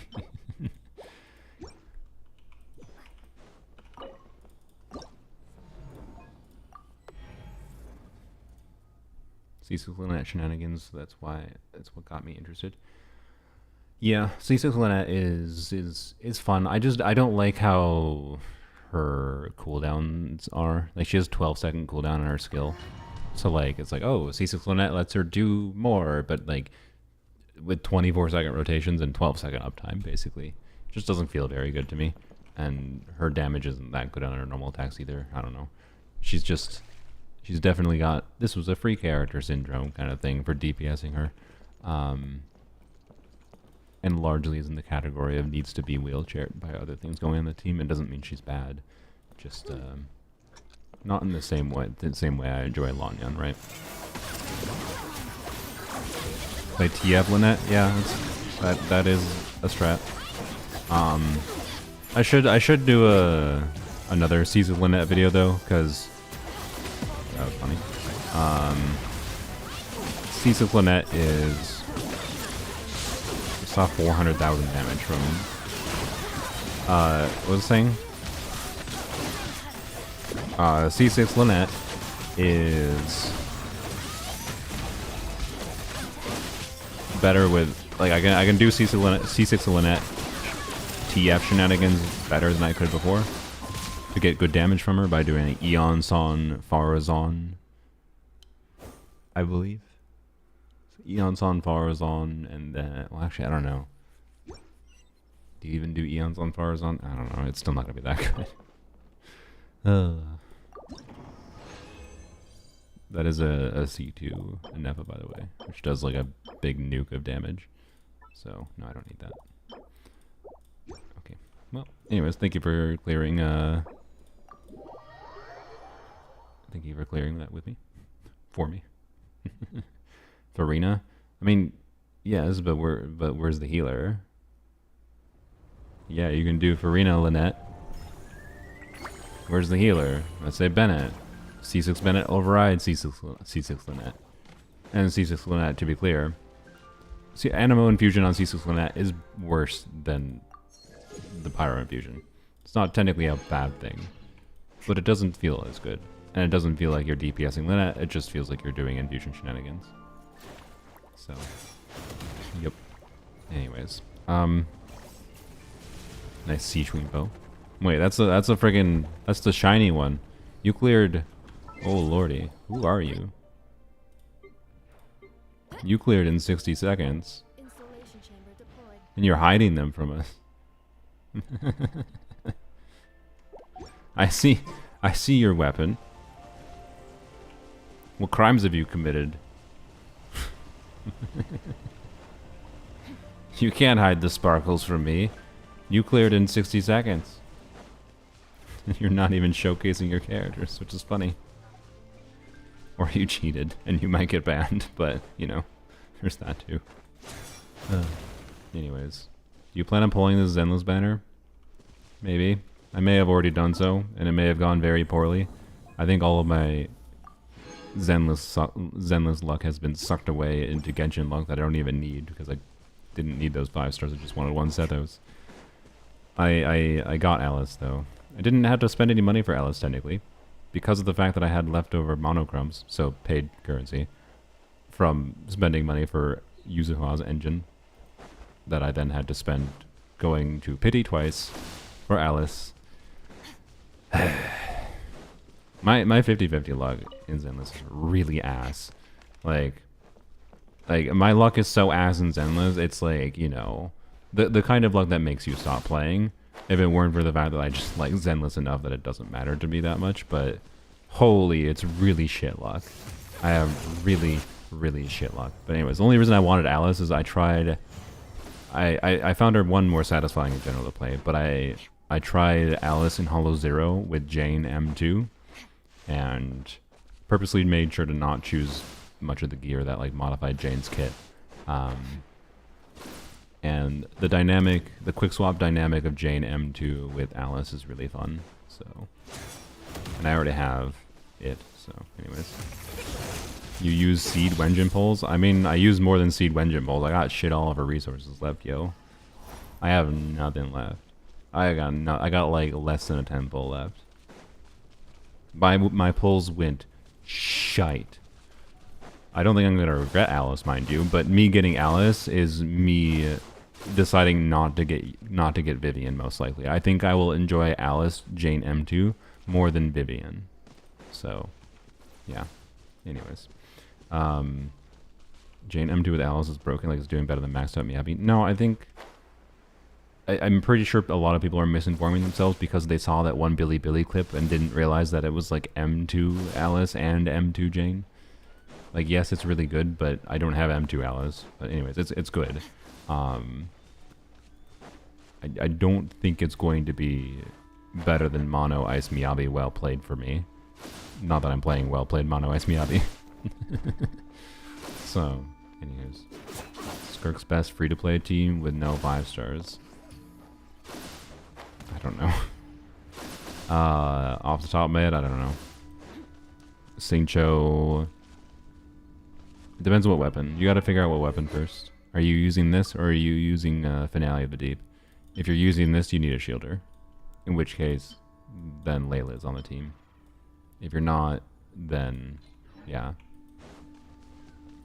So anyways, I don't think an M0 Alice without her engine, without M1 or M2 Alice, plus M2 Jane is Miyabi Mono Ice level. And it's way higher investment than Miyabi Mono Ice, so like, does it even matter if it was? But I don't even think it is, necessarily. But I think it is, at minimum, not worse and potentially better than getting Vivian for me for Jane. And I like the gameplay of it, whereas I didn't exactly like the gameplay of Vivian. That was one of the reasons I skipped Vivian, was like, I didn't really like the gameplay of it. So, anyways. Bro, look up. What do you mean? Shame you refined Jane Wenjin? Yeah, I could have used that analysis, true. To be clear, I think Jane Wenjin is like barely better than the other Wenjin options for her that aren't her signature. What else do you want me to look up at? Orphe? I still like her kit. I don't know. I like what they're doing with double attackers in Zenless. With double attacker comps with both Seed and Orphe. And Seed and Orphe are just like two variants of the same design idea, but in slightly different ways. So the weird and awkward thing is like, how compelling will either of them be without each other? Orphe seems like she'll be very good with Sanby, to be clear. It's like you probably want Orphe if you want Sanby to get the most out of Silver Soldier, right? And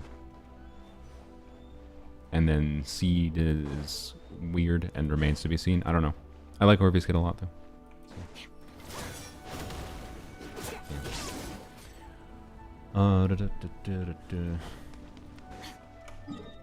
Yeah, we'll see. We'll see how much I like Alice. Anyways,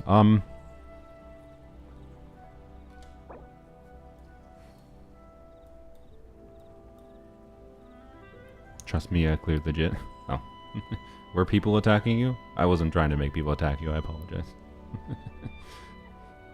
I was just mentioning because I think there was a dirge of people that did cheat to get those weapons last time, and I know a lot of people got banned, but I believe in you. You're my viewer. You wouldn't cheat. So, anyways, Seed might be good with Evelyn. That'd be interesting. So, anytime I looked up info on Silver Ambi, I just see a lot of hate. Yeah, that's because people are stupid. The Zenless community is like, as far as the combat for the, not like the theory crafters, mind you, but like just the generic people who like the combat of Zenless, is this dichotomy of people either complaining about power creep or people saying characters aren't strong enough when characters are just pretty good and balanced. To be clear, could Sanby have been made to be a little bit better at her baseline kit? Maybe. I was surprised they nerfed her as much as they did. But like, the entire ZZ community that isn't directly people that are like theory crafting is just like being like, power creep. Not power creep enough. Essentially. It's just like, come on. I personally am on the side of they've been doing a good job making balanced characters. Someone like Alice, for example, is, I would say, arguably Jane power creep, but it remains to be seen. I still think they're going to change Jane's kit a little bit. They're probably going to implement some of her Hollow Zero gear in her base kit. I hope, at least. And hopefully tweak her core passive a little bit so that she can use its support to have more team options. But anyways, we'll see. Ambi's Mindscape's a little bit disappointing. I guess, yeah, that's fair, but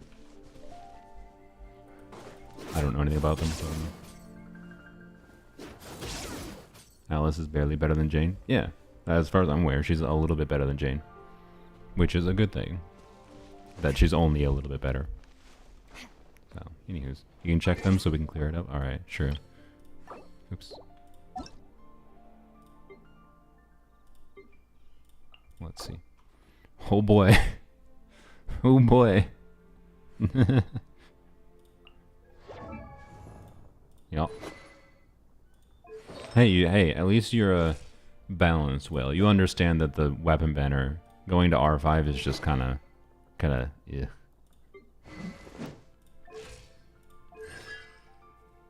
Yep. Yep. But attack timepiece. Attack timepiece. I mean, you have a lot of EM and subsets, mind you. Like it's fine, but attack timepiece. Not that it matters. Ew. Non-optimal Furina build. I mean, it's probably better at C6, mind you. Maybe, I don't know. I'm willing to bet if I had C6 Furina, I would still find Tenacity Furina better. But anyways. I'm gonna guess they have C Lolly C2, but yeah. More importantly, C6 Lynette.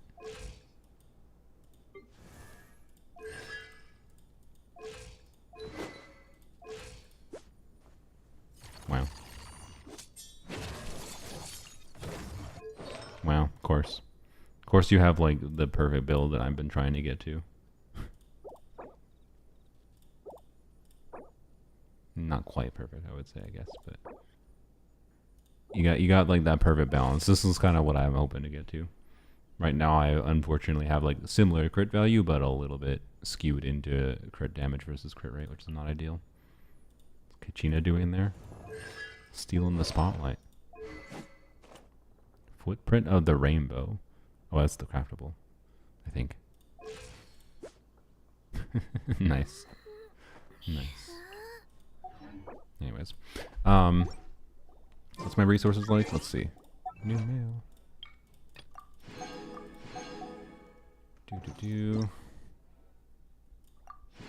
Thank you for the food. One of the few creators I see who don't need a whale to make good content. Appreciate that. Some people would still say I will, but again, most of the money I've spent on my main account at this point has just been to acquire characters that I otherwise wouldn't have been able to, and I think have a content purpose, but I try to stop at reasonable points.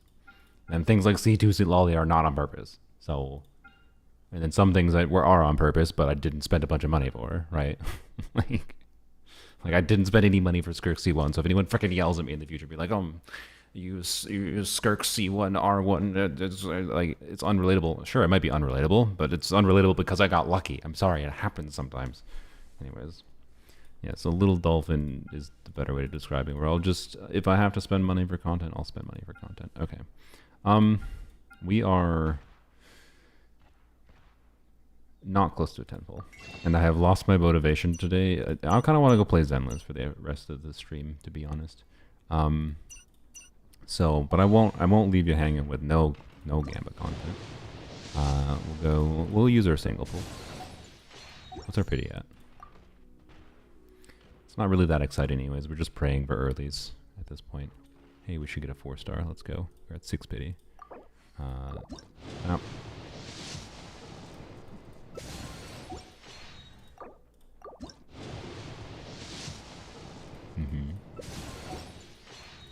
We'll see Lolly. Darn. Is that C5? C6. It's C5 or C6. One of the two. Okay. Well, I'm perfectly happy with that. We are now at... Yep, C5. Okay, cool. If I don't get another Sing Cho, that is perfectly fine. Because worst case scenario, get a copy from Lanterite. Even though it would be preferable if I'm going to continue wishing to get another copy of him. So then I don't have to choose him for Lanterite. If I don't have to, would like to not have to. Can choose someone else relevant. Who knows, right? But Fish. What is Fish at? Also C5. Alright, sick. Alright, cool. Mogging my Skirk, please. No, please do Mogger. Did you run away? I think you ran away. Yeah. Oh, you turned into a boy. A bro. Anyways. Amount of hydros that account has? Which account? The Ooh, that was that. That was a camera jank. The one account we were looking at before. Obstacle clear is legit, by the way. I looked it up. Yeah, no. I kind of figured it was. I was just like... it was just funny because I couldn't see their character, so I had no way to know for sure. But no, I mean, I can tell by the... We saw their... we saw their stuff. So, anyways. You probably spend more than the average dolphin. Like, you spent more than 1,000. You're kind of a will. Dolphin doesn't have a definition, so I don't know what to tell you. If you want to call me whatever the fuck you want to call me, I don't give a shit. You know? All that's actually important is what I do is when... Like, I don't call myself a dolphin because I don't think it matters. I don't call myself a whale because I don't think it matters. I don't call myself free to play because that's the only one that actually has a definition. Because it's free to play. I think I am closest to a dolphin, but it literally doesn't matter. Because what matters more, like, it doesn't matter if I spent $20,000 on getting C6 Yelan. If I didn't use C6 Yelan, C6 Yelan doesn't matter, right?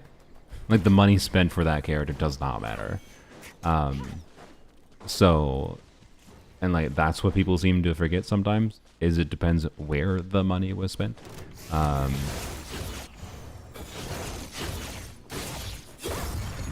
Really? But anyways, free to play can also mean free to pay. Yes, that's true. He's a shark between dolphin and whale. So anyways, you can call me whatever you want. I don't care. Yes, I spend a little bit of money on the game because it's my job, and I feel like it makes sense to.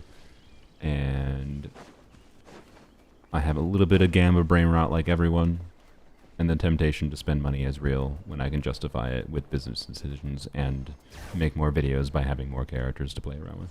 That's ultimately all it is.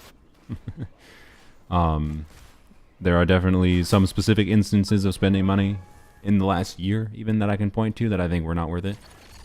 The most notable example would be the money I spent on Shalonen banner was basically just to get Shalonen constellations, and I think that was almost entirely irrelevant. I would prefer to just not have them on at this point most of the time, because they both are simultaneously not that impactful, and a lot of people think they are more impactful than they are. And just wasn't worth the cost. Like, it was just a waste of money, and I wouldn't have been able, and I had the ability to get C0 Shalonen, and I would have gotten her weapon too. So I don't really have a qualm with using her weapon most of the time. Because the weapon I didn't spend money for. The weapon I actually just had Star Glitter left over for, and I just went to pity with Star Glitter and got it. So, anyways, pronouns are doll/fin. Yeah. So yeah. I don't care. I like your content. I guess you have a point. It's relative. My argument is more that you have more options than the average low swimming player. Yeah, no. I have never once been trying to say that, like, I don't think I've ever once said that how easy I am able to clear means someone else is able to easily clear as well, right? Especially with Stygian. Like, Stygian is absolutely a context where it's just like, it's gonna wildly vary. Any given Stygian for any given player is gonna wildly vary, depending on your specific decisions you made in the past up until the current present day.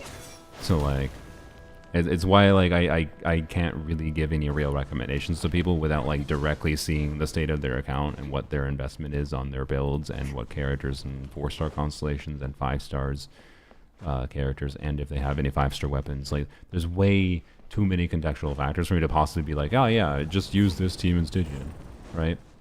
So anyways, I don't know, right? Like, I already had many of that vibe in the past, right? I mean, if you watch me before Stygian, where like I was at Abyss is contextual, and like how competent certain things are is just gonna depend on your account and your decisions and what you prioritize doing. And it's the same today, but it's even more exaggerated now with Stygian, right? So, and I think the healthy approach to Endgame and Genshin right now is probably like most people are not clearing dire mode, but like it's probably just to pick what makes sense for your account and how you enjoy the game. If Stygian is super unfun to you, then don't decide to pull characters based on Stygian, right?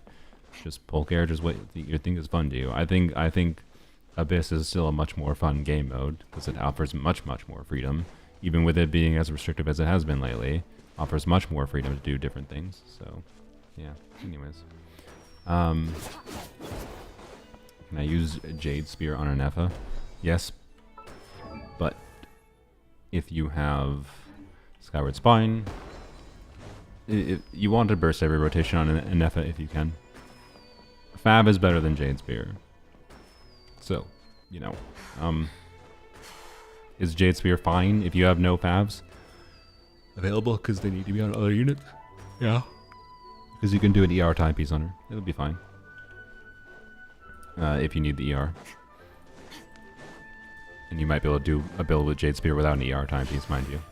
Depends on the team. There's no universal answer for Nefa's ER needs. So, yeah. You can use it, but Fav very well can result in better results if you have one available. I would just keep that in mind. And Skyward Spine can be like a Fab alternative. That's kind of what I'm using it for on my main account. Because I already had it leveled, and it also makes her crit ratio not be cope. Inazuma event pull on an Nefa. Bad Fav. Like most Nefa weapons that aren't her signature are basically bad Fabs in some way or another. Himiko's Breastmole, your username on Twitch is so cooked. This is Robert Desu. Welcome, Robert. It is a funny Twitch username. Anywho's. Yeah. And like another funny factor is like I like doing, you know, slightly higher investment things on my main account, right? Both build wise for artifacts, and I like having some random key constellations. I do enjoy them. But then there's also factors like the fact that, you know, I could min-max Furina much more than I do or really care to do. And I don't know. It's just like how much does that balance out the constellations you have? And it depends on the context, and I don't know. And it's hard for most people to try to get a vibe for how much that matters, and it's understandable. That's why I go out of my friggin' way to try to test things. What is this hat? Try to go out of my way to test things so I can try to get my own vibe, so I can just say whether or not these things make a difference, so I can have a somewhat accurate intuition for that. But I've never seen this hat before. Like every signature should have a built-in Fab as a baseline? No. The only good weapon banner is the one that doesn't exist. I think this game would be better if the weapon banner didn't exist. It's a gacha game, so it exists because it makes them money. Because I think so much money. Oh my god, my ping. Am I still streaming? I'm still streaming. Just my ping to the Genshin server is effed. What was it saying? I think so much money, the money that MiHoYo makes from gambling is from the weapon banner. I think it's a key part of why the gacha formula works as a monetization system. It's why it exists in some form in all gacha games. I just think it's funny that in Genshin, the actual game's mechanics kind of make the 5-star weapons shit a lot of the time. Not always. Like, main DPSs, I would say it's at this point in the game, with newer main DPS in particular, it's generally fairly worthwhile to go for their weapons if you want to min-max them, right? If you really like the character. Like, you probably will feel the value of it in Stygian Onslaught, having Skirk's weapon, or having Flynn's weapon. But, like, for the off-fielders and supports, my god, they're kind of shit. And, like, they're technically an upgrade over Fav, but you still have to build around it. I don't know. So, anyways, and so many times, like, getting a 5-star with like a Nefa's weapon is not as good of an upgrade as you might expect it is for a Nefa's damage, because it will require you changing your build to lower your damage in some way by putting an ER timepiece on her. So, anyway, Lynette hat. Yeah, I don't know. I've never seen it. So even Escoffier Sig? No, Escoffier Sig is one of the ones that's just basically better because it buffs a shit ton. Escoffier Sig is stupid. But Escoffier Sig is still, you have to build around it. Like, it's not that... Escoffier Sig is not an incredible damage upgrade for Escoffier. It's her best DPS weapon because it does give her a bunch of good stats. But, like, don't get me wrong, it's obviously her best weapon. Duh. But you need energy on her in most contexts. Unless you're like me and you don't play her with... you don't play her with, bursting of her rotation, so... I don't know what's going on with the ping right now. So I don't know. And it's fine that they balance them like that. It's just funny because it, to me, as someone who likes doing high investment things, it just makes them seem almost irrelevant. Like, Escoffier's signature was only really tempting to me because of, like, Shever's min-maxing. I don't really care about Escoffier's signature outside of that. I sincerely hope with a C1 R1 Skirk at this point, I never feel the temptation to get Escoffier's signature for Skirk at least, right? But anyways, what was the point of this conversation? Oh, that, like, I don't know. I think so many people end up spending money because they just want the signature weapon, and so many people just assume it's best on them without understanding about, like, the downsides potentially that getting signature weapons come with. And without understanding how much better it actually is, and in what context it can actually be better enough to be worth the resources. But yeah, so many people, they just get it because they like the drip or whatever, and that's fine. But like, I think the weapon banner structure in gacha games in general is the most predatory thing about gacha games usually, because it, like, I get it, I felt it too. You know, I pulled for Skirk's weapon, and I didn't need Skirk's weapon. If I didn't get Skirk's weapon, would I be struggling to clear dire difficulty potentially? Yeah, probably. But you know, you get the point. Crystal problem is real. I had to stop leveling for future IT because of them. Yeah, the crystal problem is nonsense, man. That just bothers me. Hello, corpse monarch. Why is Sucrose the avatar of the EU account? Because it was the most legendary summon on this account when it was pulling for only weapon banner. We only pulled on weapon banner, and for the longest time, the most impactful upgrade the account possibly could have gotten was getting Sucrose.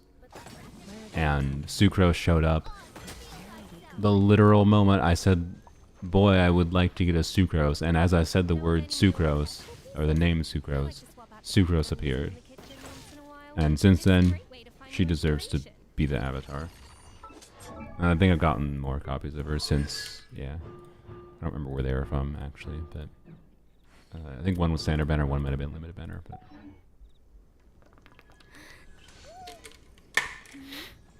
Sucrose was the most obvious upgrade ever for a weapon banner only account. Which yes, is a signal to you that that's how bad wishing on the weapon banner is. Anywho's. Big fork for collective of plenty character, yeah. With Eon Sun, yeah. Anyways, let's go play Zenless for a little bit. Okay, bye. Thanks for helping. I think if I alt F4, that'll let them be in the world for a little bit. Yep. Normally I would launch Zenless first, but let's have a nice black screen to vibe by. I didn't finish the moving things I wanted to do before the stream, by the way. And I still might. I don't know. We'll see how long I stream for. Imagine that killed the stream. Says polearms only in tags. Yeah, I was on my polearm only account before. I wasn't in that exact moment. Am I not allowed to use a tag even though I'm not exactly specifically doing that thing in that exact moment? People in Twitch caring about tags is the equivalent of people on YouTube being like, ah, how dare you play Zenless when you said and more in the title? You didn't. I clicked on this expecting specifically this one thing. I don't know. Anyways. I don't know. Did you specifically come to my stream looking for polearms only, Tariq?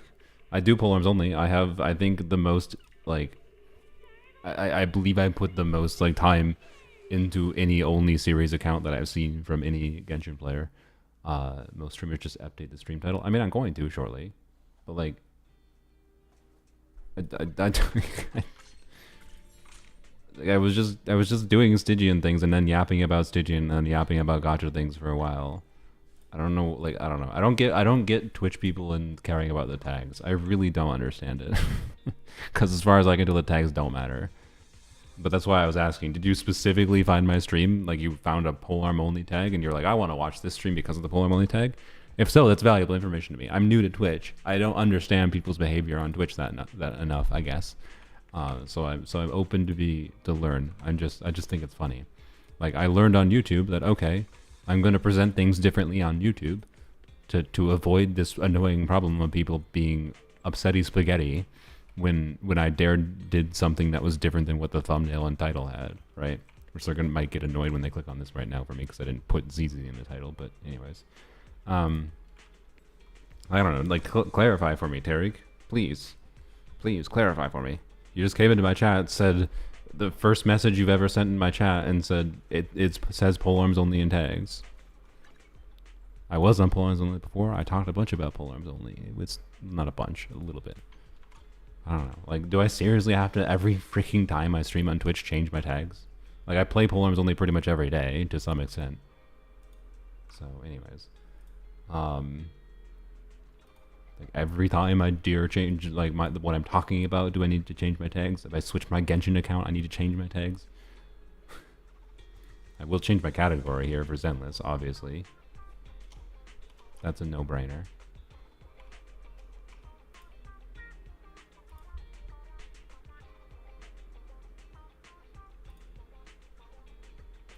Anyways.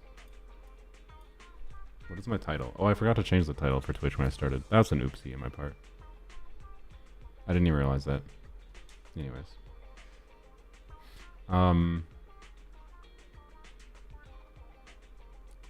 Oops, I didn't title this stream. That's my bad. I thought I did. I forgot. Sorry. It was still titled the same as yesterday's stream on Twitch the whole time. I didn't even realize that.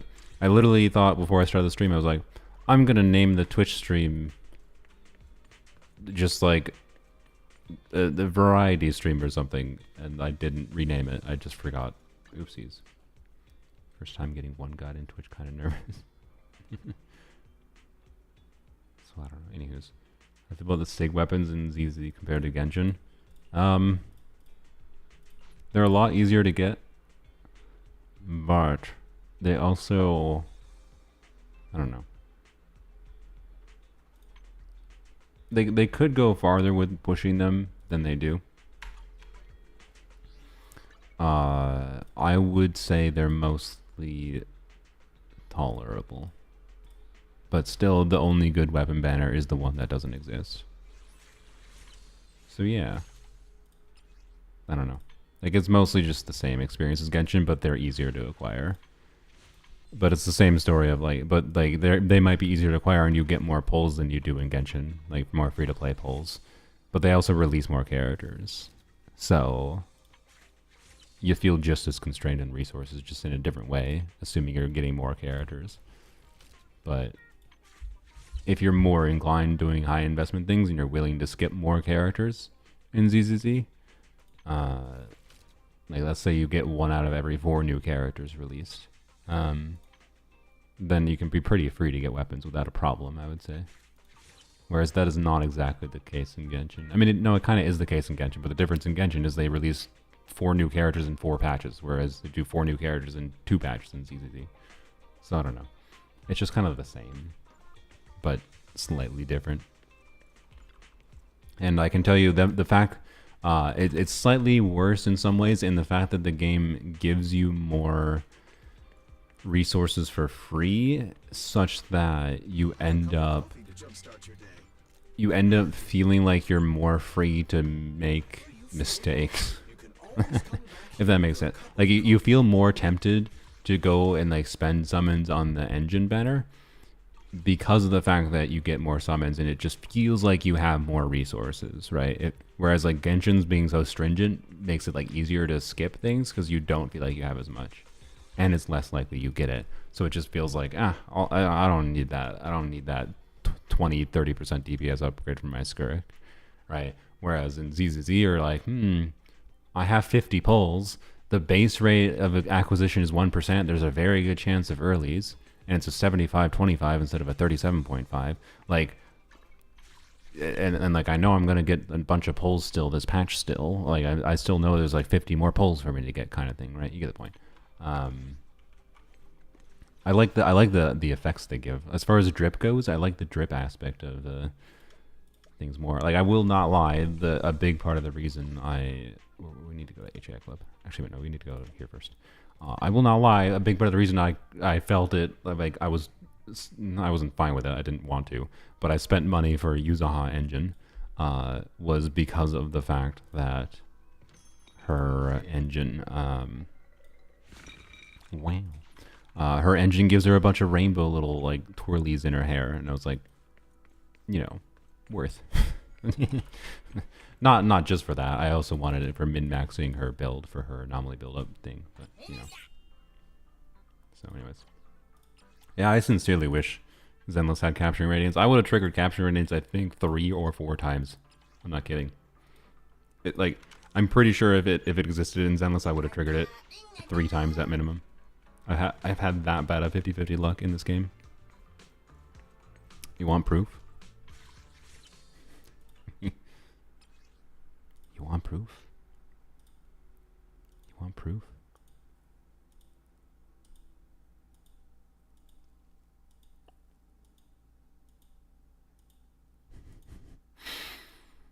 Oh, my luck in ZZZ has been really terrible this past little bit. It's felt real bad. It's felt real bad, man.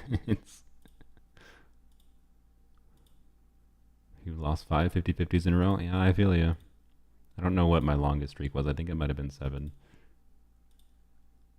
7 with some earlies in there. Like the earlies that I had early on in Zenless, like I had a lot of 50-50 losses early on, but I had enough early 5 stars that it like outweighed it. Lately, I have had all pity 5 stars and all 50-50 losses.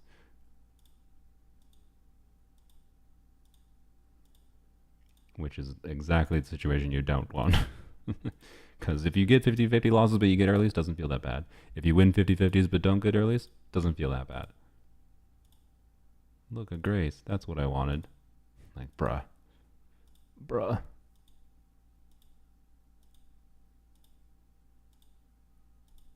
There we go, Jafufu. Jafufu was an early. I had a guarantee for Jafufu banner though, so yeah.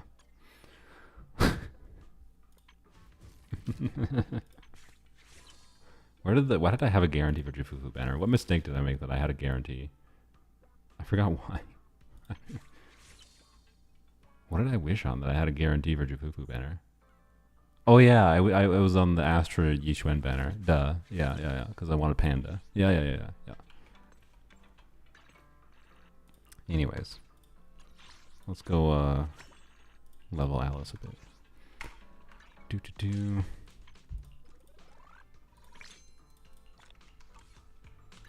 So I equipped her, by the way, with currently I don't think this will actually be what I use, but I put her. The problem with one of the annoying problems with Alice Jane is they kind of both want 4 pieces of this set, which is a pain in the ass. And Alice, I believe, is going to be the priority for having the better pieces, but thankfully I have the ability to like not make my Jane build much worse in equipping Alice. So this is the Jane build right now. She might want to get moved to a AM slot, or sorry, attack slot 6 for Alice, because there's a lot of fizz build up in the team. We'll see. I'll have to mess around with it. Stop making noise upstairs. Anyways, I have Bernie's engine equipped. Why? Because it's already leveled up, and giving her attack, giving her energy regen when off field, because it's like a weird quick swappy team where I might spend a little bit of field time on Jane, like at minimum doing Jane's skill alts and then whatever, right? Like, and then I don't, the real question though is, can I get 5 stacks? So When hitting an enemy with an EX special attack, the equipper's damage increases by 4.4%.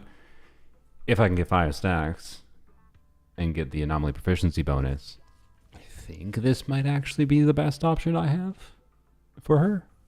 With like 5-star base stats. This I think has a little bit of an anti-synergy with Jane's M2 def reduction. So from there it's then either Weeping Gemini or Electro Lipgloss. So I'll probably, after testing this, I'll test this versus this, and I'll probably level up one of these two. These are relatively similar, I believe.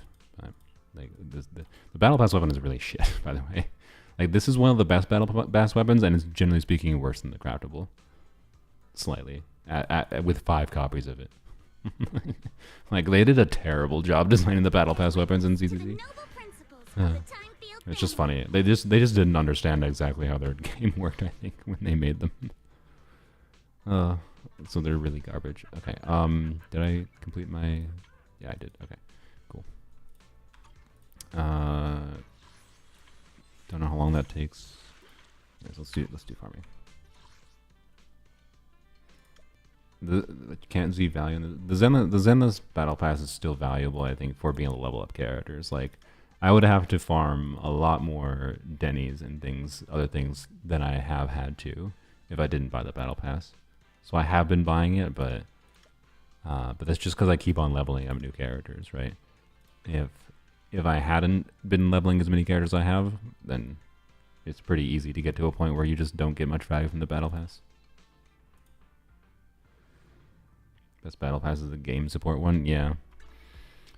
I probably should have gotten more copies of that one, but it also is still kind of niche. Did you get those Wenjins in the same temples? Yes, I did. The Jane engine. So the Bernice engine technically wasn't the same temple. It was, but they were both early, and I didn't even care that much about getting the Bernice engine. I wanted Kaboom the Cannon. And I think Kaboom the Cannon was worth going for at that time. I don't actually think it was a mistake, but the game gave me like a 30 pity Bernice engine and then a 20 pity Bernice engine. The Jane engine was two in the same temple, though, one at pity and then one early in the same temple. So yeah, I've had more luck for engine banner than I have for other banner, but the engine banner did screw me over recently. So you know. Anyways, what do I need to do? Let's see. Well, level 60 her is the priority, but wait, isn't it supposed to show the newest character at priority? Why is she not up here? Oh, it's because she's not level 60 yet. Yeah. Yeah. Okay, I need a bunch of those. Oh boy, I don't know how many batteries I have. Let's see. Bear witness to the noble principles of the Timefield family. Yeah, Battle Pass is indeed just for the resources. Okay, anomaly. None. Yep, I figured. Because I used them all last night.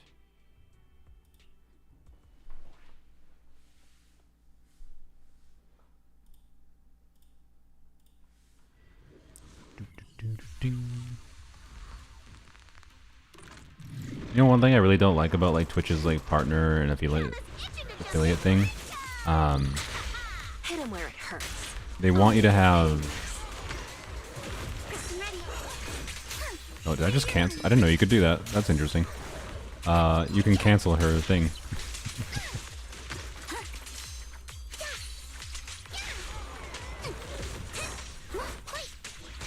Do you need to level her talents up at all? I don't know. Anyways, I really like the subtle slowdown that Alice has with that charge attack. Like she ended up feeling so much more satisfying to play than I thought she was going to. But anyways, everyone's core max. I don't know what to do with the free weekly drops. Nice. Wait, everyone? You level up everyone's core to max in your account? That's crazy. What was it saying? I don't know. Anyways, I totally forgot. I blinked. Oh yeah, Twitch partner thing. So like, I looked at what Twitch partner was, and Twitch partner is like you need the main annoying thing is you're supposed to have an average of, I believe, 100 viewers in like the last month or whatever to qualify. And that's like weird, right?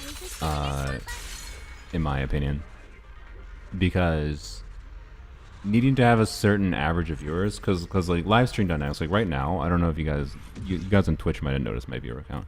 I noticed I had like 150 viewers through most of the stream, but then I switched to doing something else, right? So let's say I continue streaming, like I'm assuming the average is calculated by like how many viewers you have over time, right? They have some way of calculating the average. Or maybe it's average peak viewers. I don't know exactly. Like maybe it's just the peak viewers for each stream, and then it averages the total number of streams. I have no idea how they calculate the average. But if they calculate the average over total time, it incentivizes people to not stream as much in some ways in order to try to keep their average viewer count higher. Like I might be lowering my average right now on Twitch, which might hurt my ability to qualify for a partner in the future. Does that make sense? And I think that's real dumb. Anyways. 7 batteries, huh? Oh boy. Well, if I can get her to 60, I'll be happy. So anyways. Gonna skip Alice till I actually gotta trial her. She's really fun to play. Yep, that's what I found. And then you get to try her in Hollow Zero, which is like... I'm so glad the Hollow Zero exists right now with being able to trial characters in a game mode that's like not trivial, right? Like... obviously, Hollow Zero you can be carried in Hollow Zero through buffs, so like it can definitely skew things. By the way, I don't think I actually. You have to. I gotta double check. I think does Jane have to be in Passion State to get the buff? I think you just have to trigger assaults technically. But anyways, you gotta stay for him. Proceed Orphe. Yeah, that's fair. I thought it worked by hours watched, or does it have a min threshold? Well, hours watched is one of the other metrics. You have to have that too. So I don't know. I don't know. They just say average viewers, I believe, on their page. They don't say how average viewers is calculated. They could calculate the average in different ways. So, anywho's. But yeah, being able to like for real trials in Hollow Zero is what actually convinced me. So Jane needs to be on field. That's what. Okay. I wasn't 100% sure. So yeah, I think I have to trigger. I think technically the buff going, you have to. Where are we going? There's no class today. Let's double check. Be my research Skills, core passive. Jane's attacks hits a hidden enemy. It causes them to enter non-state, lasting for 10 seconds. And I believe her M2 refers to non-state, right? That's M1.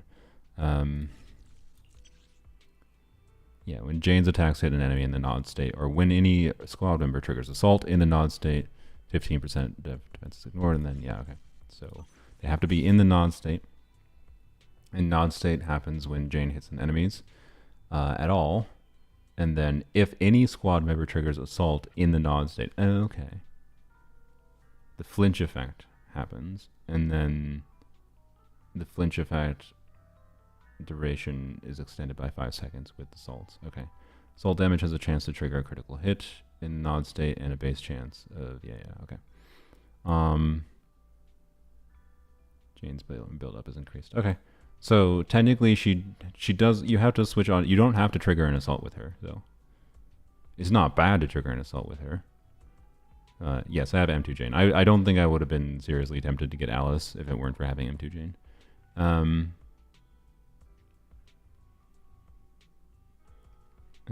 Yeah, there's not much readable lore, but there is still definitely lore in Zenless. Pretty much how most streamers reach partner in success. You stick to one thing you're known for, and any variety is too risky until you're the top 1%. Okay. That's kind of stupid, I think, on Twitch's part, but yeah. It's kind of lame. Maybe that means maybe I can't even, because I want to do variety things on Twitch, but maybe I shouldn't do variety things on Twitch for a while. But anyways, thank you for the 80 of you that are sticking around.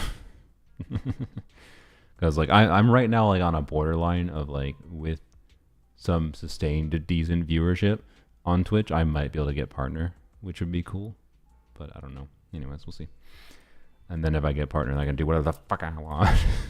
or do you get kicked out of the partner program after you get approved for it? I don't know.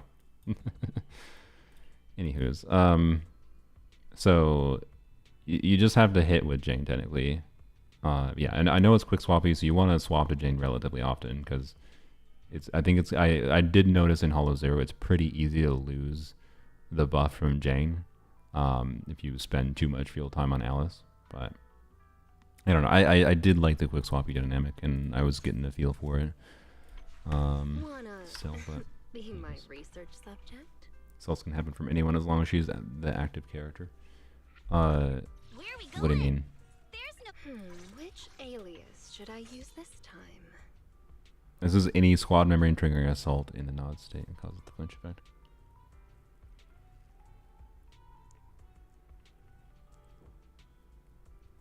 I'm gonna have to rewatch Lin Zero's video or the section of his video where he yapped about it a little bit.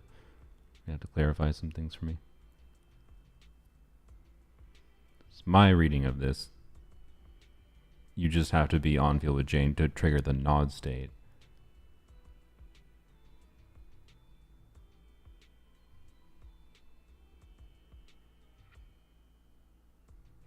What is the point of having this flinch effect, by the way? They're too overly verbose sometimes in their kits. Anyways. Would you prefer we switch to watch on Twitch over YouTube until you reach partner? No. No, watch on whatever platform you want to watch on. YouTube algorithm is the same way. Many viewers just care about the content of the creator. Yeah, no. I know. I understand. Anyways. So,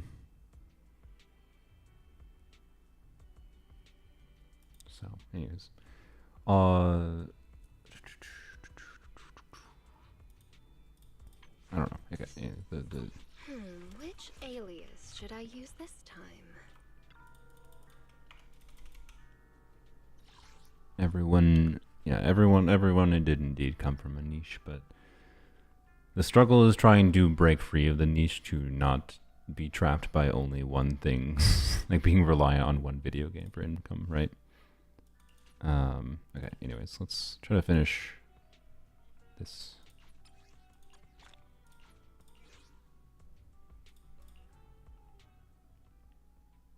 You're rereading Jane Pass. I think I misunderstood it all this time. Yeah. Yeah, I don't think you have to you have to switch to Jane occasionally, I believe. For sure. But you don't have to keep her on field. I do that. Don't forget now. Clear your mind. Delicate. Scorpion, team up on me. I won't lose. I got this, Allison.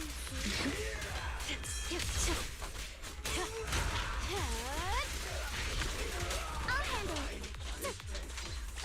A flurry of thrusts.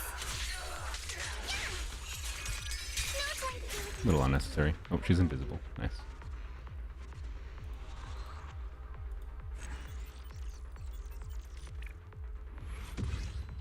What do you mean by watch? Are you asking someone else, Elithis? What do you mean by watch you? Okay, is that enough? No, I need 20 for the. Did I do that? Oh, frick. Flinch extension matters for disorders. Yeah. I think to be clear, I think the general gameplay loop of Jane Alice is you use Jane special, you use Jane alt as it's available, and you, generally speaking, do a bit of build up with Jane and then swap to Alice, right? But the balance is I don't think you spend a ton of time on Jane, because you need to spend field time on Alice to build up her resource, right? So I don't know. It'll be interesting to feel my way through.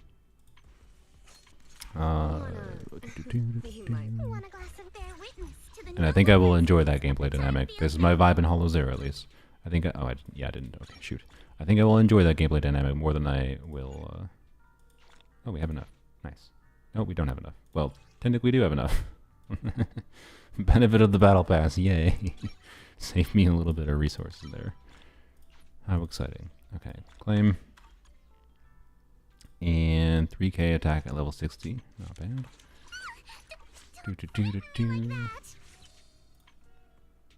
Oh man, I have 3 pulls. I didn't spend them.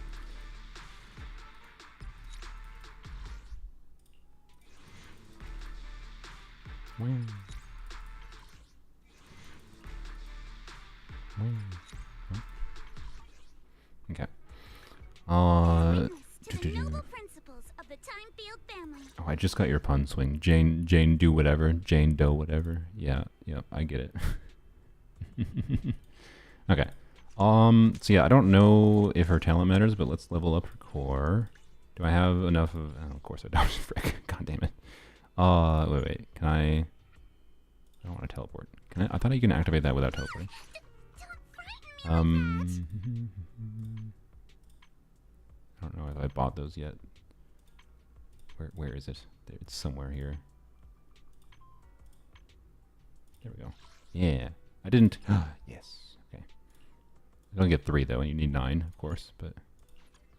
Alright. Sick. Okay.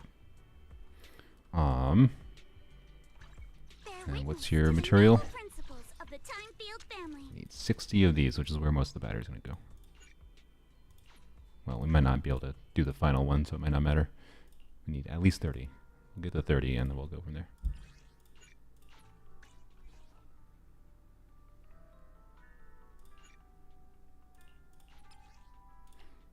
How much is this per? 80? Yeah, 80, okay.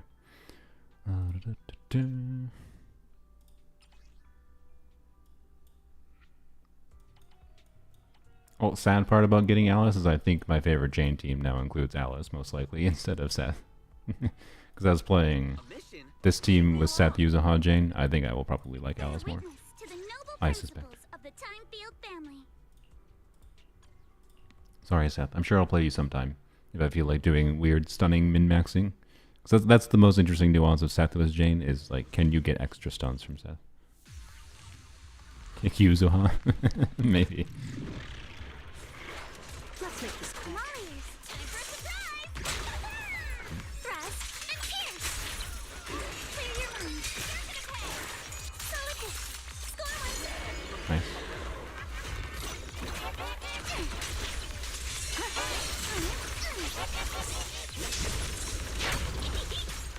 Okay. My sword, I'll face you. Can I reach? Oh, she can reach. Nice.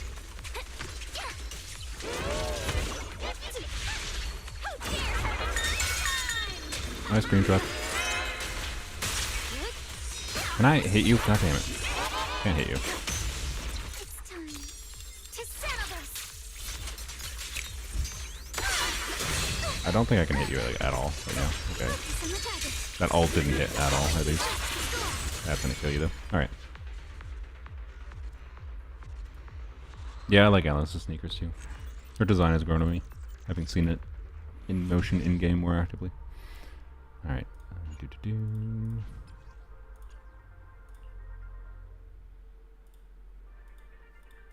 Supposed to parry the red knife. Alright.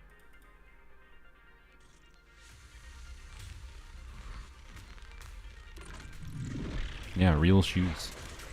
Like, no bear skin, and a symmetrical character. Like, the only symmetrical Hoyover's character. To be clear, I think it's part of her characterization, is like she's obsessed with symmetry or whatever. I'm not sure, I think I recall, by the way, hearing something about Alice having to stay on field when you do that ability. Although I'm not confident of that.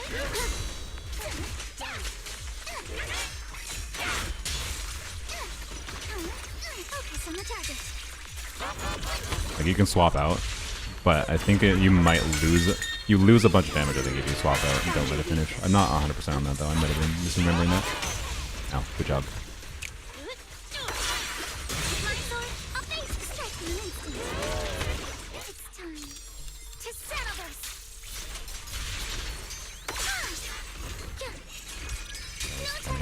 Esme popped up there.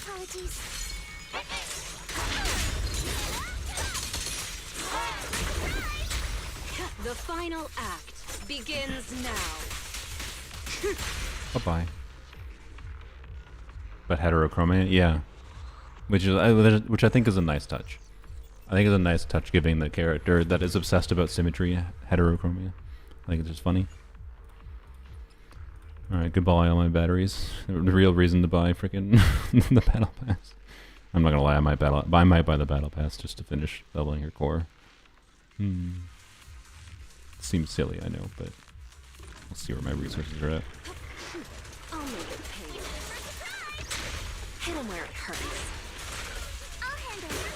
Clear your mind. Solid hit. Score one for me. Hello.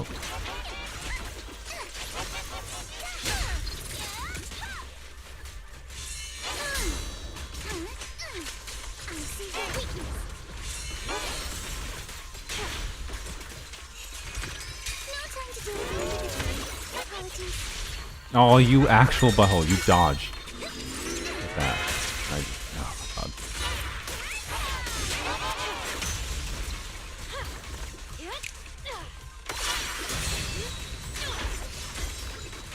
Do your parryable thing? Did I miss it the whole time? There we go.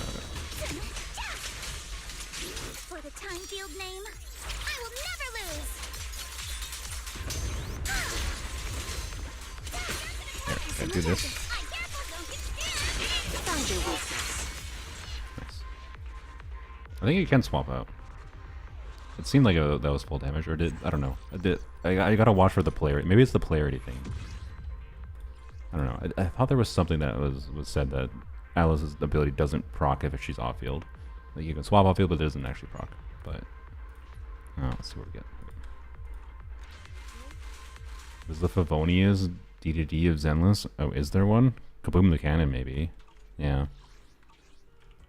But it's only for one class of characters. But I mean, that's the same as Dance Dance Dance. So yeah, Kaboom the Cannon. Don't frighten me like that. Okay, walk. Yep.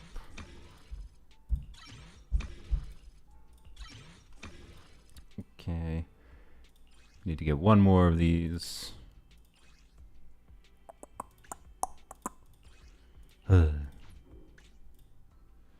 I'd have to spend 60 resin.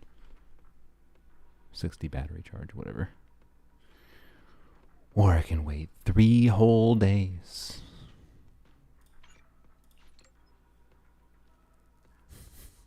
But I have to, if I spend 60 here, then I also have to spend battery charge to do the oh well. Okay. I think I'll have to just wait till next week to finish her core passive. So you use her basic a lot. I think the main reason to level her abilities is probably just for, like, what does this level up?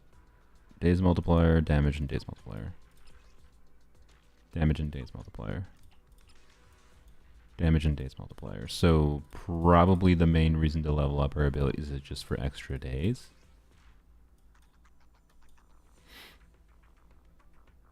Actually, that has a big multiplier. Is she intended to get a bunch of damage from this multiplier? Maybe you're intended to level up that. Oops.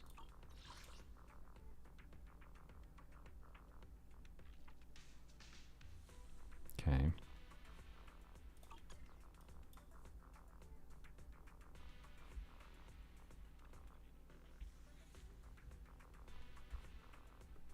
But does this use her multipliers? Like, reading this does not tell me whether or not, like, how much of her damage contribution actually results from this, right? Is my point. But this is probably the main one that is worth it, so I don't know. Oh, I have none. Oh boy, I have none. Ooh. It's gonna take me a while. Oh, it's gonna take me a while. Okay, that makes me more tempted to just buy the battle pass so that I can spend the next Chagianagi. Wait, what about her?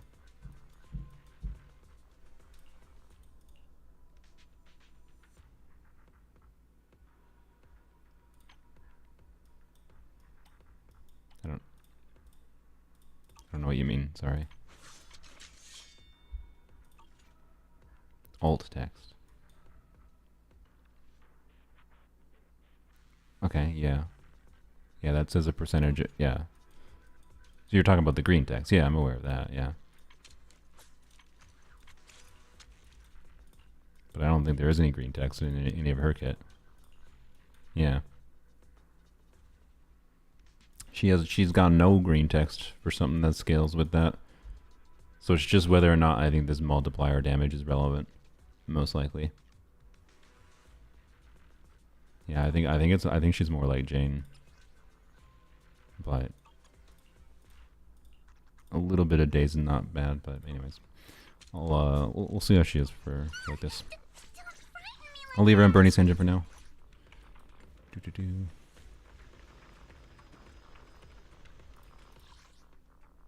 Wait. I still had 60s resin, didn't I? I didn't finish spending. Well, whatever. So yeah, what I got, 36,152 with Seth here. See what happens. We have... Yeah, okay. Reset. I wonder what the team order should be. Should I... Time field family. Yeah, I think it's fine to do as I was doing before. With this order. Quick swap and do... Oh, you should probably be on a different set. I've had you on Astral Voice because I was playing her with Seth Jane, right? And Seth Jane has enough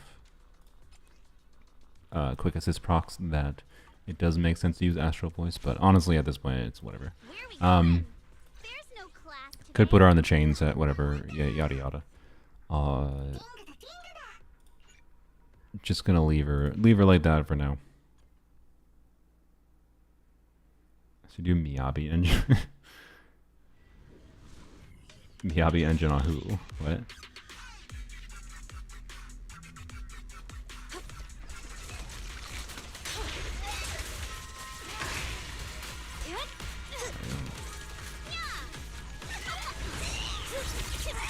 Found your weakness. No escape. You're all riddled with flaws. Let's go.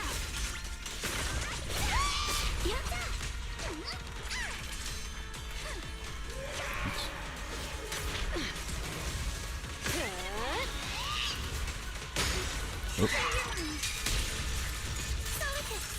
I don't think I did that ideally. For the time field name, I will never lose. Time for a surprise.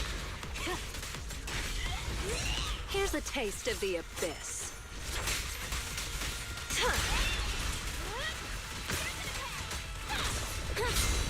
Waiting for.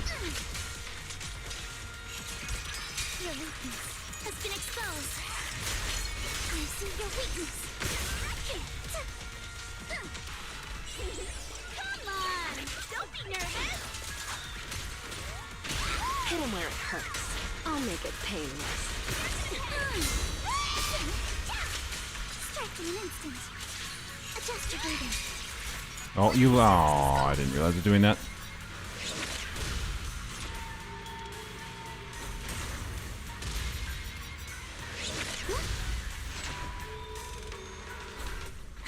Miss the ballot area. Oops, good job. Got me.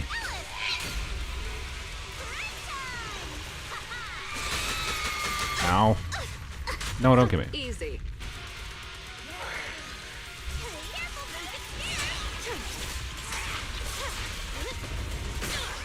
Oh, okay. I Well.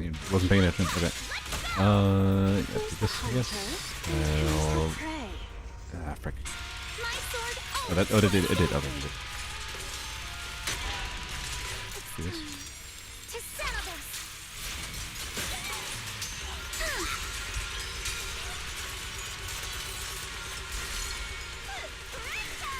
Found your weakness. Now, you're the prey.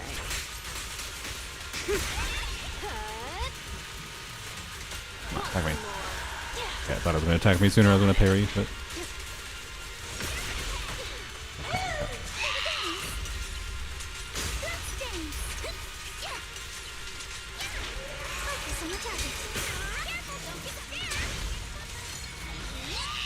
Yeah, I think I missed the...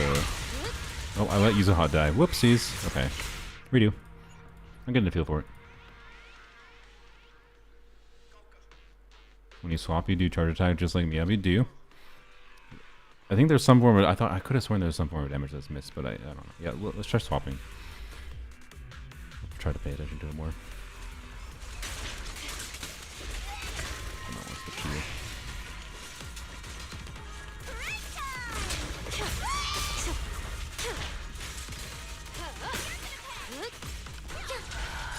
Oh, that's dumb. Just wait for the special.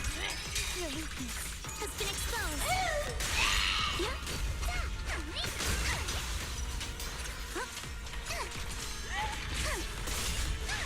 Focus on the target.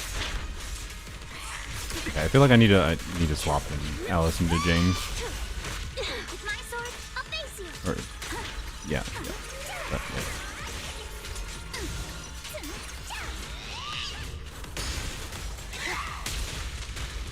Adding it. Terrible. No time to do it individually.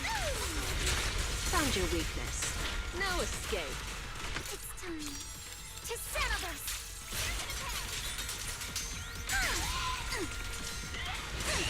Clear your mind. You're about to run out. Go, come on. Okay, no, I think I was wrong. I don't know. I don't know. I must have misunderstood something about her.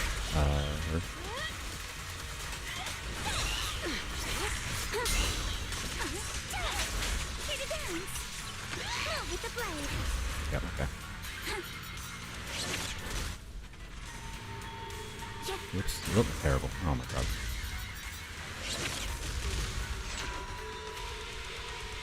Why? Brain.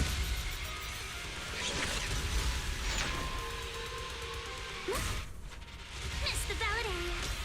Careful, don't get scared. I keep on forgetting it. It's just like freaking F's off. I don't like that phase of the enemy. It's not really fun. I see your weakness. Wait there, turn out. Careful, don't get scared. Oh, okay. That's fine. I guess. Wanna know what looks Let's see. I think I'll do this. Yep. It won't hurt. I'll make it quick.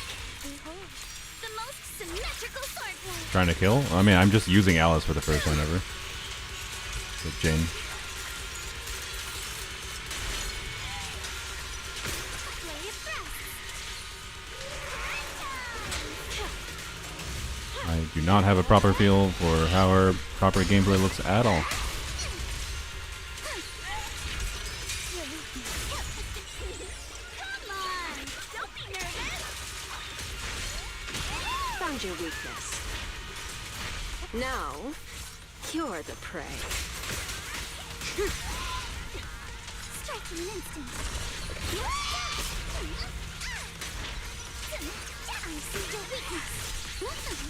Focus on the target. I'll make it painless. Time for a surprise. A flurry of thrusts. For the time field name, I will No, I have M2 Jane. No time to deal with you individually.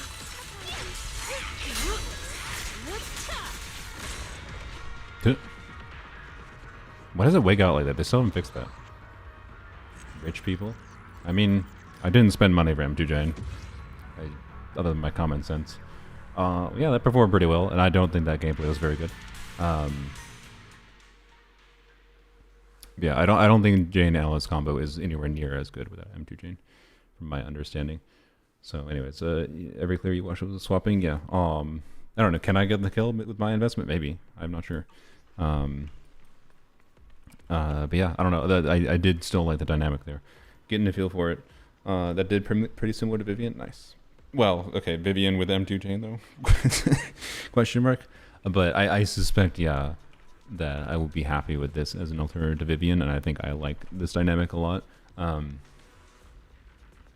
I do think, like, I think probably Jane on an attack slot 6 makes sense. I think you keep Alice on Anomaly Mastery slot 6 because she converts AM to AP, I believe. Yeah, she converts Anomaly Mastery to AP, so I think she will stay like that. I'll have to play around with different builds and whatever, but anyways, I really like that team dynamic. I'm gonna try it one more time. Whether or not Bernie's engine made sense is I don't know. We can try. You know, I'm never gonna need here. Let's try a duped copy of this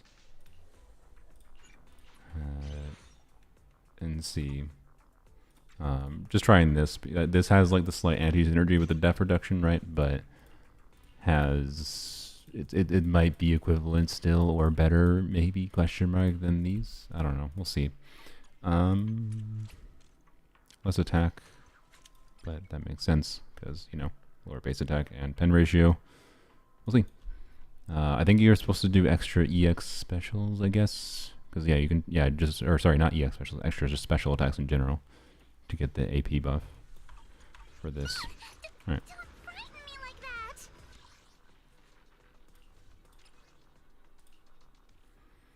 But yeah, this is not a highly invested Alice build. It is a highly invested highly invested Jane build though.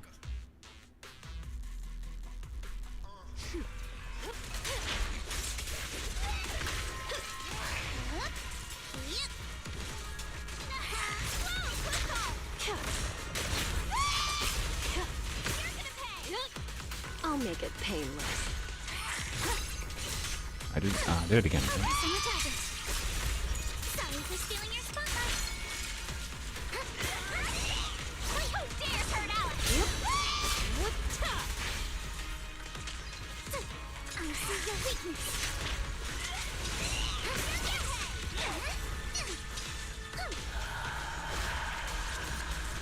Oops, didn't mean to do that. Hit him where it hurts. Has been exposed. Okay. It's time to settle this. The final act begins now. Oh, I should have done that after. I'm dumb. I'm so stupid. Okay. Adjust your breathing. Come on. Cool. While this is doing at least.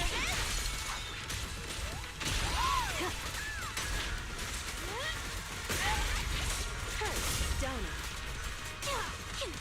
Very fast. Let's sting. Start to loosen.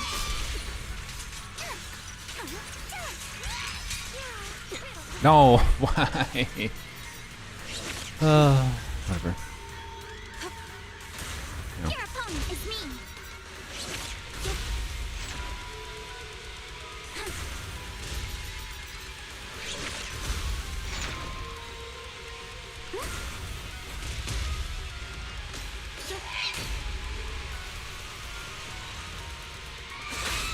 Oh, out of me. Ah!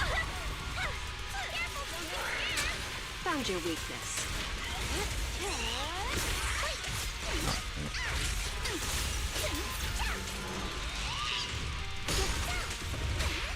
Oh, but goddamn. I'll pay attention to that more. It won't hurt for long, I promise. My sword always points to victory.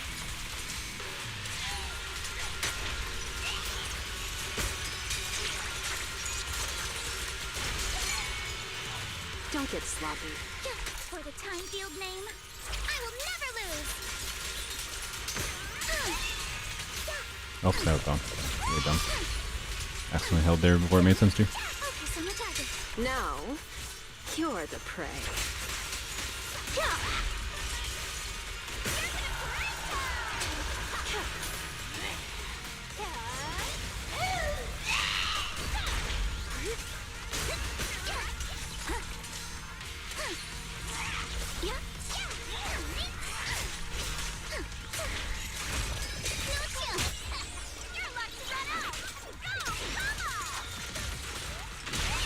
Hit him where it hurts. Let's make this quick.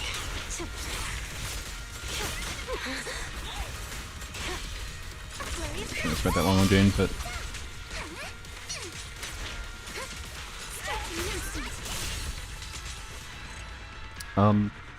it didn't feel that different fundamentally. I feel like I did have less EX special uptime, so I kind of liked Bernie's engine, not gonna lie. It was worse score, but that easily could be explained by gameplay differences more than anything. I think you really gotta get Alice, because up you don't make it a stun before miasma. Yeah. Interesting. Don't frighten me like that. I don't know. I kind of like the Bernice engine on her. Like, I don't know. I should go. Can you see Yeah, I guess we can check. Is there what AP buffs do we have that happen? Bear witness to the noble principles of the Timefield family. I don't know how many times this hits. Because her EX has like a multiple variations of it. One that's like with different moving directions, right? Yeah, activating the skill triggers perfect dodge, invulnerable. Yeah. But it's a long enough animation that that was part of the suspicion, right? Was that she might be able to stack this to 5, with how long her EX special lasts. But I can go check that by going into whatever. Weeping Gemini and R5 is better than those two. Better than the Bernese engine, giving her extra specials. I don't know. I didn't see anyone try to calc the relevance of specifically doing Bernese engine on her with specifically M2 Jane, right? This is a more niche scenario thing. I'm pretty sure anyone that calced Bernese engine probably did not assume, one, that she could get stacks, and then probably also did not try to value in the energy. But let's go check. Where do you check what is it called? The VR thing? You can check it here, right? Yes.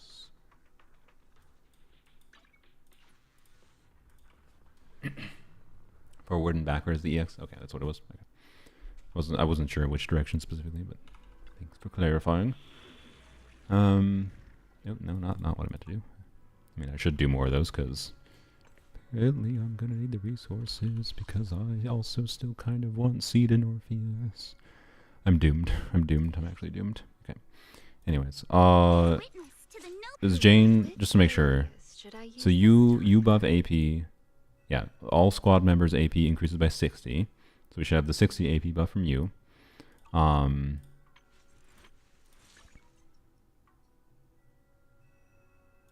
Okay. Just double checking. Is there any other AP buffs that happen?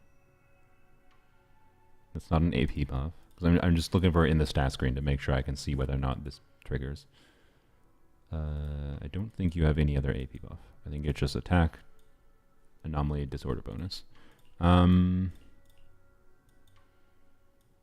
Build up rate of your own thing. Yeah, okay. Oh, the AM to AP conversion happens. Oh yeah, duh. Oh frick, that's kind of annoying. Ah, crap. You're right. Oh boy. Does she get any AM bonuses? She shouldn't here, right? So what's the math on that? What is it, over 140? Yeah, over 140. Okay. So what do we have? We have 45 more. So 45 times 1.6.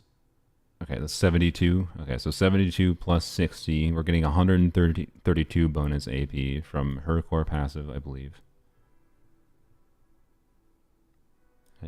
And 55.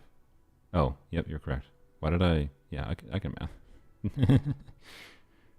Oh boy. 88. Okay, 88 plus the 60. So if we trigger a Bernese engine, we should see... I believe we should see plus 210 EM, or EM, plus 210 AP. I don't think there's any other sources of AP buffs we have going on.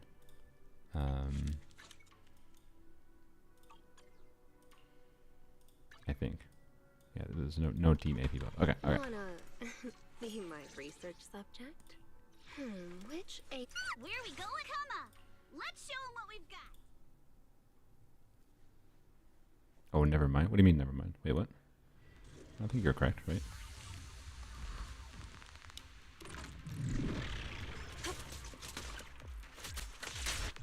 Probably need to. We're not testing for damage. Well, I don't know why it's changing enemy. Disable moving enemy invulnerable, disable stunning. Make it level 70. It doesn't really matter though. Yeah, we can have max energy. Max decibels too, why not? I don't know. It probably won't matter, but... Okay. Well, I probably shouldn't have max energy, but I want to see if one EX special in particular, right? Will get us there. So, anyways, start with you. Found your weakness. Here's a taste Do of you. the abyss. Molly, a flurry of thrusts. Okay. Nope, I don't think she did. Right? That was the 88 plus the 60. Yeah. Okay. But the 2 EX specials do I it. see your weakness. Yes.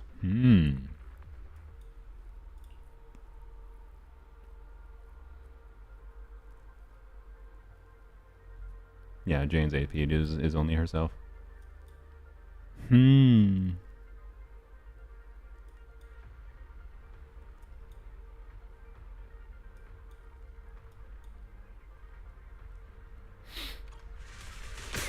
So that's important to know, right? Because like,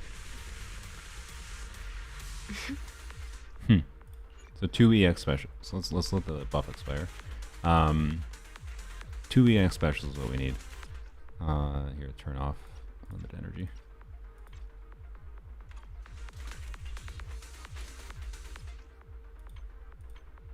Okay, it's gone.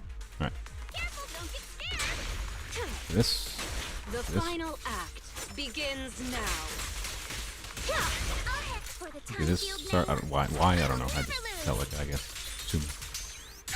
Okay. Strike me 1 EX special. Did not trigger. Okay. a 2 flurry of EX specials. thrusts. Okay, yeah, she consistently triggers it.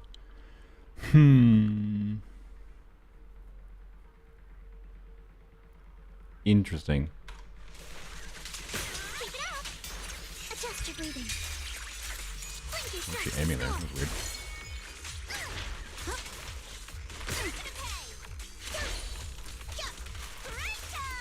Hit him where it hurts. Let's see how her energy gen looks off field. Now, Like if I spend extra, because the is just in case it's not obvious. It's like Jane can spend extra field time, right?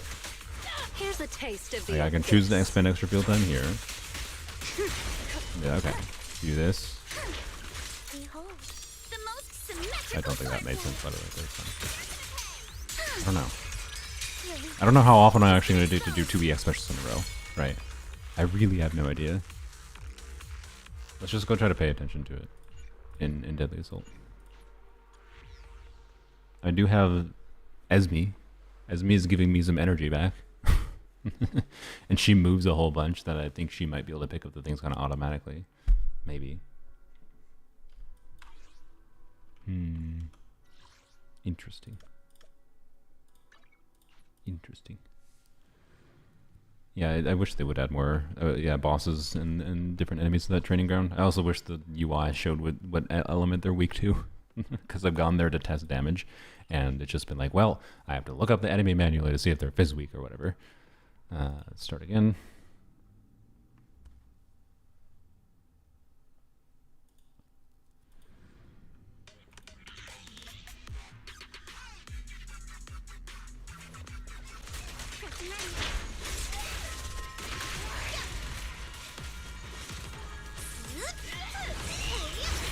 Good job.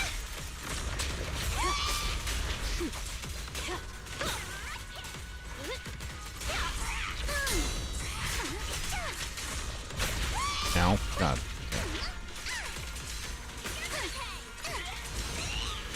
Oh wait, I should have done a charge attack it, but no.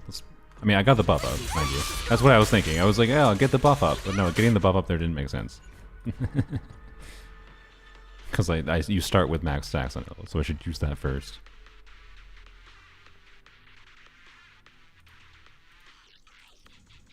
I think what probably makes sense is you get Yuzuha buff up, you hit the enemy with Jane to put them in Nod state, do a little bit of anomaly, and then switch to Alice.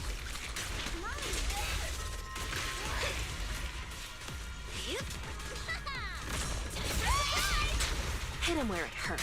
Okay, so like, do this.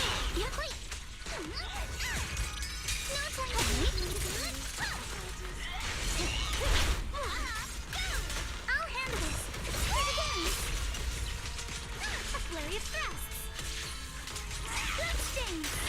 Focus on the target. You're gonna pay.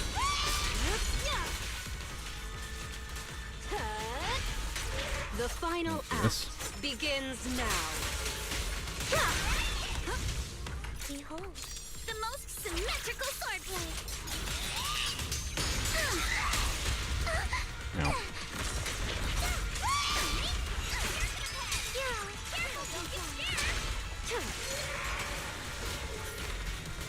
Let's make this quick.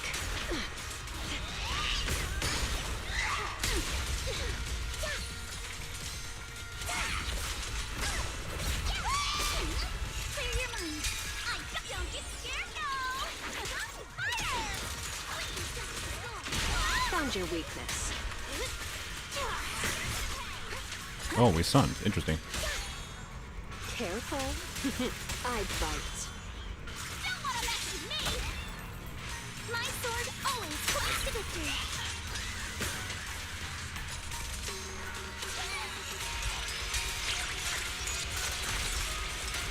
Careful. Now, you're the prey. Alright. For the time field name, I will never lose.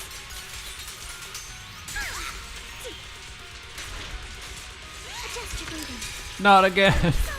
Why does it transition to that so quickly?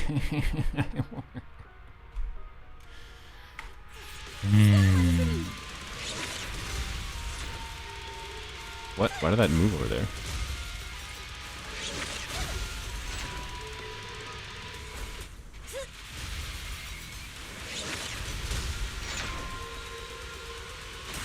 Ow.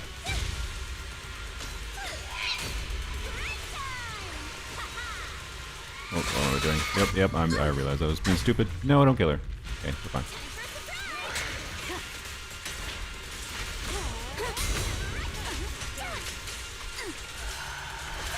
I see your weakness. No time to do it individually. Hit him where it hurts. No escape.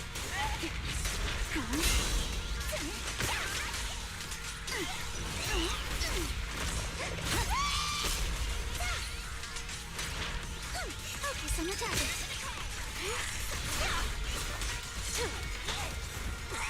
Perfectly symmetrical. You're about to run out. Go,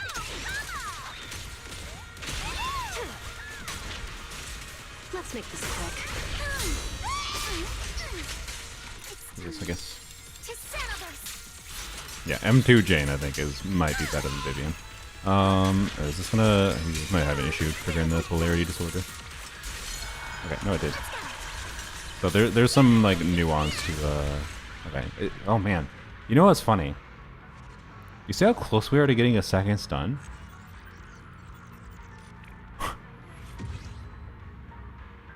So I think I'm not seeing much difference between the different engines I'm using, realistically. But I don't know. I kind of, if I'm not seeing much difference, I kind of would rather just use Bernie's engine. But I'll probably still level up one of the A rank engines to test in case they end up being better. But I'll have to test more.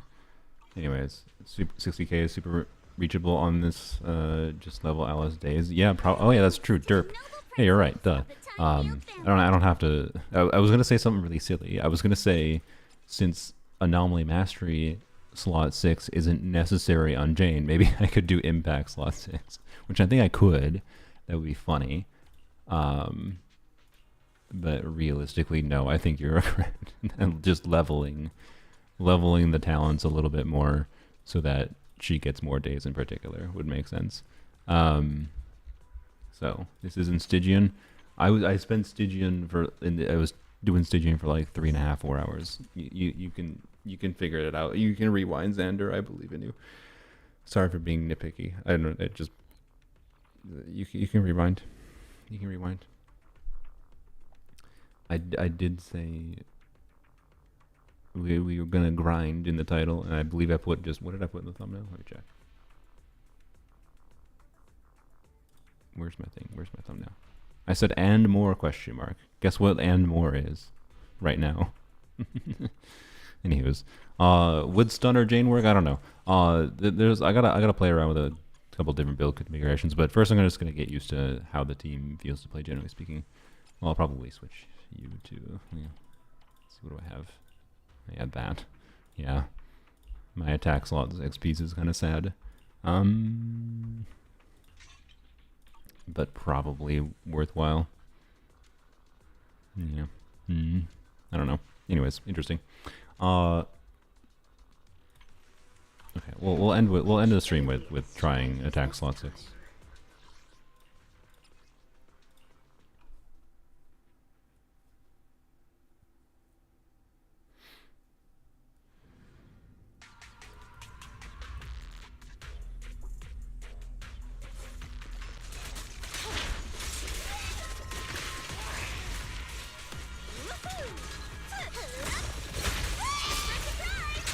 Hit him where it hurts.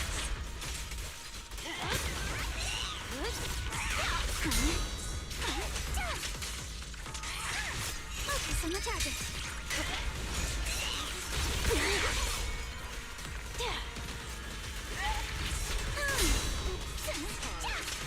I see your weakness.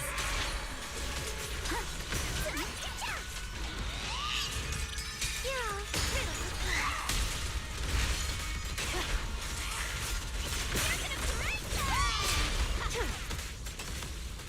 No escape. For the time field name, I will never lose.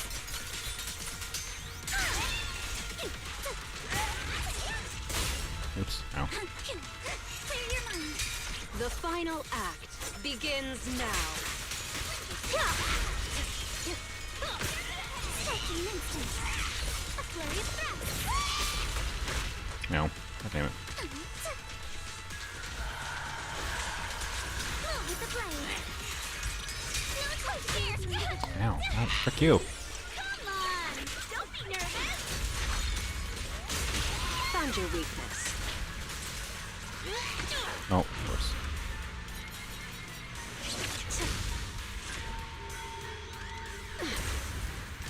What?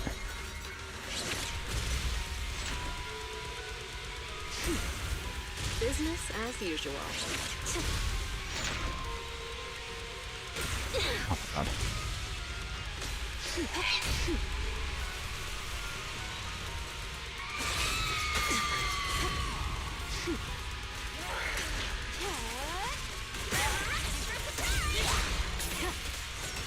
I see your weakness. Striking instant. Adjust your breathing. Careful. I bite. It's too late to back down now. Oh, okay. Whatever. Hit him where it hurts. Behold, the most symmetrical swordplay.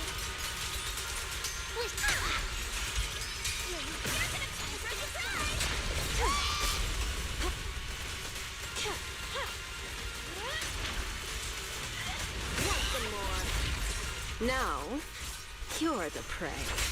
Relatable to gameplay, I'm glad. I see your weakness. Found your weakness.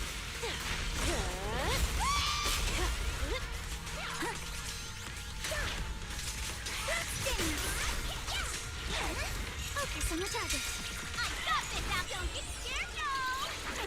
Fire!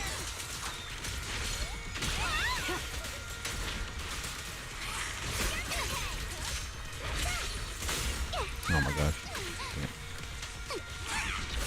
Wow, this is terrible. Yeah. That was terrible. I don't know if that was attack slot 6's fault per se, or more my fault. I have no idea. I definitely know I'm not good at playing the team yet. I'm just not sure whether attack slot 6 is better. Part of the problem is like I have a really good AM slot 6 too. For my Jane, maybe, arguably, probably not. Because what do I gain? Technically, I gain. Which alias should I use this time? So I go 30% attack, 1 AP roll, 2 flat attack rolls, 3 pen rolls. Compared to. So I gain 1 pen roll, and like I gain like 20% attack, and 1 pen roll and 1 AP roll functionally. So I don't know. I think I'll test more with AM first. It didn't seem that much better. I gotta leave it here. Well, I'm gonna leave it here too. Anyways, glad the gameplay is relatable. It's safe to say that Alice with M2 Jane is not just immediate kills like some people think. It seemed to. I've seen some people like assume that, but no, it seems to be Alice, maybe Alice M2 with Alice Engine with M2 Jane, and that might be immediate kills. But that's a little bit higher investment than just an M0 Alice. But M0 Alice is still pretty good with her, clearly. And I do not regret getting her right now because I like the gameplay dynamic a lot too. So, anyways. Probably will have a Genshin stream tomorrow. Probably more focused on grinding specifically. But I just, had things I wanted to test in Stygian still today. So that's, I guess, what we focused on, which wasn't. I was planning to do more, but I did more in Stygian than I thought I was going to do. But anyways, hi Minkus, you're just in time for me to end the stream. Sorry. So, anyways, thanks for watching. Should I raid someone? Sure, we can raid someone on Twitch. But I'll leave the YouTube stream here. Bye bye YouTubes. Work schedule boo. Sorry. I should do more evening streams, to be fair. I mean, this was an evening stream. It just was a noon to evening stream. Anyways, bye bye YouTube.